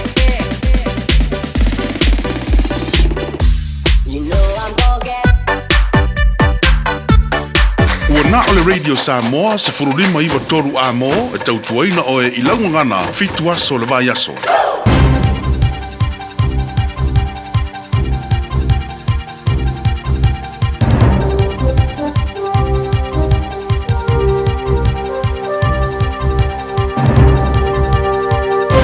In this update, the operation at Mount Maunganui could take days, if not weeks, as efforts continue to recover 6 people buried in a landslide at its base. Weather is a top concern, with rain making conditions dangerous. Senior Constable Barry Shepherd says there's no timeline for completing the work. People just need to understand also that this site is not safe, and it never has been safe. We are just using all our skills and knowledge and all the technology to actually just minimise the risk. Meanwhile, confidence the government can accommodate different needs across the weather-battered North Island. Cabinet's meeting this morning to discuss a funding package for damaged areas. Chris Luxon says they'll spend what they need to in order to support the different areas. It's not like a mass COVID period where it's everybody and it's for a long period of time. It's very localised, and so we can do very targeted support, and we'll discuss that in Cabinet today. Selwyn police have launched a homicide investigation after a woman was found dead overnight. Her body was discovered at a rural property on Burnham School Road at 3 a.m.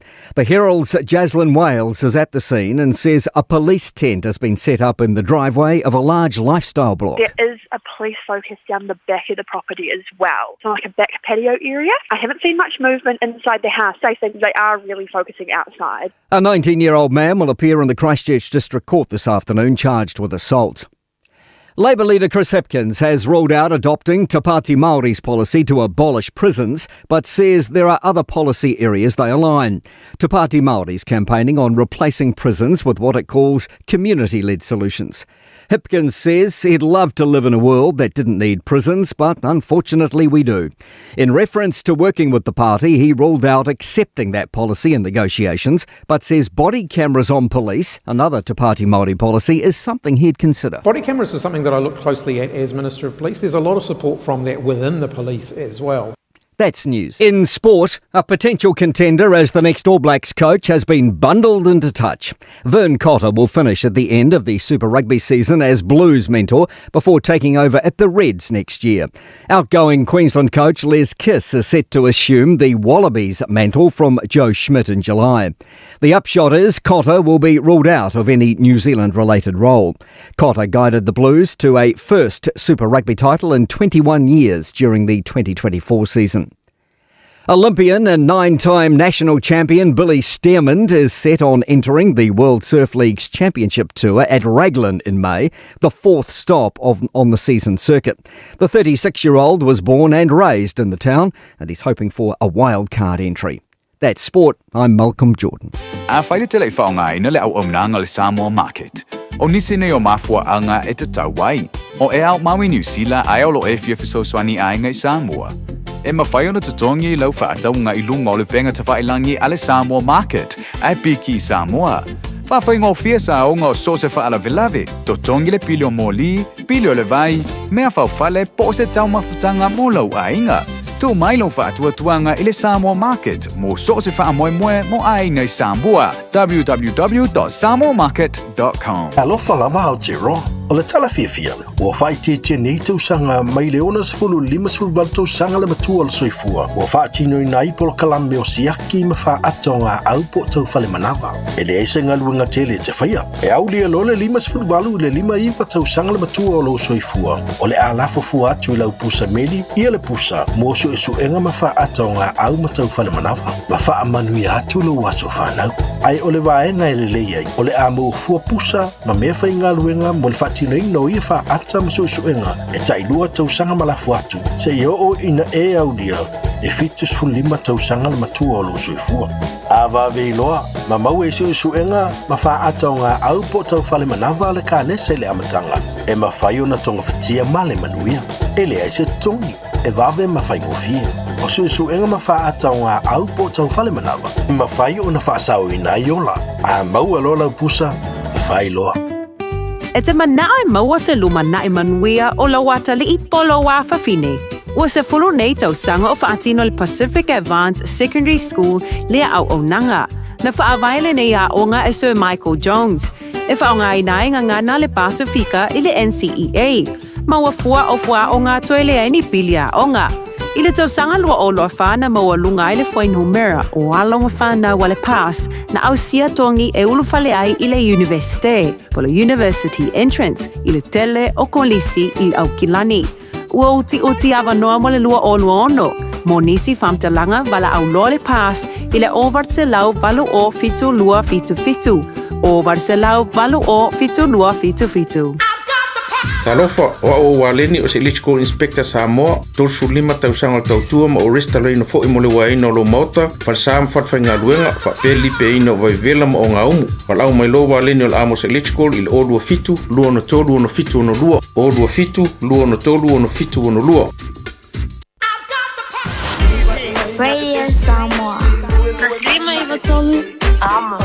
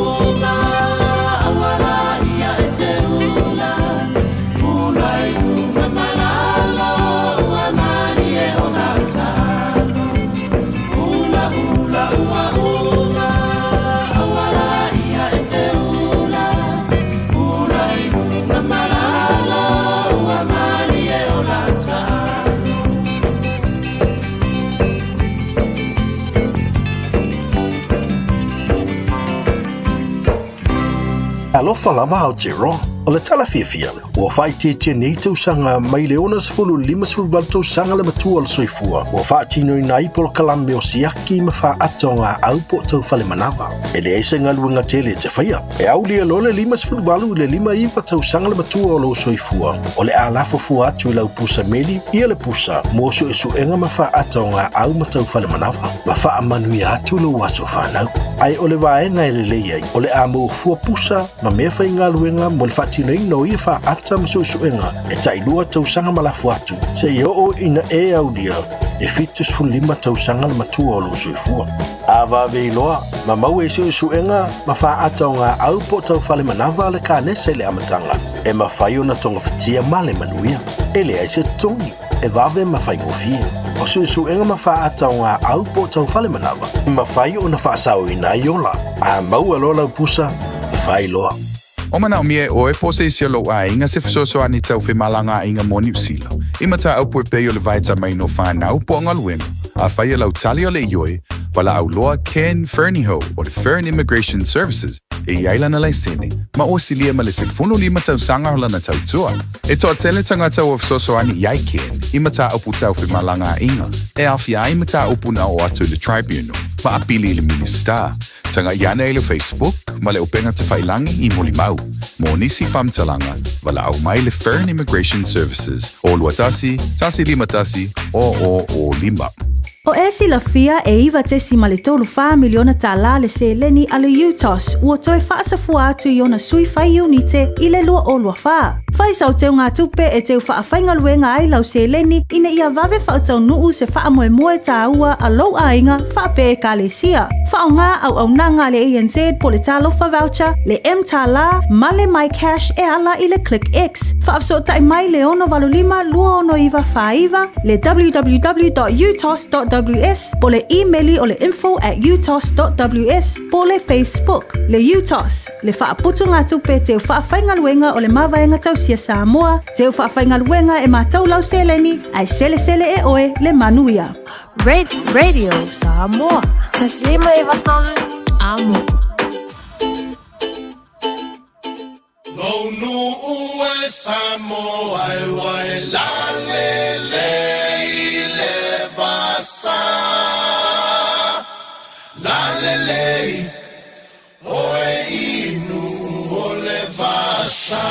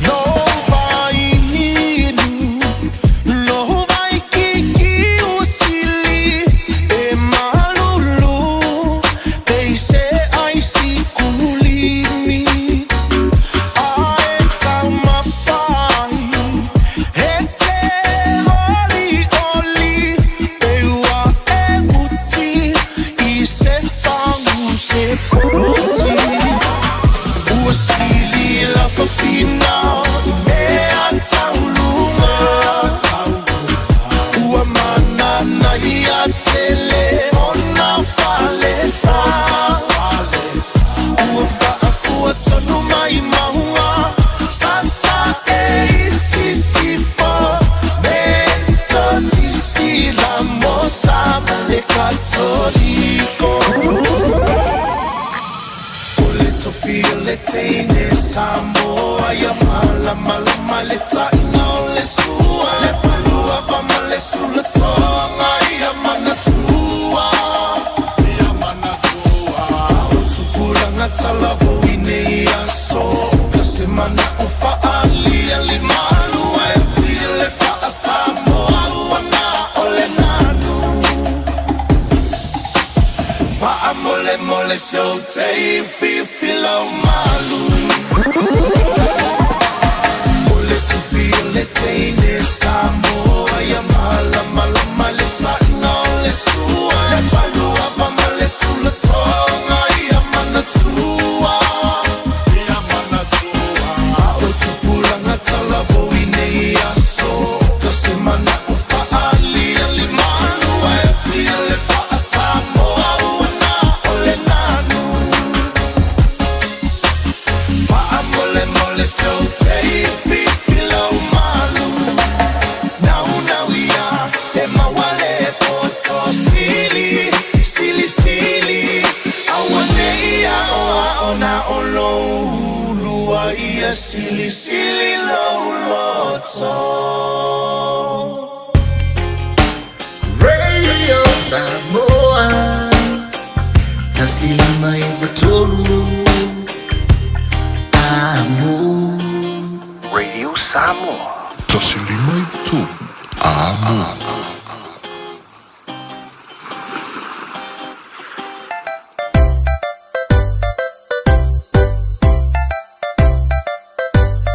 Noise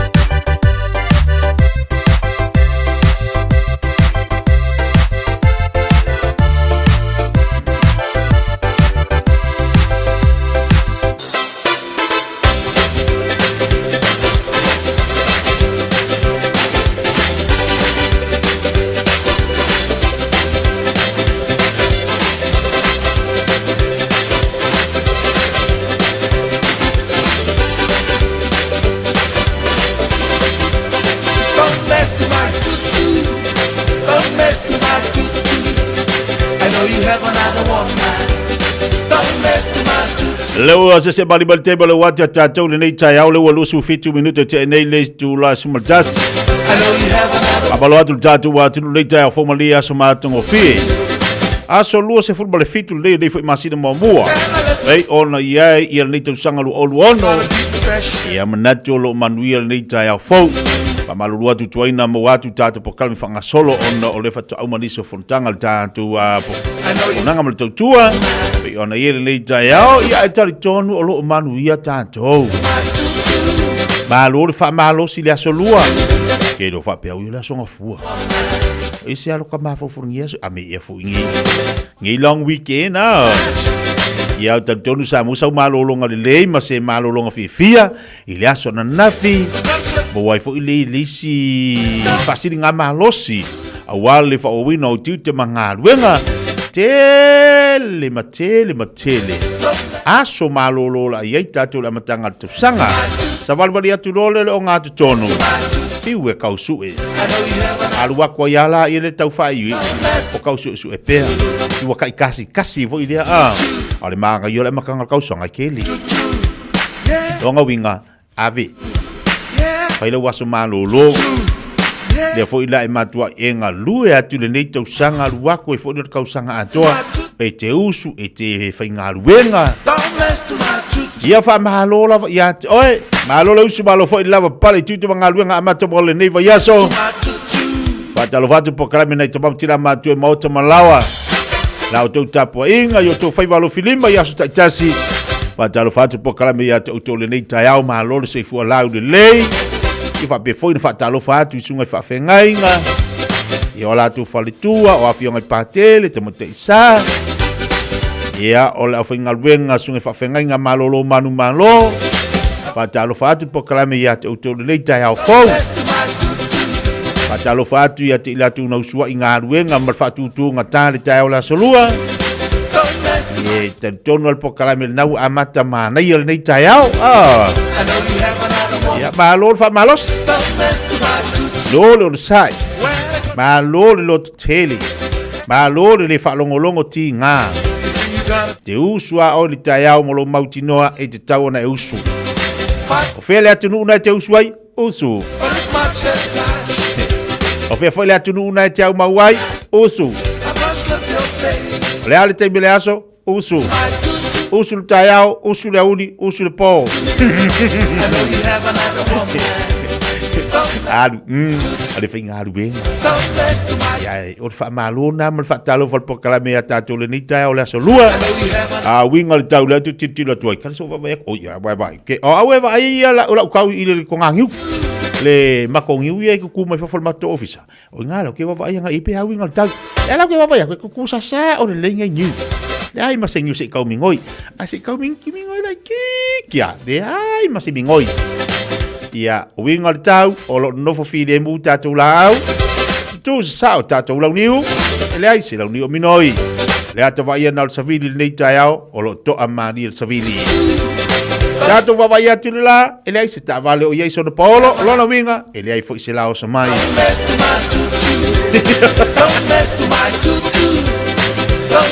Patau foi lera e tutu ia uta farfale.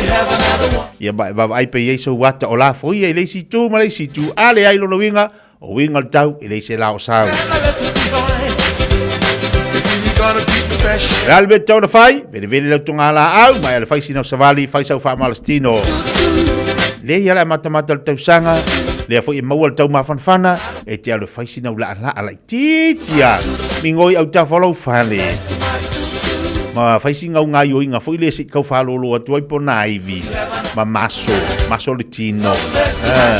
Ia nga vaida oka falongolo mafafu amakang feles. Yo al fatalo fala le jal mafto baltato wa tru faftar mafto mai lunga tau chul rede samo tasi lima iva tolu amo. Ina ua se baliatu time la wati ua toe. Luas formal val milita de talo li tula se formal lua. Viola viang lauli. La te umala valo mafuta mai le nei foi tae. Afa per ne fatta ma o mal pokal mal fifia mai tatu o ma oe ile nei aso i musika.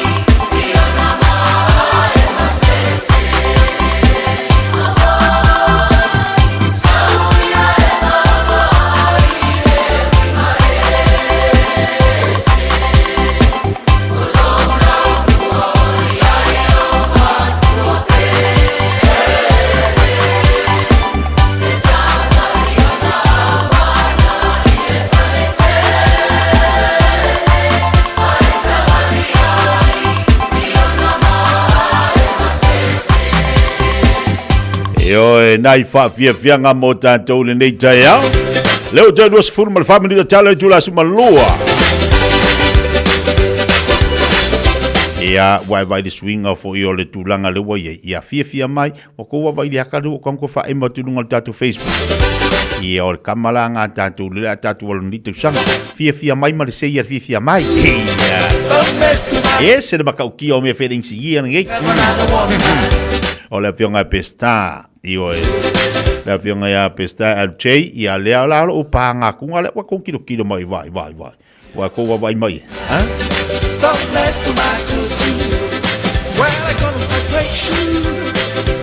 ia le nga o le akala nga le ka ko ngi kausanga nga le se ia mal fia ia se le fia do kalinga ngi kausanga ia nga lu aka mai fia si fa lo ma ko fa se bal fatalo fadisio tatu pa anga tatu o ngol tatu Facebook le tayau a talo fatu ya manuia fatalo fatu le tayau malol se fo manuia fatalo fatu a boca and lotu to malantai le fatu simana i Alaska siniva polo fangalilo fatalo fatu po kalame malol se fo laudu le fatalo fatu se o se ale malu pio si o si mo kalo fa pe o solo kama si kai mi fo ya vaku le ava Agnes Willy fatalo fatu le tayau fa pena fo ya fo ma lo Initeria paletaonga fatalo fatu le fatsima ya wa ibala inga lunga le YouTube le fatsima ile sunga ya tua sao fatalo fatu le tayau malo se fo laude le mai Brisbane Australia very Swipsen fatalo fatu seki ya tatu le tayau yo manuia fo nga luenga lo fenga i moto tua mafa sefo vatau fatalo fatu fatali mafta mai le ngata fo ilea ia seki mai juna fo moa Brisbane Australia Just fa fatalo fatu lunga tato Facebook mai kempo au Italia fatalo fatu ya fa soa to afia asoa o mai oe pai mai sa bari ko inga le wa maka ngale de mangongi se kausami so ale ko inga le ile le akudalo inga wa ya le si Jane fatalo fatu dei tayau roof stars malo se fo laudele ya disi dau tatu paanga le lunga tatu pokalame le tayau fo fatalo fatu ya taulia malo se fua manuia le tayau fatalo fatu ya te utong sidi Australia lo fatu simai aniva niko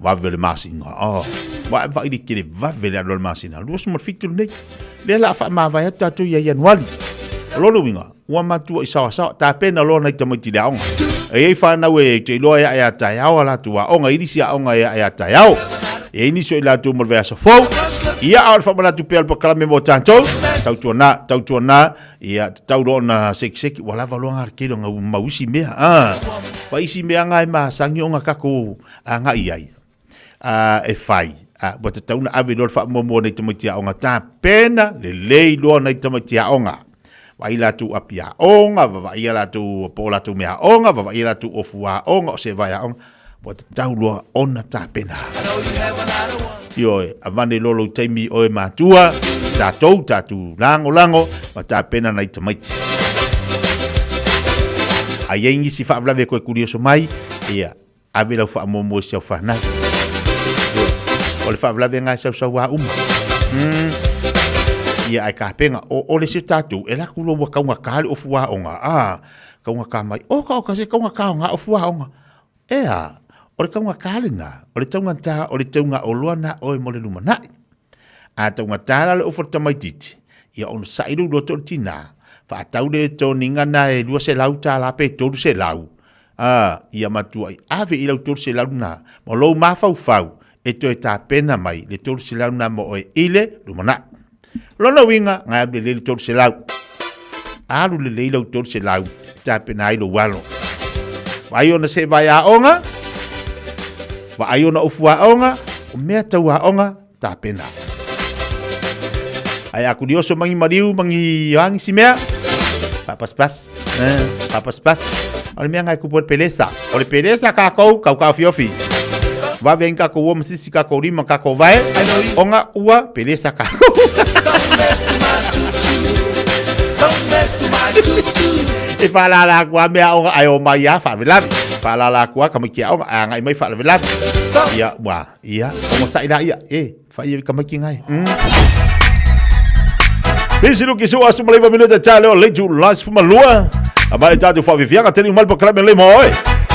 Wamaloa tia epenese dungo le YouTube mole inga. Queens Nia. Zavili fatalo fatu. Malo se fua. Wamaloa tia Bio Lamb Dance. Sini eu se tari lo mafuto boyai.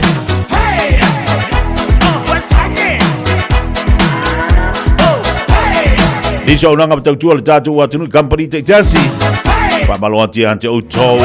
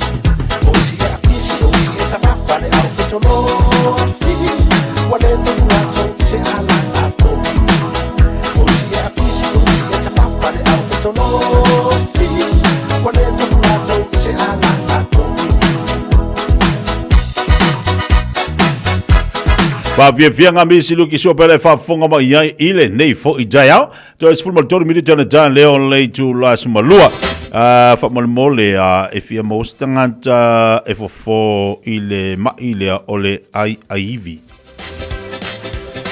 ole ma ole aivi mana mi la sita se fo e fo fa longo le to inga ngase ole ma ile ole aivi yo te dei lo po a un ngase ole ma ile na Wala wanele olu watasi over fitu fa au tolu watasi olu watasi over fitu fa au tolu watasi telefone te wala uyane fia mosef so sani leto inga ngase iyo e pealo foi atu au e foi atu ole ngase la lea ole ai se vel pokala bele mo oile nei tae o se tau fa nganga mo tatou le matanga ole mai aso Ua mawhai o na awara tula polo kalame le leimo o e aso taitasi o na o le langolango malo si le whale maliu a se alo le aturuu o ese tātupu Funeral Directors I Manukau City. Po kalame le leimo o e talo whala. Tuisa e peru e leimo alo na whai upe lima. E ui lava ina o ia o le alo a o mea sa pōpua ngā te ai o ia. Na haoa o ina ai o ia usi tai. Tuise e peru o Yesu na haoa wina. Ia usita I ona pōpua ngā tia umma. O le upo I le ngangana e lini o le usita o le obedient. O le hopa kohe. E moa mai upo e lua o le hupo o lalo. A kuo o le whaalongo. Lo winga whatino o le pito I lalo po o le vaenga mau lalo. E whaalongo ai. O le ustai o Yesu na o wina I ustai.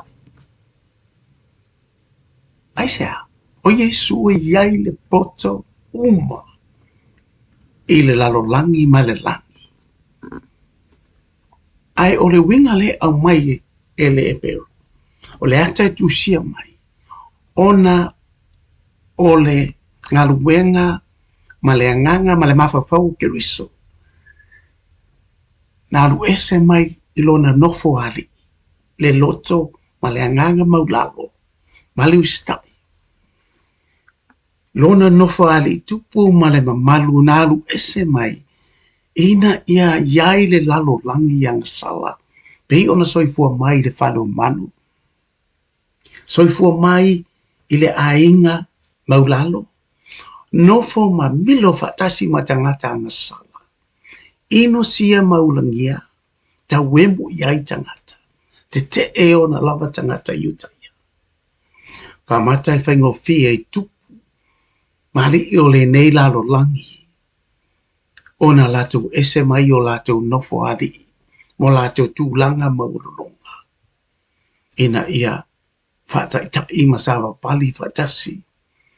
Ile maulalo o le olanga. Na ola e whaola. O le nei le moni ma le wha maoni. O le usta I o Yesu ke riso I ona pua ngā te uma. Pai lofa I ate oe. Ma ina ia wha a toa ina ai ma a be Yesu ma tupunga o le whaorotanga. O le ola e whaavau a mene Yesu. Ia usta I loa tātou. Usita I a Yesu. O a manatua. Ele lei moe. O le ese tātupu Funeral Directors o se whale maliu Samoa o le tali foilea o taimi whengata ona o le malanga al maliu maleoti e mawhaifoi ona latu awinatu ma awina mai tino maliu o e pene mai so se atu nuo lalolangi wala auno le ese tātupu Funeral Directors I le lua ono lua tolu fitu o pea fiuane ele se fulu malebalu Norman Spencer Drive Manukau City.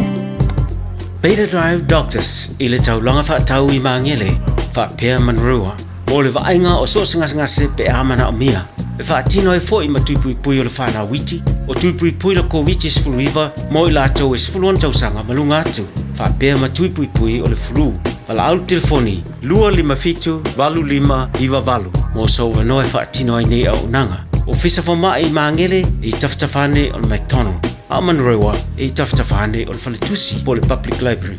Peter Drive Doctors Clinics. Alofa lava au tiro, o le talafiafian, ua whaititia nei tausanga mai leona sefulu lima sefulu tausanga le matua le soifua, ua whaatino I nai polo kalame o siaki ma wha atonga au po tau whale manava. E le eise ngaluenga tele te whaia. E au lia lole lima sefulu valu le lima iwa tausanga le matua o lo soifua, o le alafo fua atu I lau pusa meli, ia le pusa, mosu e suenga ma wha atonga au ma tau whale manava. Ma wha amanui atu lo waso whanau. Ai o le vaenga e le leiai, o le amu fua pusa, ma mea whainga luenga mo le whaatino ino ia wha ata masusuenga e tailua tausanga malafu atu se I o ina e au lia e fitus fulima tausanga le matua o lo soifua.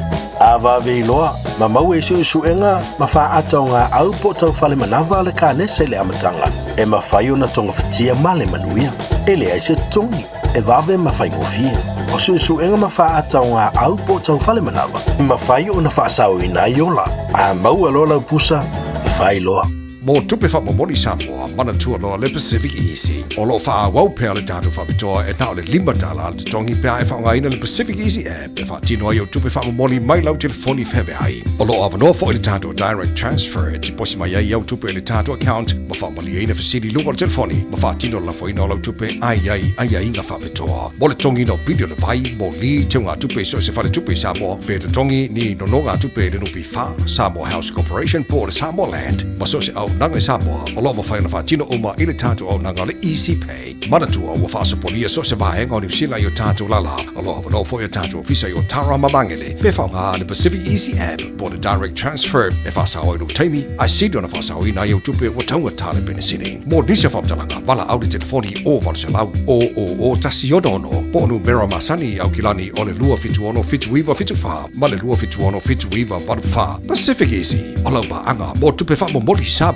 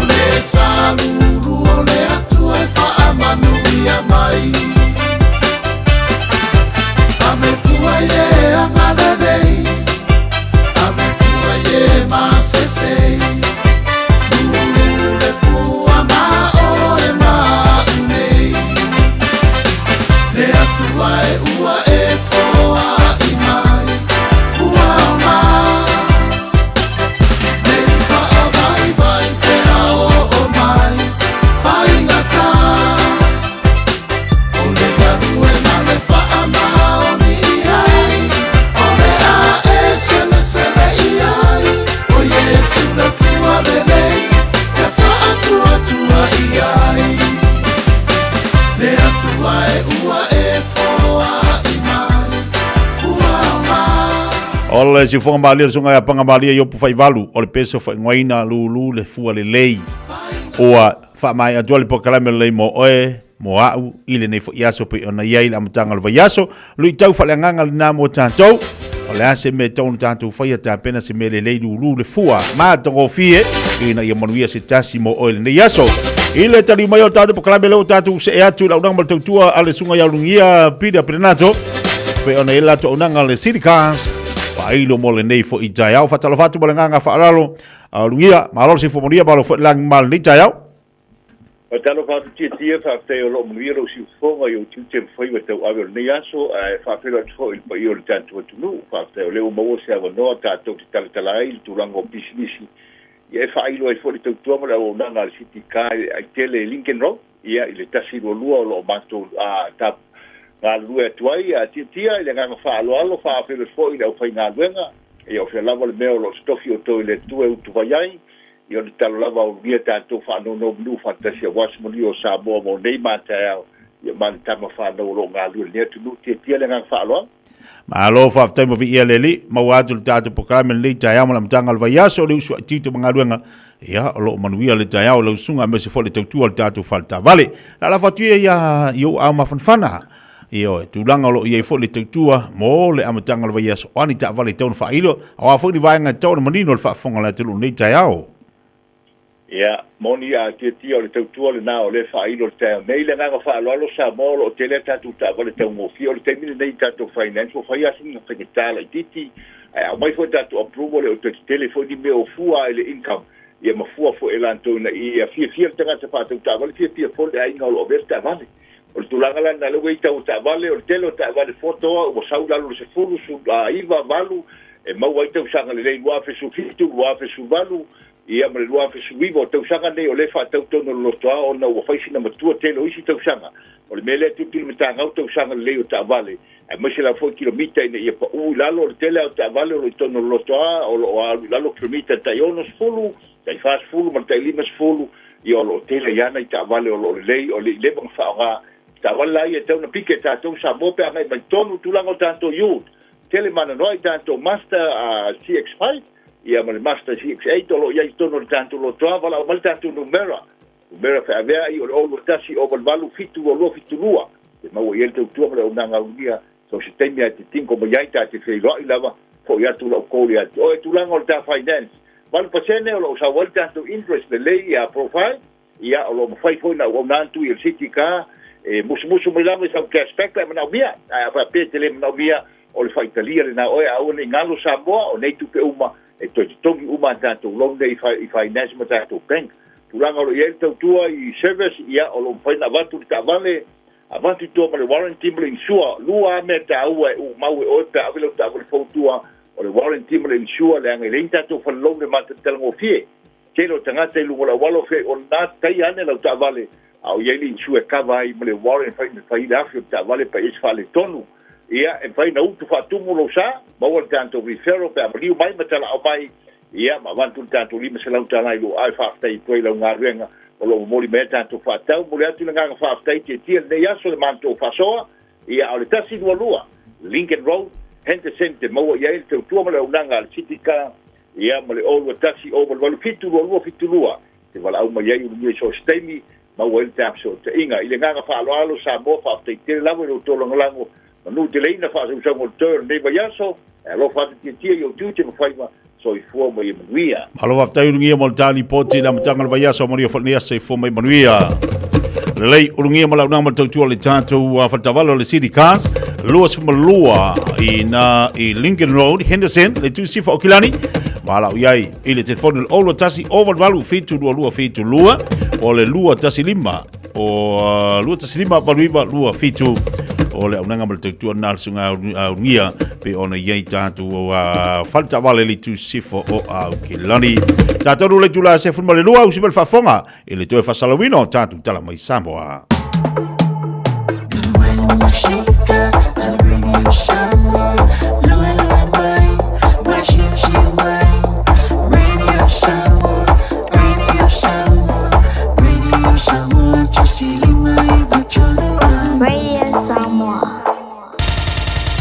Usi mai ala fa fofonga o le fa poponga fo le nei o telefon mai Samoa. Awina sa mai mo oe e lau le tio whalongolongo le Radio Samoa. Tasilima iwa tolu amo. O te whatalofo le nei o sa fau lo tātou o tino o si mai alau whaafonga. E le mai ele masina fau o Februari o te tau na whaatino le fuafuanga fau o le malo. O le tufa tu whaatu le o le vai ngā tupe tolu sifuru lua miliona. Lua se lau lima sifuru afe tā lai fe so soni ai. I tā penanga o a onga le whanau umai le atino. O whaailoa lea fuafuanga le te tai o le malo, le fionga i le pā le mia le tala ina ai o le fono a whaia onga uma, i lo tātou o tunu u lea na usuia i lea sunga fua, o le nei vā yaso. O se fono a ulumana i eire toe ae o whanau mo a onga o le nei tau sanga. O fuafua le malo e wha au walatu lea fiso swani, i komiti o fono wha vai e tu malo palo ta uma, e lima sfutasi. Whaasenga le tātou malo le tino i tupe. Sa fuafua e vai masina e tolu pe wha. Keita, toi tiro le malo. O le amatanga o le tausanga, o le taimi pito i sili nana manao mia e so soani nei. Ma u whatulanga ai, tu mai au mai le taimi e tasi. E whaasafua ai le avano le uta pena mo le tātou malo. Whaavangavanga ai le tupe tolu se furuma le 2 miliona. Lua se lau lima suwafu. E whaasafua mo sa moa atoa i le amatanga o aunga ma le tāpenanga o aunga. E a mata i tau sanga nei. Nunuinga, e te tau e tātou whono whawai uma, na siaki le lei na ufa ingo mātua, whanau, matangata ina ia sao, ma wha maoni le lei le tūlanga leo tātou tāpena. Ha te le fia o fo isi mea na whai mōmua, e uma newe e tangata whapopo whioti. A ua lafo le whātua tuanga, i le pule mamaru, a li i whai pule, ma taitai whono o tātou komiti, whono whawai. Lātou te tāpena ina le whamoe moe lei mo le tunu atoa.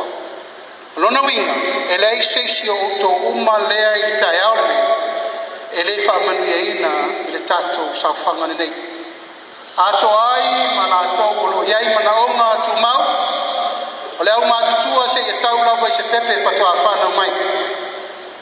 Ma u whātu langa le whainu mena ina ia longo sa ia malava tau urumanga o le tufa tufaina.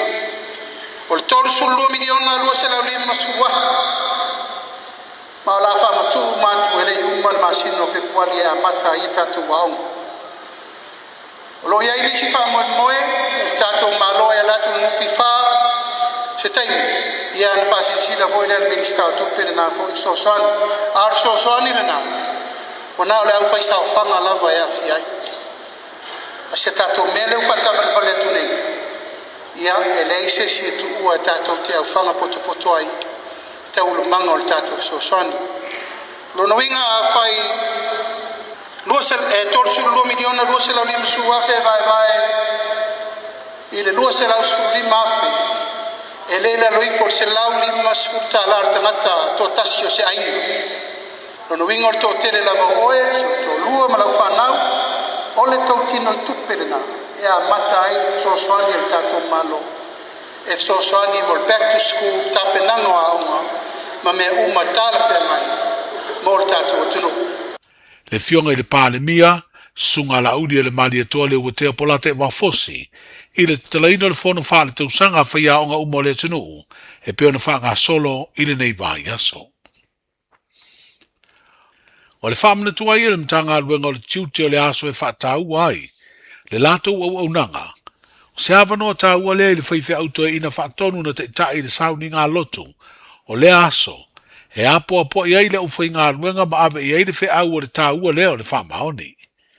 O le ngā aluenga o whaatinu nei e le malo, i le whaamalo sia leo le ngā lulu e whaatasi, o au nanga uma le malo ma e ka le sia whaapele pule ngā nuu, e te te atuai whala au whaasaina, o se longo te tangi leo tele lea i ali mutamai tai, o le official tute, a o whaamanatu i ai e le whaife auto e ina le sunga moli, le tā ua o le lato ngā ruenga, i le leo ina leo tua oi o le tātu o tanu, o lo ulu whale mai ai o loa ese, mana nā mai ai ma whala au whaasaina. Lau whai ngā ruenga, i au tau loto te tele, ia o tau whatotoa. Awa nei whaavalea ina I tātou nisi. Awa nei whaasee ina I tātou I ni mea le oa le au ngā le laurangi. Aia manu ia Samoa o lo tofi. Aia sile ona manu I le lumana. Wa aia tātou whanau. Our children for the future of Samoa. Le o tātou wawai nei. Nai tamiti la iti tau tino. Lau o whatau. Lau o whatau mea ia. Wa tū lei whanau. What does that mean? We are destroying our children. We are destroying our country. We are destroying our families and our inheritance. Yeah. Usape ita sisi oto ya. Wa e masaila no hoiden tala le telo tangata pe ulau mo ye. Tele oto ne no ma lai lele. Lai pula ma ya lai lele. Wa ho e tau le man mala basa si pe fa na lele le starat. E ata ma ya. Alai fa fau me le aga. O le winga na le aso le. O le aso e lu ye tatou. Le ala mai I ya nisi o tama. Matina o som to wale ba nga lue ne nga lue. Talo fa. Ma lo fa toto, ma lo le on sa. Ma lo le finau. Tatou talo, we pray to God to give us the courage. Na yam fa tatou te te atu. Give us the courage to protect Samoa. Yeah. O ma fo fo ye da som. A fa yo le maru lau tau pui nga. Ai fa pe ona sa mai me tono a inga manu o malbeta ape tono. O fe me o ma ye me. E fe le ba de lang. Wa le me fe le ba lu lang I pa u solo tono sa mo. O me fa ma fua ona porasia. Le pui tato. So afa yo le tupu pea. La o fio al mistamal mabalo malo mal pa io lo. There is something wrong. And there is something that we have to be done. So now there is an incomplete service. E ye le mele tupu. No winga le yo o tato malos. I le me ngata. Le sunga fe fe auto ina moli I se vaenga le fe au fa le nganga I le fa mna tuina. O le aso ngā luenga official tute lo tātu o tino o whapea le lalolangi atoa. O le saunoanga le fionga le minstau tute na whaelo ai nisi o tāpenanga le malo e si ti ai le au nanga le official tute I mea whi ngā luenga whapea te I whausasongi e lua o le a wha o popo mo le sueina o whala au whasaina. O le autu o le nei tausanga o le whaataui na lea o a tātou manu lauti tau abe ile le lei whaatino ngā luenga. O le mautino leo o le manuia, ma le manu pui o tangata anu. E ala lea I le ngā lulue puno wai, ma le tino o le tātou au whai ngā luenga.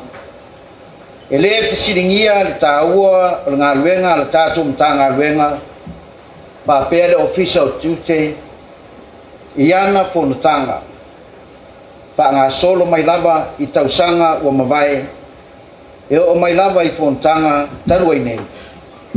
O lātou whaaleo lo lātou watu ngalunga, I le whaafita auli o whalau whaasaina, ma la au malosi, ma ua tā pena foi le malo, e tali atu I nisi o atu ngalunga, e whaatatau I le tau o a tātou o loa mai whafo.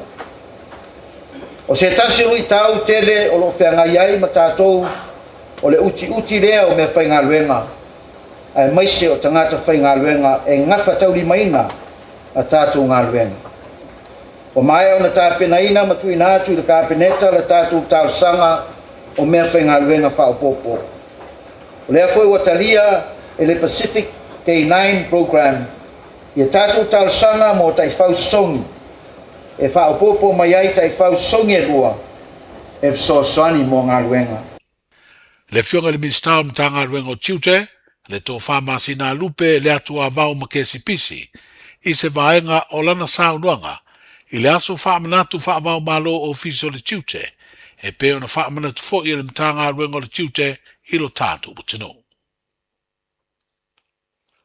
O le whale mari o le mōta ngā se ngā seo tupua tama se se mea o le mato tua, o lo ta otoa I nei le tino mari o le tamā I tu stala masolo fatu, O papali I sia fikao. E whaatali le taunu unga su e ngā fua mai ma leo. E wha mautu wai le mafua anga o le mariu. O le tae au le sunga fua na le vai aso le 15 minute te ai leono. E peo na wha ilo ai e le sui komasina o leo, whale pui ma le toe fua te ina. Le fionga le I atau o le sa Samuelu a whamasanga. Na maua tuai papali I sia ua maliu. I le potu sa nofo tau fi ai. E leo wha ilo aina le sui komasina pesa iei manisi tau fia. Sa wha mautu I le potu sa nofo ai. Ma le ua maliu.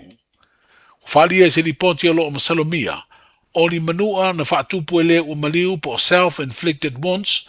Na mafu ai le whano le soifua. Pe tai, whato a manino lea tūlanga. Pe a mai asu engalo, whaia. O le asalua sifuru o le masina fau whea puari. O lo whaatūlanga e whaamsinonga mawalunga. E lau ai sana whaai unga ilo ai le wha maonia ma le wha maonia. O le morianga fasio ti tangata wha moina. Morianga le fasio ti tangata pa ivalea. Morianga le umia se a penga matautia. Ma le morianga le wha o manua tūngā. Sa mori ai papali I sia whikau. O le asalua sifuru walu o meo le tausanga lua o lua wha. Na tau fia I e leo le ua maliu ma moria I morianga matu ia. E peo na wha ilo atu. Ono o le maliu o le tamaita I profesa. O Caroline Sina Vaiana Gabet. O se tangata nuu o Amerika Samoa. O le wha masina o lumana I nei o le awhenga I eire komiti o le tuto tasi ua whidwhidia. Ma tā penanga o le sisi ngā fua le masino I uni, leo le ato e whaafo I ei por kalame I aso e tonu, sa masani ai. Whapere tere o whaafiafianga ma tau vanga ese. O ia por kalame e peo na whailua e le pāle mia e le fono matu stale le asfreile o mawae. O savali whaalo alo a onga ma whaalaputonga, o le ato e a mata sava variatu, I le ele fauanga I mule no. O whaafiafianga o siva ma pese whaaleanga no, o tau vanga whairipu, Whaleitu ma tau vanga o tālonga ese, ai mai se le kirikiti wha Samoa. O le ato e whaorola I fui a tātou tu ngā waalo, o pao, tulula ma fautasi. Mai le oiloa peto e whaoso ai ma tu ngā waapa, le sa whaatino inisi o sisi ngā fua o tausanga uma vai. O whaalia le te tai o le malo, o le anganga o le whai ngā malo whiriwhiria, ia toi whaataua sa iri ngā malo a Samoa, ma e na loto le toi ai, ai maiso I lātou na asa ina le ngasu o le tai ao, I le fia maua o se malo tuto tasi o Samoa. O le asfreida nei e peo na whailo mai ai le min stau tupe, leo lo wa aia ma le whalaptonga le whaputu ngā tupe lumana I manui o tangata le nupi wha. O le afono ai le komiti whatonu o le whalaptonga, ma wha mautu wai se whai unga I se whamanianga e maua, e le au whaisao whanga. Taru to ia e ngā luenga uma le malo mo le neitau sanga fau. O le pese leo tere lea mai nisi o le au whaisao whanga, po le a le teimi e wha ilo ai le nupi wha, se pasene o se mea lofa po se tufutu whanga, o se wha manianga le dividend. Sa wha ilo le tamaita I minstau tupe, le fionga muripola ana rosa ale morio, le fono al komiti wha tonu le wha unga le vaya sonei, e ilo ai se wha manianga, ina ua whasiringia le mai o le sauni ngā lotu masani, ale mtanga luenga o wha amsinonga e talo si ai ngā luenga o le tausanga, lea sa a wai ma le minsta I lona tūlanga o se tasi o sui pāne mia. O tala I ole nei aso tātou whero I pēa, soifu. Tā lofa lava, o le si ufafonga le nei o Samoa, le Radio Samoa.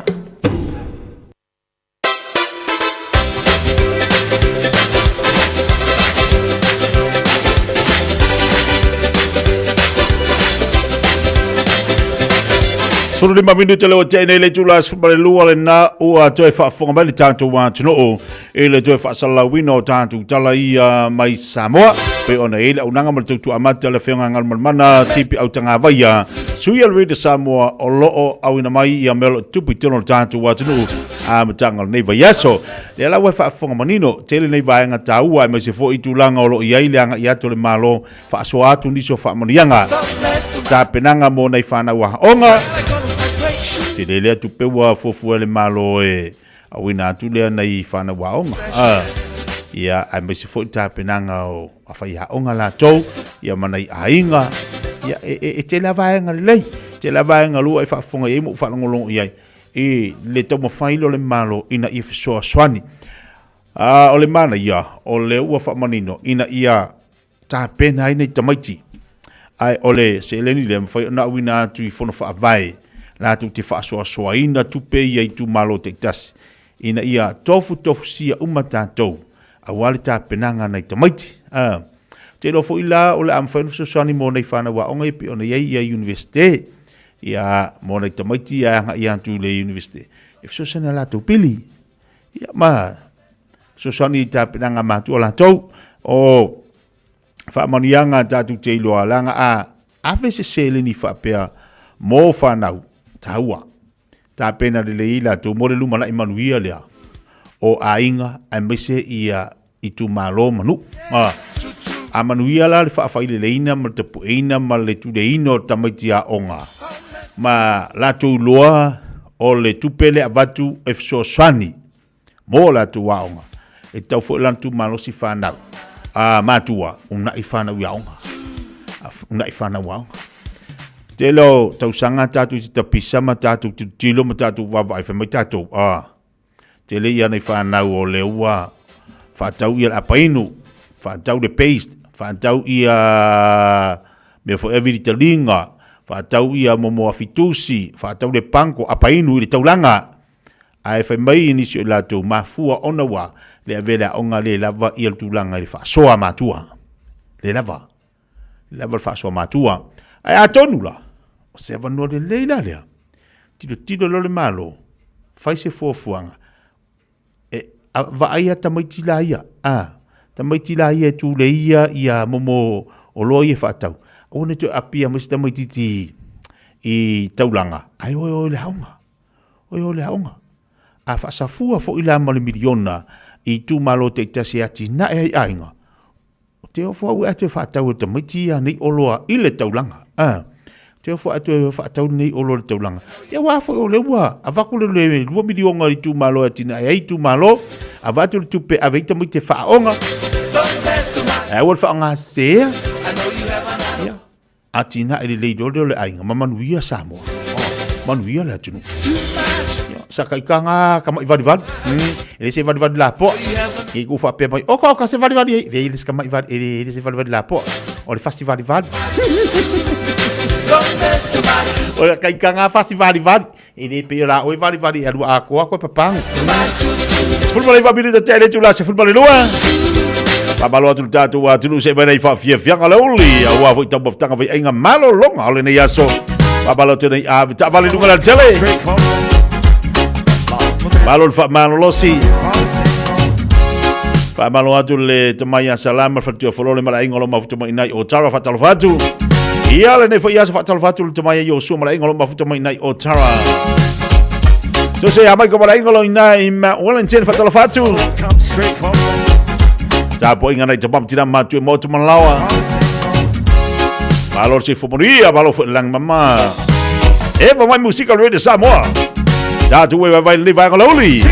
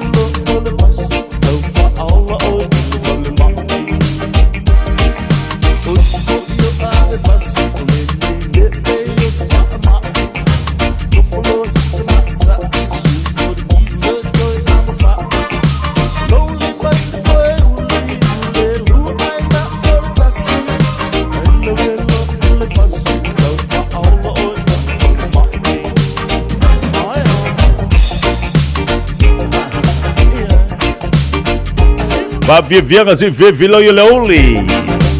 Pamalo tolo si apesa mino mal jajo loli lunga la tele. Malo tawa tai balon fa malo lo singal wengo le yanso. Aya le fa malo atu la unga se bala kuka. O la tolo fenga i manga se sengo tomo tanga i moto malao. Lungo tato Facebook fa talo fatu ya Loretta manu toifo. Malo si fomoria malo fa lang ma sia pita. Fatalo fatu seki mai lauli. Jana yona fatalo fatu le fo yaso fa tel ma mai le wo fai di top of tanga. Le ma mai matarangi. Leuta fa ola missionary malo fa tel ma mai. Kabaloti amareta Penny Amina ma lo fo le sai. Fatalo fatu le ya wauli le uso le sunga o ya nai. Na fu lo ta fa lo na fa finga luenga. Maloa sar. Selinda si osi fatalo fatu le yoni faften mafta mai so fu laude lei. Ulu moi malo fatalo fatu le fatu mai melepone Australia. Fa se fu lima lo yere velo la tu melepone. Oka se velo ngama ka ukio. Fa se fatalo fatu ngol tatu YouTube faften mafta mai. Marina ma kai fatalo fatu seki mai laude lanto sina sio yon. Fatalo fatu le mafuto mai melepone Australia. 7 ke Roma. Le fatasi mai Orlando, Florida. Yo e malo fa dai seki mai tatu adas fatalo fatu. Seki mai lauli.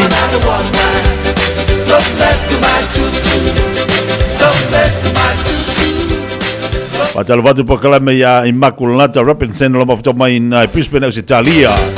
Loretta manu toifo fatalo fatu seki mai lauli. O kalango lango mafuto mai nei mastone.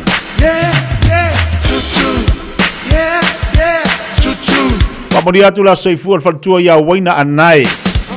Waina anai fase formal valto sanga talo fai malo fatua anai waina. Ya vi ia le nei to sanga telo fo ya tu ya o fatua.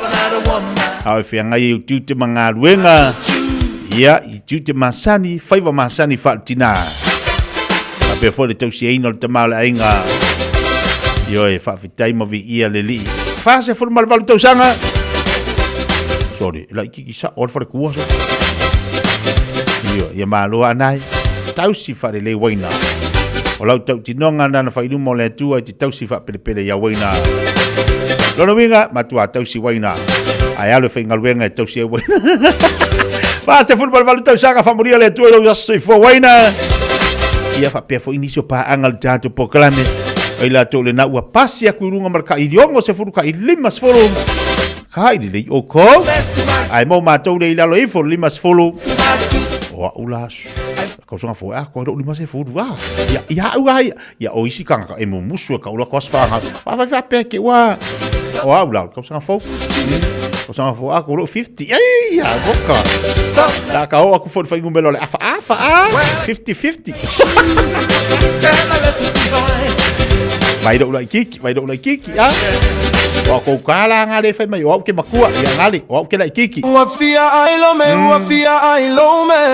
Luas puluh lima menit tele tu semua lua. Eu polo me.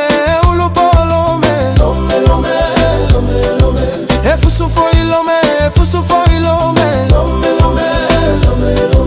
Sawa lo me. Tafa maiata leva veau. Olo me ua alue tafa ova ai se tagata ua vela oseti. E inua i sana iputi. Aole matai ua tilo mai. Fea e aluia ile taule ale afa alogo mai. Lea semeana e sawai. Lauto fa se fa amole mole. O italene iolome. Sina fala wa se italiane ai. Lota manava ua mole. Sole lo me se ua auga tete. Foliga peio se panikeke. Esa mua ave o ua fuvae. Toi ave mau se vae. E mastala lo me ua mastala lo me.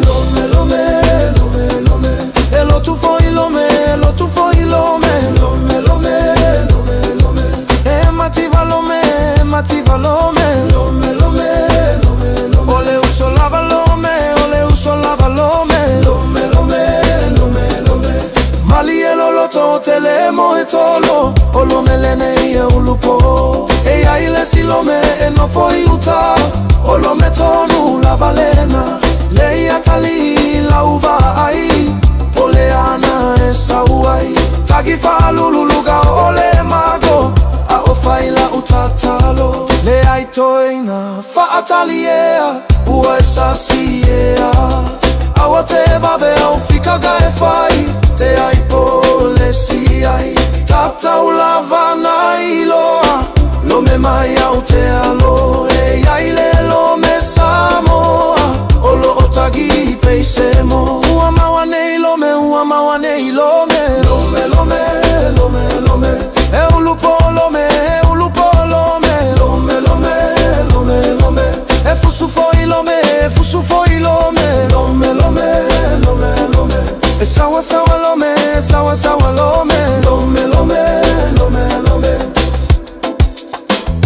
Hey, ha, shake, chino.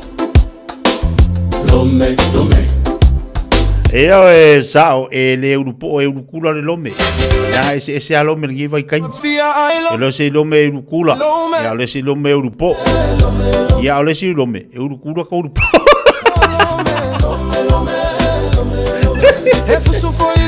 Ese alome. Ola o anga alome e urukula. Ya o le lome ale si anga le e urupo. Ya wa fa urupo ai le mangi lau. Ale si lome e kula lau ai lau. Ia malesi lo menga ke baba ya kwa ya e alu male lu urupo ko urukula. Ke longo vi.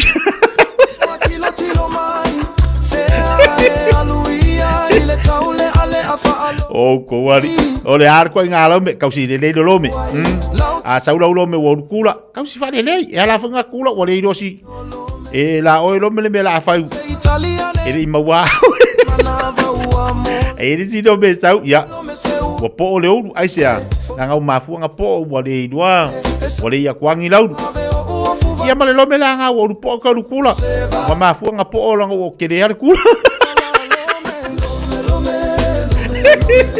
wa mo se kula po lo ala fa pia wa po ale u ya ari do le ai nga mafu nga po lo nga bo kula me da nga ka o lo po kula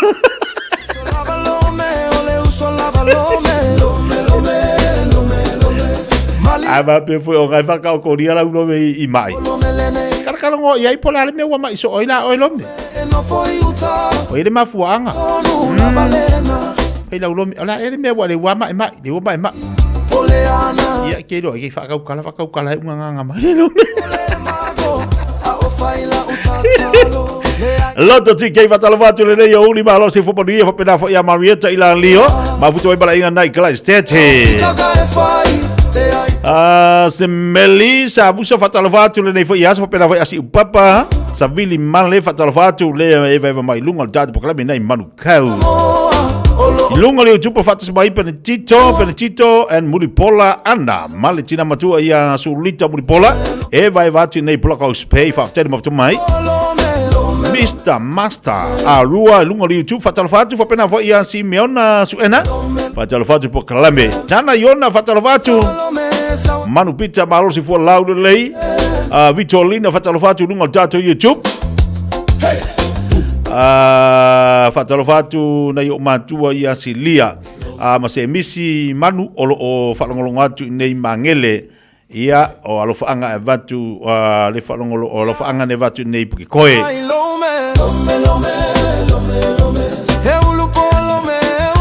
ia malelome sa kaua le lofanga ni alo fatu so murianga plana alo fatu manuanga luenga le foi yauli payumu tu funga fiu fatalo fatu balo si for laude le tafa mai ata leva ve au olo me ua se de manga yo laudo me ai kala ua vela langa ku kalingi yaso ifi dio lo walofa ya lo me wale ko moku lo walofa ya lo me yanga ngaruenga ai me se langa ku kama ngai yalingi yaso ai ke ala ila ua vela kula masinga koko samboa ala ulo me ia popo kulola ile singa me ai mama la ke visidia ku pose sangwisi pose toast sala la ke visidia ku laulo me pala mu fa mama ile aso ia fa mai laulo me le ai ke le manga o va venga ela po o le foka amakar kausa vai vai ma fa fo de lo me le e mu ia uang e moema e sela awang e savali ma e sela awang ia kausu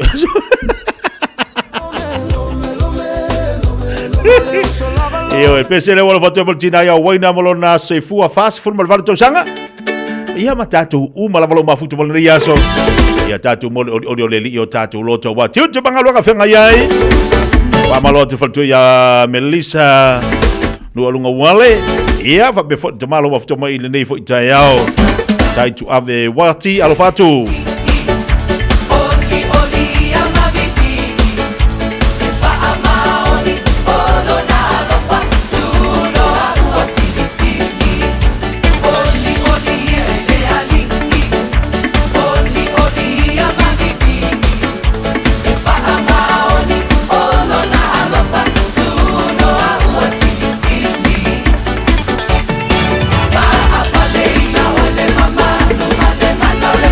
Yo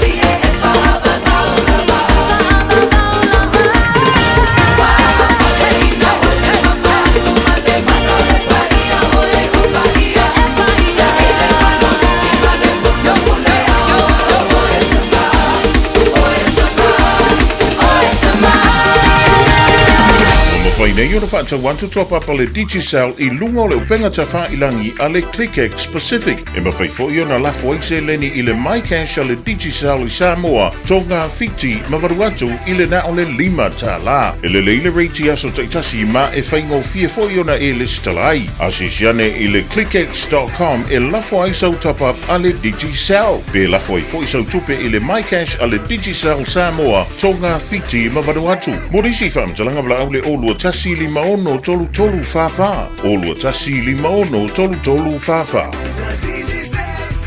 Alofa lava au tiro, o le talafia ua whaititia nei tausanga mai le ona 15 tausanga le matua le soifua. Ua whaatino I nai polo kalame o siaki ma wha ato ngā aupo tau whale manawa. E le eisa ngā luenga tele te whaia. E au lia lo le 15 le 5 tausanga le matua o lo soifua. O le alafo fua atu I lau pusa meli, ia le pusa, mosu e suenga ma wha ato ngā au ma tau whale manawa. Ma wha amanui atu lo waso whanau. Ai o le vaenga e le leiai, o le amo fua pusa, ma mea whai ngā luenga mo le whaatino no ia wha ata ma suenga e tailua tausanga malafu atu. Se I o ina e au lia e fitus fulima tausanga le matua o lo soifua. A vave iloa, ma mau e suenga ma wha ata o ngā au po tau whale manawa le ka nese le amatanga. E ma whai o na tonga whatia ma le manuia. E le aise tongi, e vave ma whai ngofia. O suenga ma wha ata o ngā au po tau whale manawa. Ma whai o na wha sao ina iola. A mau alo lau pusa, o fia maua sau ta vale po sau piki apu. Ai tong ta iwa yaso, lua va yaso, pe ta imasina. O le sleek cars o le a maua ai le fsoswani. Ua ta pena le au whainga ruenga a le sleek cars mo oi malo a inga. Aua e te popole I se mea e tasi. Te tala fitu aso, mai le sfulu I le tai au, angai le afo le ono le afiafi. Tele la lai au kilani I saute, vili mai loa, I le o lua tasi faa, fitu lua selau. Po le o lua o, faa 5 tasi 5 tasi. E te manao e maua se luma na I manuia o la wata li I polo wa fafine. Ua se fulu nei tau sanga o faatino le Pacific Advanced Secondary School lea au o nanga. Na faavaile nei a onga e Sir Michael Jones.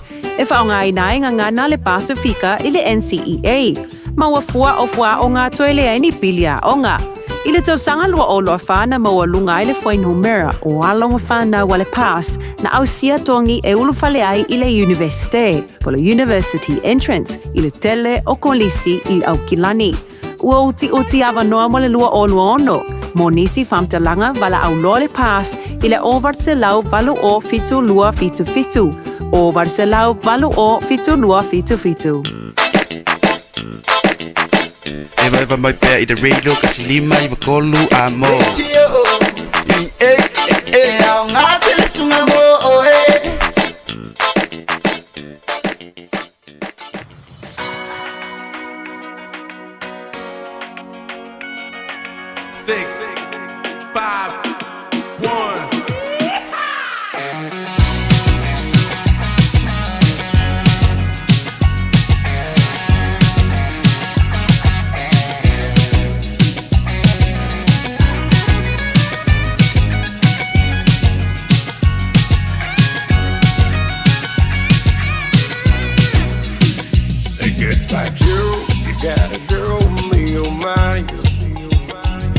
got a girl full of heroes down the bayou. They see Vaughn, the sweetest one, me or my you. Jennifer got real haptic fun on the bayou. They put dope, found new places buzzing. The game folk come see Vaughn by dozen. Dressed in style, they go walk wild, me or my you. Jennifer got real haptic fun on the bayou. Jump away across this pine, fail to gamble. For tonight I'm gonna see my cherry. Take guitar, feel for jar and the gale. Jennifer got real haptic fun on the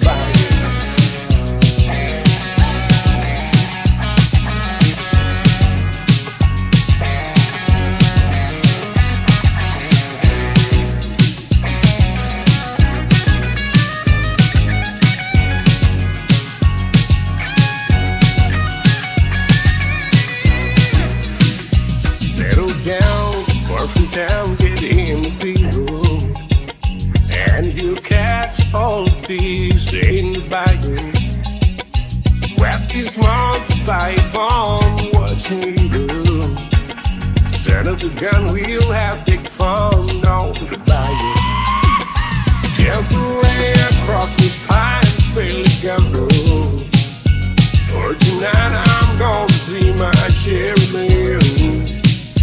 Take guitar, feel for joy and the gale. Set up the gun, we'll have big fun on the bayou. Jump away across the pine, fairly gamble. For tonight I'm gonna see my cherry meal. Take guitar, feel for joy and the gale. Set up the gun, we'll have big fun on the bayou. Set up the gun, we'll have big fun on the bayou. Set up the gun, we'll have big fun on the bayou.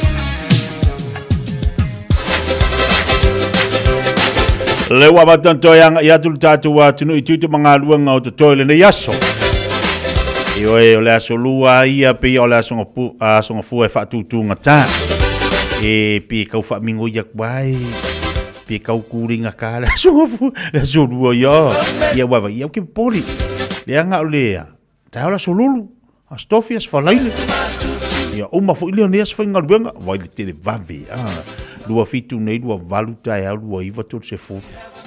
Ia, koe o fu dole va yaso lea. Koe fa fu yaso ma oso. E fe ele kakore le ia.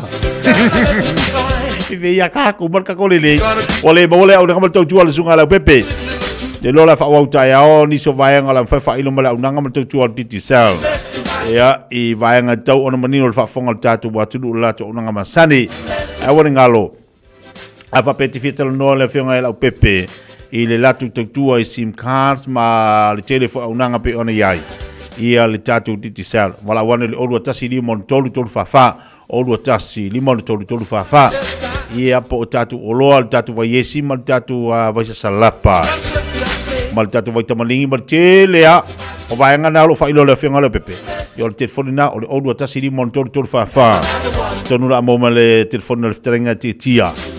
Ia o na watu fo ila ia lea awa ia le whafsota ina o niso au nama tautua ma sel tatu vai e vanga na whamalatu atu mo tatu le tautua le whianga la pepe ina o toa sifuma 2 minuta na taro le tu lai tasi whamalatu Rose ma leo langa watalo whatu le whatasima I North Carolina ma alo whaftel mawtamai Lucia Tele talo whatalo whalava lo fatu se tina o lusi ala imalo o lo tafawatu ina tauranga ia isiona tuangane fa tadi maftamai maele tu mseve fatalo fatu le fatu mai pispe na Italia amisio manutoifo fatalo fatu nei tayao le ngato fo ilea ia tua oi lingalinga malo si fo laudlei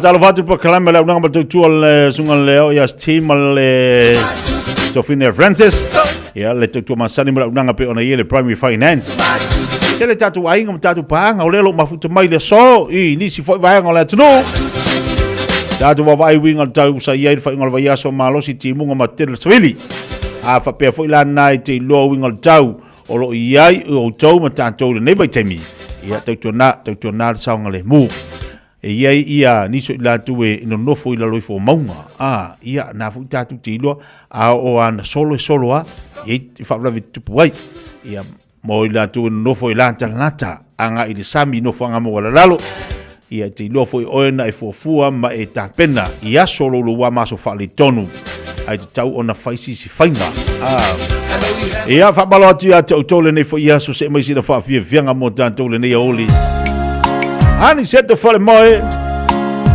fa pele na wa tonu tolo lo fal finga luenga fai le mula ia ma fa rio ma fo fonga to am to rio nga luenga to toe wala fatu na tama tira ma tu mo to mala ma lo tatu wa tunu wa talo fatu po klame le fifi mai amalo la tunu o fa fonga mai Samoa e le tasi ono tesi ma le tasi FM le tautua le Radio Samoa i tolona tātou a tunu o.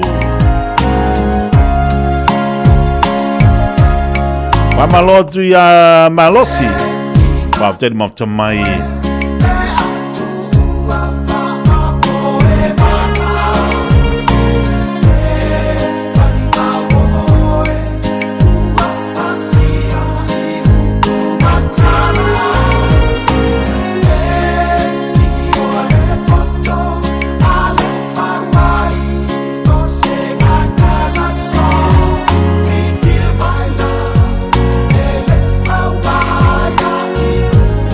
Oh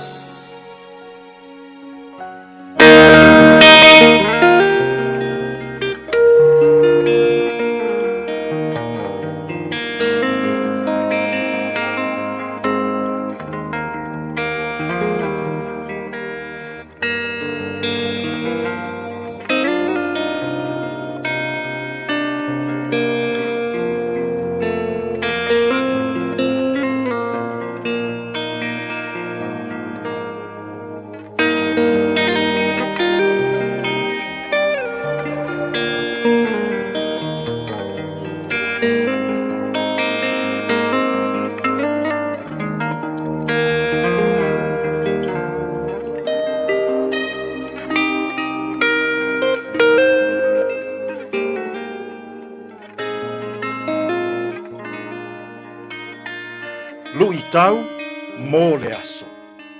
O le tangata mau oa. The Rich Man. Ma reko ma tā upo e se fulu, a olona foi upo e lua se fulu ma le lima. E whaingo fie i le kāmela o nā ui atu i le pū o le au. Ai whaingatā i le mau oa, o na sao i le mālo o le atua. O le tangata mau oa, the rich man. O se tasi le nei o feta lainga whaingatā a Yesu. E whaingo fie i le kāmela o na sao atu i le pū o le au. Ai whaingatā i le mau oa, o na sao atu i le mālo o le atua. O le pū o le au. O se tala whaatusa lea e whaatatau i le whaitotoa la i titi o le pā Jerusalema. A o i le pō, o na tapuni lea maloka le whaitotoa tele. Ai tatala na o le whaitotoa la i titi. Lea e whaingoa o le pū o le au. I e whe mala ngai i le pō. A fia ui ai la le kāmela i le pū o le au. Po o le whaitotoa la i titi. Mua mua. E ave ese lana a venga. Lua. E whaapa u i lalo i ona vai. Tolu. Ona totolo lea i totonu o le whaitotoa. Se ia pā ia totonu o le aai. E whaatatau tonu. I le loto o le tangata mau oa. Ia i loa ina e le tangata mau oa. Ona ave ese ina nisi o mea ua ia maua. Mō tangata mātitiva. Mō tangata fiaola. Mō tangata o fia maua le fesoa soan. E pei o le tuu ese ina o le a venga le kāmela. E whaape nā ia sila fia e le tangata mau oa. O na tuu ese nisi o mea ua ia maua. Mō tangata mātitiva. Ia i loa e le tangata mau oa. O na wha maua lalo ina lona loto. E pei o le alu wifo le kāmela i lalo. Ma totolo i totonu o le whaitotoa. Ia langona ina e le tangata mau oa. Le loto alofa. Le loto o anga le lei. I e o fia mo o mia lana fesoa soani. Samo ai. O le oa ma le tamao ainga. O mea alofa foa i fua mai a lea tua mo i tātou. E le leanga. Whaato a leanga le oa ma le tamao ainga. Pe a e maua ai le loto ne e ma le loto wha maua lunga, ma le loto wha sausiri. Oau. Oau. Oau mea. A o le fina ngalo o le atua. Ia i loa e le tangata mau oa mai le oa ma le tamao ainga. Mea ua na maua mai le atua. O na wha maua lalo ina lona loto. Ia i loa alofa i le isi o na uso a tangata. Ia i loa anga le lei le tangata o fia mo o mia lana fesoa soani. Sa moai, o le oa ma le tamao ainga, aua e te wha maua lungai. O le oa ma le tamao ainga, aua e te wha sausili ai. O le oa ma le tamao ainga, aua lava, nei e ola wha maua lungai. O le oa ma le tamao ainga, o mea alofa foa i maia lea tua mo i tātou. Ia tātou i loa ai o na wha maua laloina o tātou loto. Ia tātou i loa ai ano lofa. Ia tātou i loa ai anga lelei. O le oa ma le tamao ainga, o mea alofa lea tua. Ia tātou foa i atu, i tangata mātitiva. tātou te tālu. Lea tua mamanai. Whawhetai i au mea alofa e pei o le oa male tamao ai. Ua fōa i mai mō i mātou. Ia o mātou langona i nai le wha māua lalo. Ma ia o mātou langona i nai. Le loto alofa, le loto anga le lei. Mō tangata mātitiwa. Tātou ia malau fio ia mātou fe au, ma ngā luenga o le ne yaso. E manu ia ai mea uma. Lou lava suafa Yesu lo mātou wali, ma lo mātou whaola. Ua mātou te tālo atua i nei. Amene.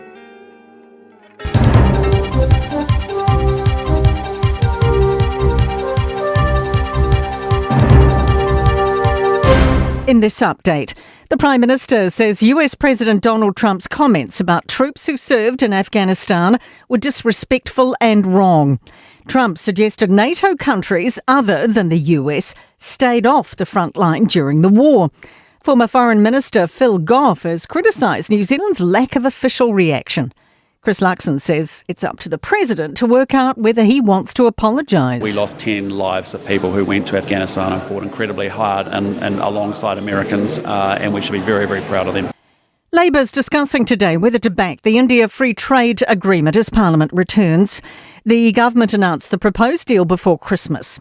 To be ratified, it requires Labour's support, with coalition partner New Zealand First refusing to back it.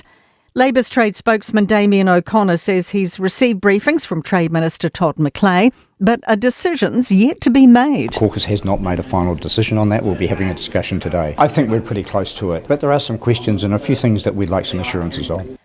The government's considering a wider inquiry into Thursday's landslide in Mount Maunganui. 6 people remain missing, with recovery efforts slow due to the unstable land. Cabinet's discussing allocating funding to areas hard hit by severe weather. Emergency Management Minister Mark Mitchell expects Cabinet to also make a decision today on widening the inquiry's scope. The paper is focused on recovery, getting aid and support to people as quickly as we can, from central government.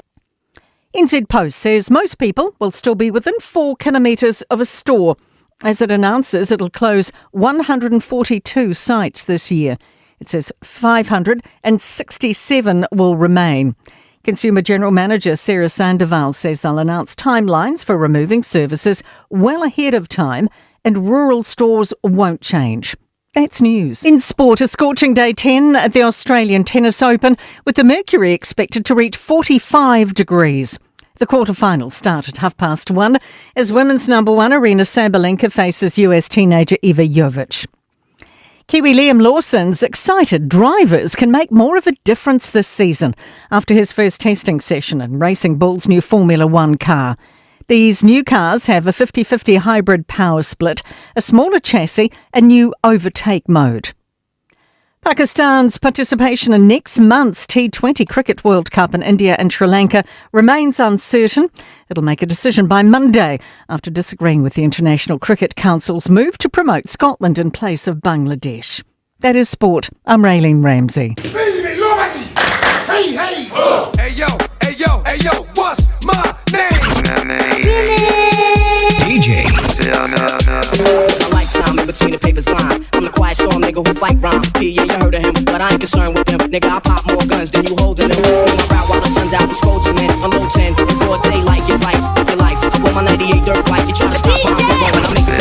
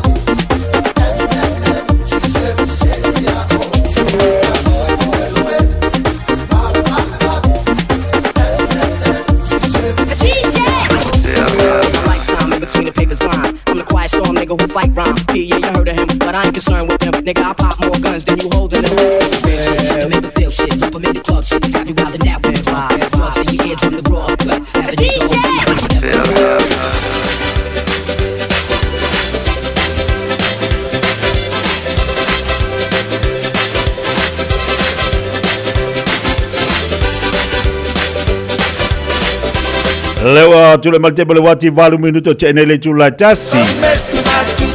O tatu telefone ngal bertani pada bantu yant ole ne ya oli. Ya mal tatu lungolo manuia u faiva mo te masani pe ona yele nei fo ya solua. Ole atu ole na woto am tadi la atu ngaluenga pe ona fatau fa mai atu le ne yaso. Ya e foi la tole na wanga ya tu la mtadi ola atu ngaluenga le fiafi se pa e foi stemi ole poana nei. A ese mai la to la finga luenga sivi po ia o talo ile i lo nanga le mo le malo si fa foi nga luenga masan ia te bitatu tila ngono tatu vai mo tatu le la papa ia ai tatu te fa lango fa sinu manga mo le soso ani mai o le ia te tatu mai le poto ani ngato fo ile mo le malo si o tatu tino a wale fa wino tatu nga luenga manai musika mo ati ya to radio Samoa mo po kalame le fo taiao i le nei fo ia oli ia vole nei ia solua ia te tari tonu ua lava matutore nana i whaafiafianga mo le mamalo le tātou wa tunu elo te manu tātou tari watu le unanga mo le tautua leo meka kas a leo te wapa ia tō leo mana i rosu ma le la mai vai le maanga i o le sawa le la le folo al kanga mi fafa wingo le tau pena i le whaingo le vai aso e makaukia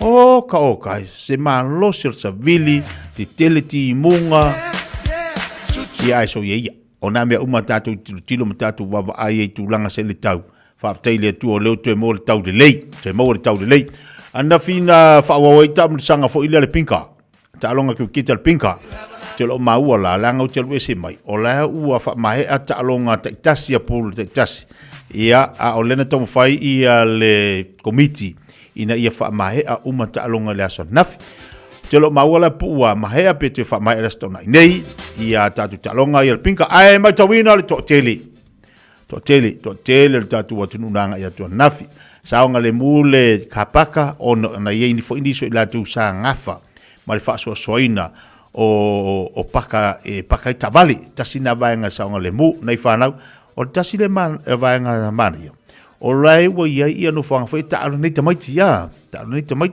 ia o naiti na ka ko ngai kinga ka lo fai o le tapo inga nai to ina e to tono le fale ka po lengi e no fo le aso a toa fa malo atu proklami atu to yo to faiva e me se fo tapo inga ta longa pe ona ia mani ta longa fa nga so longa le aso nafi filo fo maniso nai tama nai tina li le aso nafi ai o mo la tu malo o sia vaenga to ona o fo la to e o ta fa mata ta mata ia i talonga ku kiti pe ona fanga solo le ala na file na fa wai te le lola pu wa mai a fa pe na umana te lola la sto na inei o le fa mai e talonga ia ale pinka pe a fa pe e le mai ala so nafi ani ia talonga la so nafi ma tango fie au te tasi au ta mai tai pa malo atu committee fa foi ia ba se foi prestede e ale to fai sola o ka se leva fo na tau tua le tamari ia mai la tolo fa faina tatu to sanga le pinka pe on ia jama no fo mama fo fa wa po kala me fa nga solo mo liva yes kingo fo ai mama fo do fa ide ma fo fa lo des desi mela aya nga ifu fa lo des e fa pe la ngo kako ke lo fa des ai ma e mangongi ala ka ai i fa le manongi ala ta ai fa lo des ai nga la kulola ia le wa ai fa mai e fa ma ko me ai kere kai o ai ese fo ya ai ka sa fa le des ai nga mangongi ala ka ai yang ai ma fau wala ia le yang ai ka o ma fau ma fau wa i ai fa lo des ai Nenga ka ol fia ai ole ma fo fia ai me ai desi ai nga tia ma fa fia tu mo ole de oli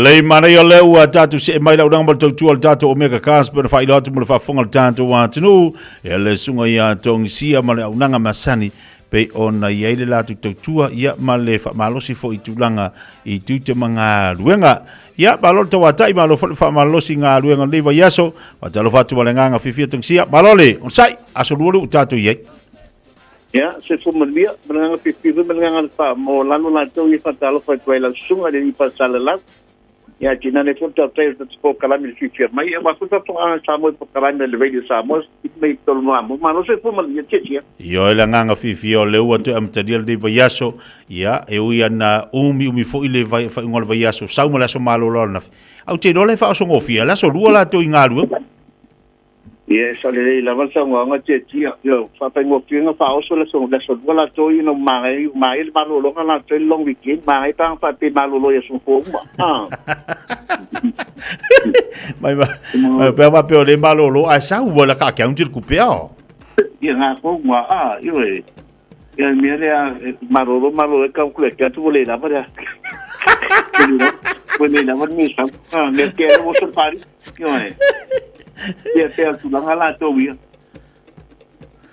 mana ya le faptai ia malo faptai le nga lu fa lo fot fa malo singa lu nga pe ona tu tu ali tatu watu tatu falta vale le veyaso le fa wala ma fa ula to ia ni masino yan wali le mtanga tu sanga ia le tatu ta pena tu lesi masina fo te lona ina I vai nga to fa I mo fa fonga le tu wa tatu ta vale le nga lu amata tu sanga ya nga le faptai sa le la versa nga te tia o le babe la le masina mele ngi sa wal to ina yo ele fatari tenia ti o ele fatari voltenia ti ata wa e mi mo yal ke mi la kovia ale pe faya e mi si por pasila to il neta usanga la to e fatari ke la mala suon pe por la ke ti no ma to no pa aro le tu la le ui e fa o na me fa kovia te il te ina mo so pu pa pe so manto o e mi se la so pu mo via so ta to tu presevo ta to pero I mo no ale tu no pa malo se tu mani sa mo pa malo to wa pa malo solo mandi ai me sta to jo no ate wo malo foi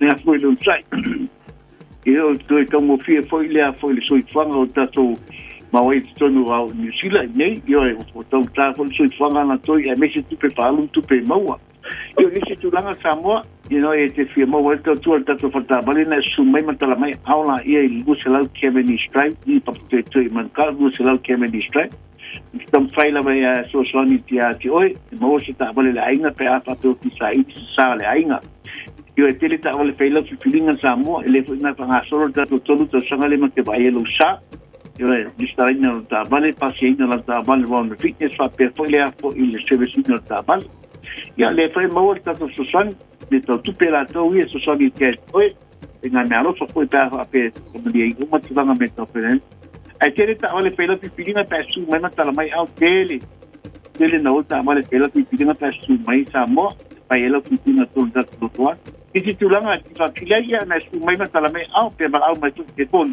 ia na to sani de te te ka tu la ka tanga pa mama tu langa o mala me ko fainen ia mo ke nei su mai na tala mai au lu se la ke me di sai pa tu pe ba au mai futa le line ole o iva lua fitu lima balu te silua o iva lua fitu lima balu te silua aro te foi pe ai ole o lua tasi pa tuono lima va tasi o lua tasi pa tuono lima va tasi ya ma dio pe balu fi maneira se te tia porque minei pa tu pa fa se foi te tia alo fa tele sunga tong sia bol tato ni poti ala ngata foi lea ia olo to tu bala mo malo tato wa tno ia fa malo fa malo fa malo si ia inga luenga pe ona ye lo to tu bala nga ia le wa tu le balte bala wati o aluas fu minuto te nei ia le tu lai tasi Talo fa Samoa wa ule ne yo kas futialu a wal suia ngila wa le kio a eva mai ina se fudu lima iva kolu a mo Radio Samoa bevela a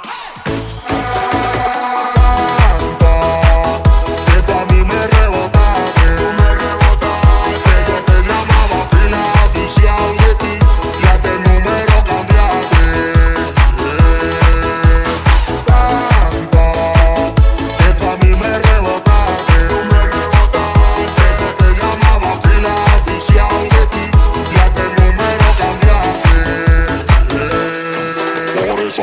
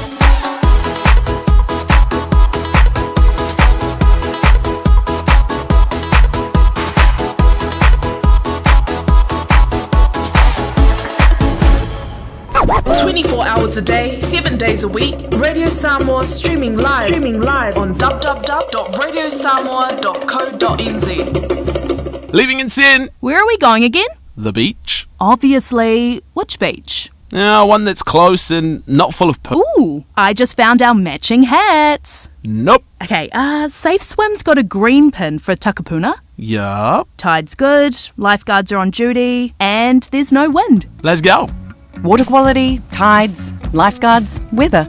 All pretty good reasons to check Safe Swim. Visit safeswim.org.nz or download the app today. Thanks to Auckland Council. Hey, don't be that guy or that auntie ignoring a sore throat. This isn't just some drinks and lemon tea in your sweet situation. Untreated sore throats can lead to rheumatic fever. Nobody wants that for their family, eh? Go get your Pepe's sore throats checked at your GP, school nurse or pharmacy. It's quick, easy and most importantly, free. So come on, whānau. This summer, take care of your tamariki. Get it checked and get it treated. For more info, hit us up on socials at Stop Sore Throats or visit stopsorethroats.nz. Mo le manuia o lou lumanai. O le aʻoga o le International Travel College, ua tatala nei le satala mo le 2.2 I matatau turisi ma aʻoga tau vaaleli. O le ITC e iai ona lalai au kilani ma whangarei. Ai mawhaifo I ona e aʻoga online, mai lo valley. Le leise taimi whaatulanga I nei te aʻoga ai. Sa ili nei loa so lumanai manuia. Langolango ina malosi le ITC o e malo ainga. A wā ua aʻoga. Asiasi lupenga te whailangi, itc.co.nz. Tasilima I Watolu Amo. Radio Samoa.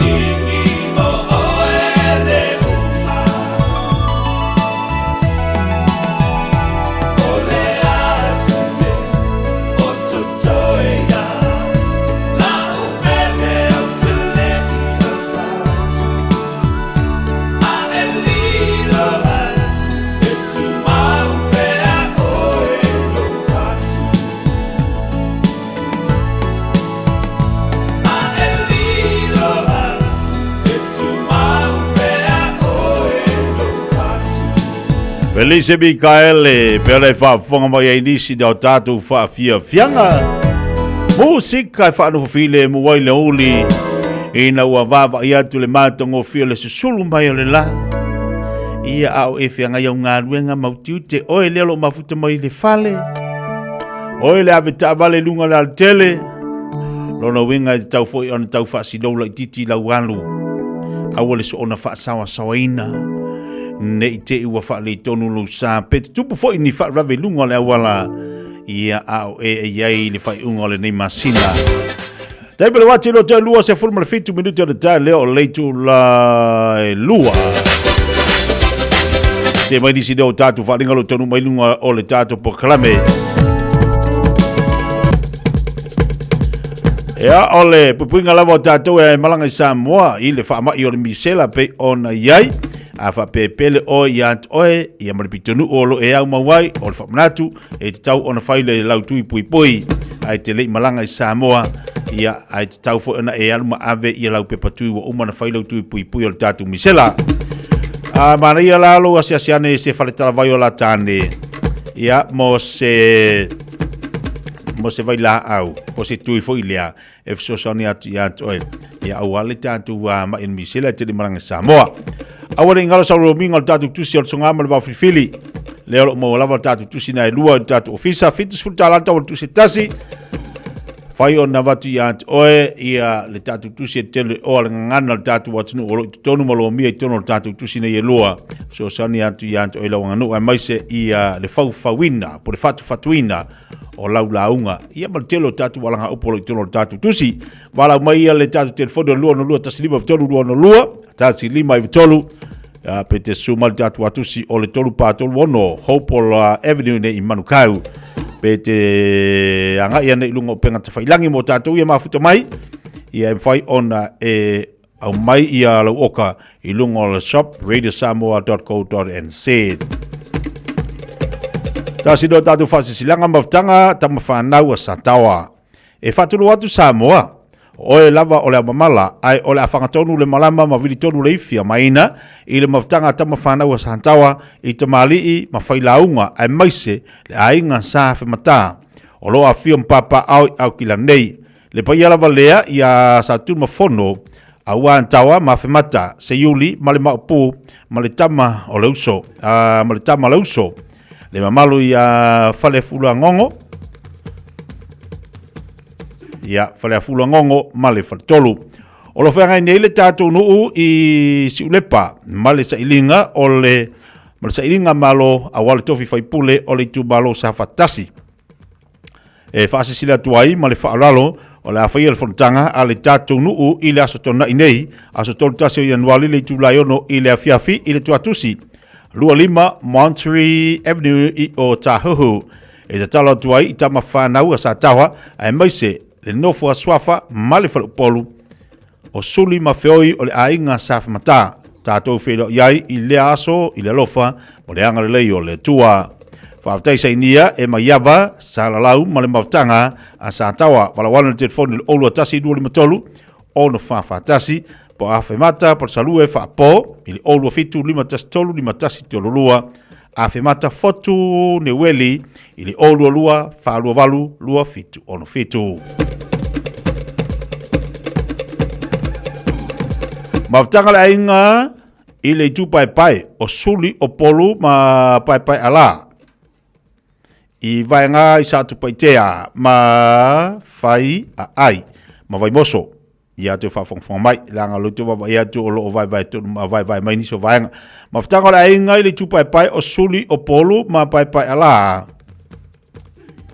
I vaenga i satu pai tea, ma whai ai, whaatasi ai, ma vai moso. O le tawhatolu, o le tatu ainga, ua tonu ai nei i li komiti, o le a vea le aso tonai, aso fito fea puali, le tula se furuma le lua. Ile tula suma lua ma ai ile no fanga e whai ai le tātou whono i le holo la kalesia e whakasa New Lynn, Great North Road in New Lynn. E whamanatu atu i a tau au mai sau te itai. Mānaia a wā e whamalasi i o tātou tino. A wā se tātou whamalasi tino a le tātou ainga. Whamanumole, tātou ainga I au kilari whaamalosi mai, o loo malanga mai a tātou ainga I Wellingtone ma Hastings. O le tātou whono whae uli nei, e talano ai nai le tātou whamoe mo le malanga atu I Samoa. I le tūlata I le whaeunga o le nei tausanga lua o luono, mo le tātou reunion. O lo whaatari mai Samoa I a tātou, o nisa whaamatalanga uma, o le asila fia pe a awai mai whaatai o le committee.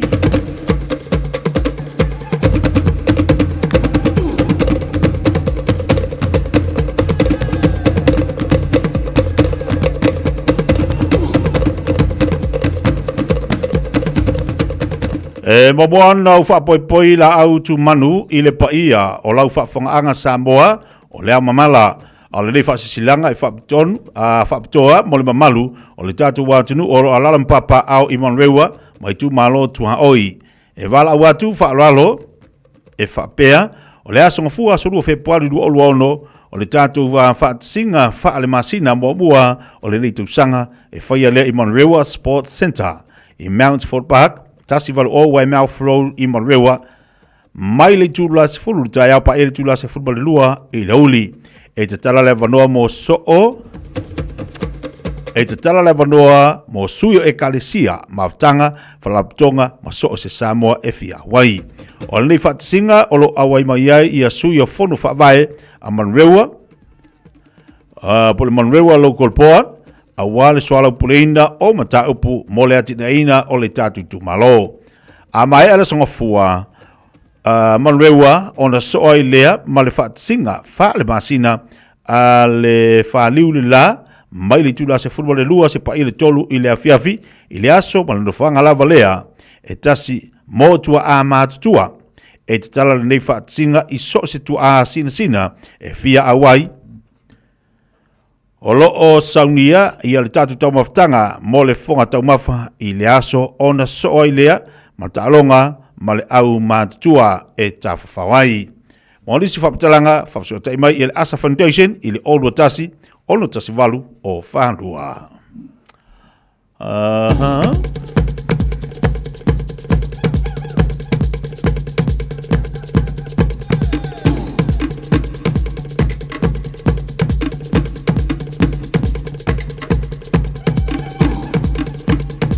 Ia ole ngā, o uma.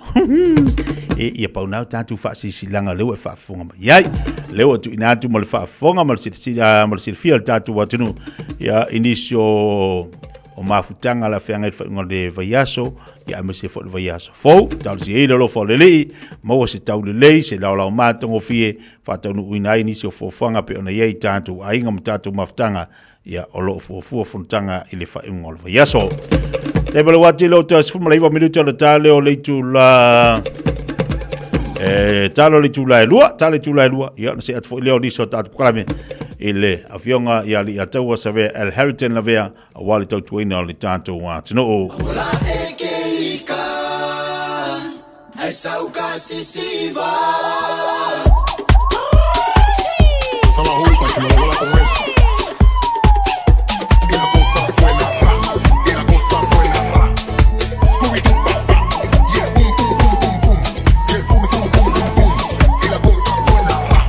La cosa suena rap, Scooby-Doo papá, y el pum pum pum pum pum, y el pum pum pum pum pum, y el pum pum pum pum pum, pum pum pum pum pum pum, y la cosa suena rap, rap, rap, rap, rap, Scooby-Doo papá, y el pum pum pum pum pum, y el pum pum pum pum pum, y el pum pum pum pum pum, pum pum pum pum pum, DJ, dang.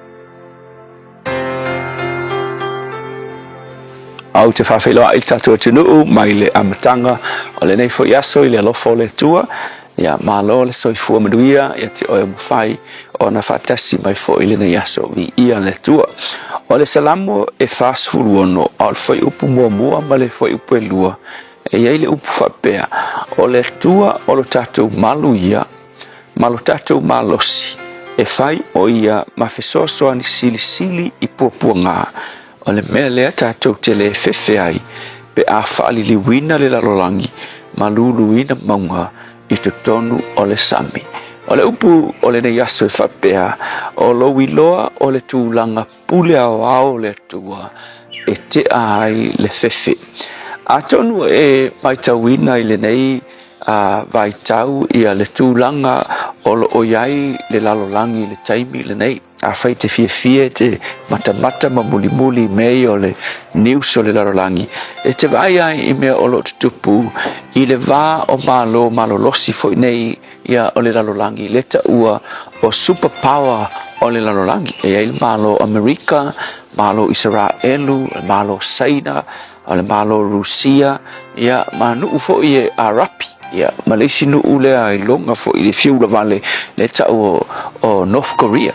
A whapela e te wawa ai e se ala ngona e o mai. A wa e wa ai tūlanga lo o iai le ngai ngoinga malo Amerika talu ai nei. Ia lea e fesosoani ai Amerika ia Israel peisa na panga fo ile. Ai wa whaima mea o tele isi malo e feita ia Amerika ma Israel. O le whaonga ina o le power Amerika le na o ai talu ai nei.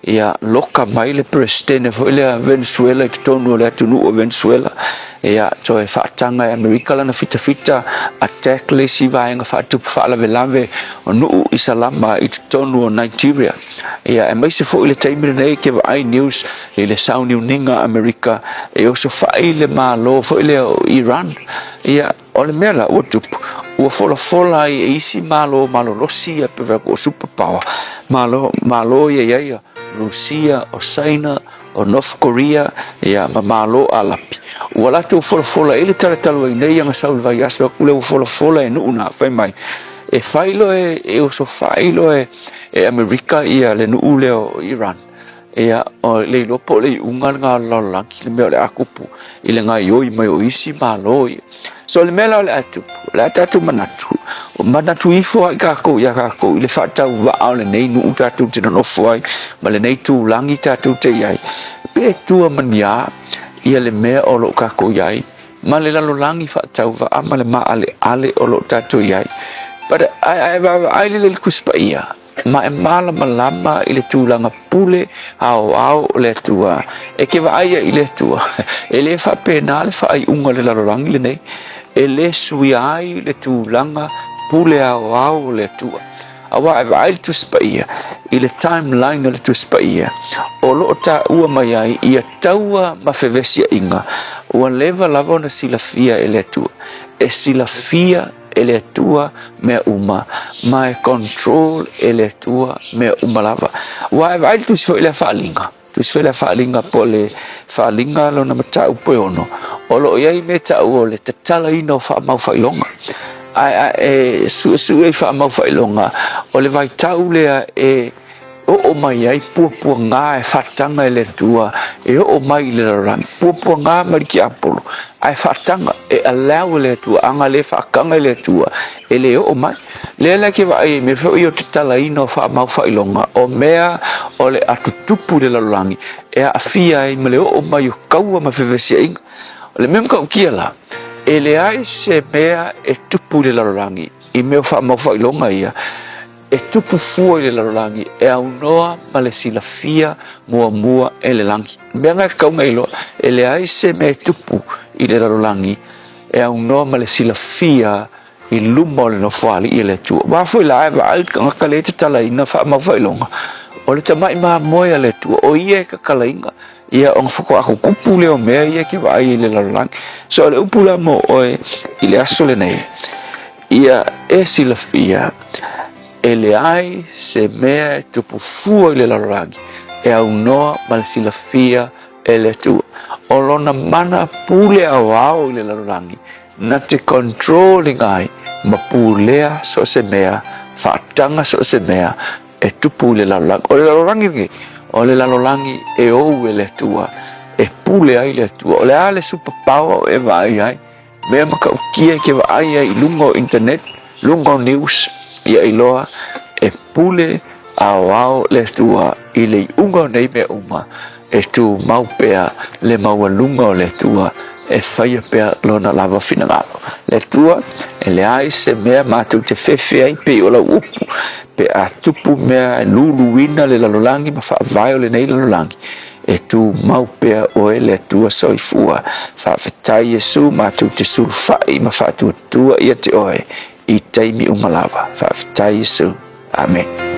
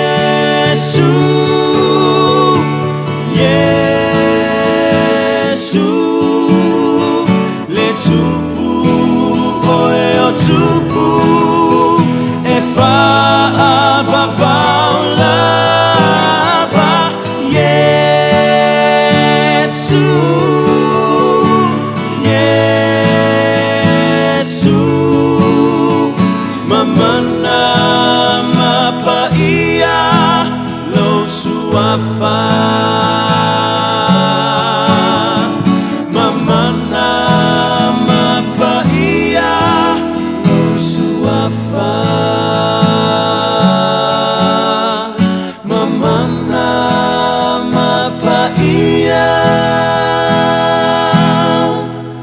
lo suafa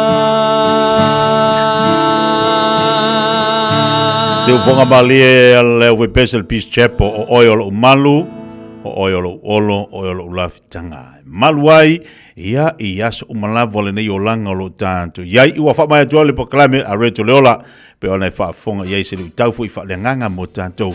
Wha malasi awa i le nei fo i vai taimi o lo tanto. Iai tele ia tofonga, tele lu tau o lo whengai ma tanto. Ai wha tai, e awa noalo e tu ina mai, te wha fonga ai mo wha longolongo e fo i au via. I le upu fola le tua. Kamu ye tele le tua lau wha fonga le yasi po kalmi wha ngaselo le de Samoa. Ya basi fo de tau tua ino tatu watu ni yo fai walo filima pe ona e ngalua iso se wha whainga luenga. E o mauon le aso tona ina ye wha mai e ili tamu sanga le pinka. Wa ya ila lono winga e pe falling malastona o le asa ili e iloa. E a finals o awali ima o tamai tak. Ya tele mana noai ia vaenga tau o tamu sanga pe ona iai e le ngata ilia na mo maftanga fifia tupulanga telvo ia awa mo fo ia vano nei te mama nei tinai o te ta fauma pawal me o malu savili pawal me o savili la to ai o lai mana ia la stona ila nei fa mai el tamu sanga pinka ia to walunga fo el tamu sanga nito sanga ai fa nga solo ia el tamu sanga te wila ya famalo atu i autitasi kapteni autitasi ya mesi fo ia o lo fa moni ina e wanga ilunga sa ili sampini ya ma au fo wa mololo ole marumalo ion sa to ta pena i tele tatu tamusanga ngai fa nga solo to walunga to se tau tu ma sa unanga titia le ne fo ia so fa te tele lava mo tatu maftanga tatu filo ila so ta ya ta pena mai la fionga ya le ya tawa sa vea el Harrington la vea e fa wa le tau le de Samoa se pa este mi ole afia na nei la se tau tu sa unanga titia ole tau to mari la fa fonga ia fa mangalo se le vai el to tali ai la tatu te mafuta mo tatu filo ila so lulu o nga to lo vaiaso ia o nga ka ko eva fu ile so ataya ia manuia lava de iaso tu te mangalo ngalo fengai mal tatu atu safe mai manuia a faile tele fa nga ina le au omnanga le Samoa market o nisi nei o mafua anga e te tauai o e au maui New Zealand ai o lo e fia fiso swani ai ngai Samoa e mawhai ona tutongi lau whaatau i lunga o le penga te whailangi ale Samoa market ai piki Samoa whawhai ngō fia sa o ngā so se whaalavelave tutongi le pilio mōli, pilio le vai mea whauwhale po se tau mafutanga mō lau ainga tu mai lau whaatua tuanga i le Samoa market mō so se whaamoemoe mō ai ngai Samoa www.samoamarket.com Alofa lava Aotearoa o le tala fia ua whaititia nei tausaga mai le ona 15 tausaga le matua o le soifua ua whaatinoina ai polo kalame o siaki ma whaata o ngā au po tau whale manawa e le eisa ngaluanga tele te whaia e au lia lo le 15 le 5 tausaga le matua o lo soifua o le alafo fua atu i lau pusa meli ia le pusa mo so esu enga ma whaata o ngā au ma tau whale manawa ma wha manuia atu lo waso whanau ai o le vaenga e le leiai o le amo fua pusa ma mea whai ngaluenga mo le whaatinoina no ia whaata ma so esu enga e tailua tausaga malafu atu se i o ina e au lia e fitus fulima tausaga le matua o lo soifua a vaveiloa ma mau e so esu enga ma whaata o ngā au po tau whale manawa le kānesa i le amatanga e ma whai ona tonga whatia ma le manuia e le aise tongi e vave ma whai ngofie o so esu enga ma whaata o ngā au po tau whale manawa e ma whai ona whaasau ina i ola a mau aloa lau pusa whai loa E te manae maua se luma na e manuia o la wata li I polo wa whawhine. Ua se fulu nei tausanga o whaatino le Pacific Advanced Secondary School lea au Onanga. Na whaawaile nei a onga e Sir Michael Jones. E whaonga I naenga ngana le Pasifika I le NCEA. Maua fua o fua onga toe lea ini pilia onga. I le tausanga lua o loa whana maua lunga I le whainumera o alonga whana wale pass na au sia tongi e ulufale ai I le universite, po le university entrance, I le tele o kolisi I au kilani. Ua uti awanoa mo le lua o lua ono, mo nisi whamtalanga wala au loa le pass I le ovart se lau valu o fitu lua fitu fitu, ovart se lau valu o fitu lua fitu fitu.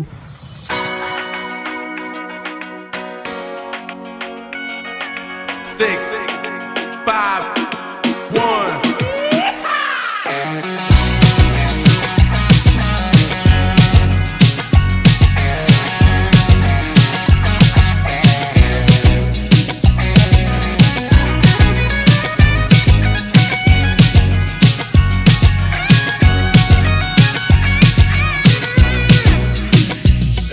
Like you got a girl, me, oh my.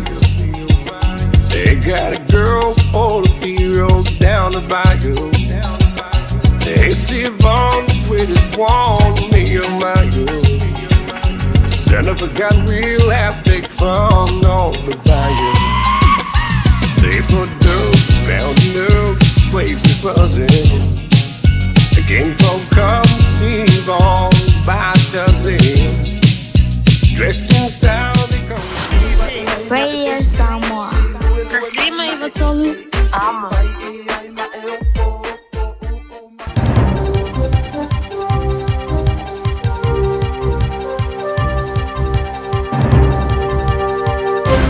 E toi whaatalo whātu I lau whaafonga le nei tū la o le aso alo maia o nisi nei o tātou tāla fau mwhai ona tū whātasia e lau Radio Samoa. Wa whaalia nisi o tangata na api le tōla ua pinga I maunga nui o le mala lea na o lātou mōli mawina. I le haawhiai o ia whaitu I se ele solo tele. E pe ona wha mawina ai le matua I whaaleanga ina I o whale mata avale I tu ainga o le caravan I le palapala. Whamawina le toa tele o tangata lo tau sa ilia e au whiai mani whana witi masalo mia o lo tānu mia I lalo le palapala. I whamatalanga I awala o whaasalaunga le leiti o whaavau malo o New Zealand. Na a fia lea no whanga le Beachside Holiday Park, po le awhatonu leo o le tu lai iwa le tai au o le aso tofi, whaalanga inai le tele o mea tō tino.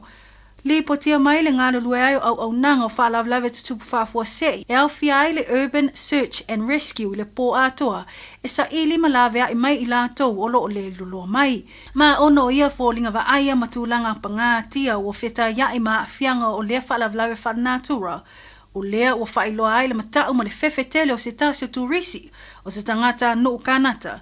I tūlanga na ia mōli mawina, ai mese lava le toititi a fia ai masiona a inga. I se whaatala noanga le minsta o whaalavlawe tupu whaafua sei, Emergency Management, ia Mark Mitchell, matusi tala na ia whaamani no ai e iai se teine I titi, o lo o au fia I tangata o lo sa ili nei. E le o mai loa le lei le numero tangata lo tau sa ilia, ai o lo o iai le tartanunga leo, e le to tele atu ma le to se fulu. Whaamawina le tele o helikopa o fisosoni atu le nei ngalu e ngawhita. Ai ise mata upu mai I le nei whaalawalawe whaala natura, o le na li potia mai, I whaitu o Welcome Bay. Le mawai ni tino maali liu o ni tangata se to lua. E tasi se tangata na avatu le whale mai mo manu anga tunga, ma ufa mawina le tele o whale na whaaleanga ina. Whaalia le tuina atu o ia tino maliliu I le ofisa o pule maliu po le coroner. Ai se tala lata mai I lea mata upu wa whaamaunia mai o tangata wa maliliu o se tua atina matua masiona alo. A o tali atu le toa tele o sui o whaalawalawe tutupu whaafua sei I a fianga whaalanatura. E le o malo loa I lava le li potia mai. Le tali atu wai o nisi o ilato I mata upu wa afia I so I fua maola o tangata I totono au kilani. E pei ona li potia mai ai le maliu o se ave pasika po se motorcyclist I no ua feto ai ma se loli la poa. I whamtalanga mai leo po le kuwata e te aile se fun maltasi le po na o lato mau ai le sawa tele o le alo le pasika e anga I atu le I tu I saute o le motorway latane I o tara. Ta ua Superintendent Shannon Gray na tau mawhai atu leo e ala I le whai o whaailoilo I le ave pasika ina ia tu peitai e le itu e peise I waatili ai le sawa o le alo le pasika. Ai whaamatala I le I leva o na tupu le atu langa e wa ai atu loe leo se ave loli o lo o talo ma tau mawhai e ta aufi I la tau. Talu ai wa feto ai se tangata malana pasika I lana loli ma o lena maa watu ai loe leo o le pasika lea na o la atou tuli loaina. Whamawina e whai lava sina tu ngā o manu anga o le li ave pasika, ma o lea na maliwa I lava o ia le nofuanga na tūla I ai lea whaalawe. Na tāpunia a wala anga I atu I tu saute I le highway tasi, a o whaasolo I loilonga, ma na whaato atatala lava I le tūla I lima I le taia o le asfaraile. O lo o talia pea suenga leo ma le whaelo mai ai o le suafo o le ua fia. Mai talo mulimuli ua o mai ni whaamtalanga le tu wai I lungo le maketi. O le whaatau ese atu wai o le whaatangata I longa a le sa avea masui o le All Blacks. Whaapea le manu Samoa le afionga ia la uli Sir Michael Jones.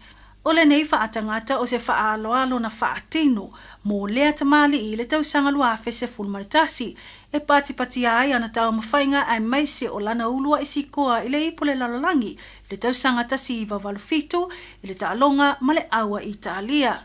O le nei whaatangata I whaapea na fausiaina I se apawe mea ma e whaatesi ma le 2 mita lona umi ma e 3 mita lona mawalunga. Ma lona tawe o atu lava le tolu lau tolu se fuluafe na whaatino ai.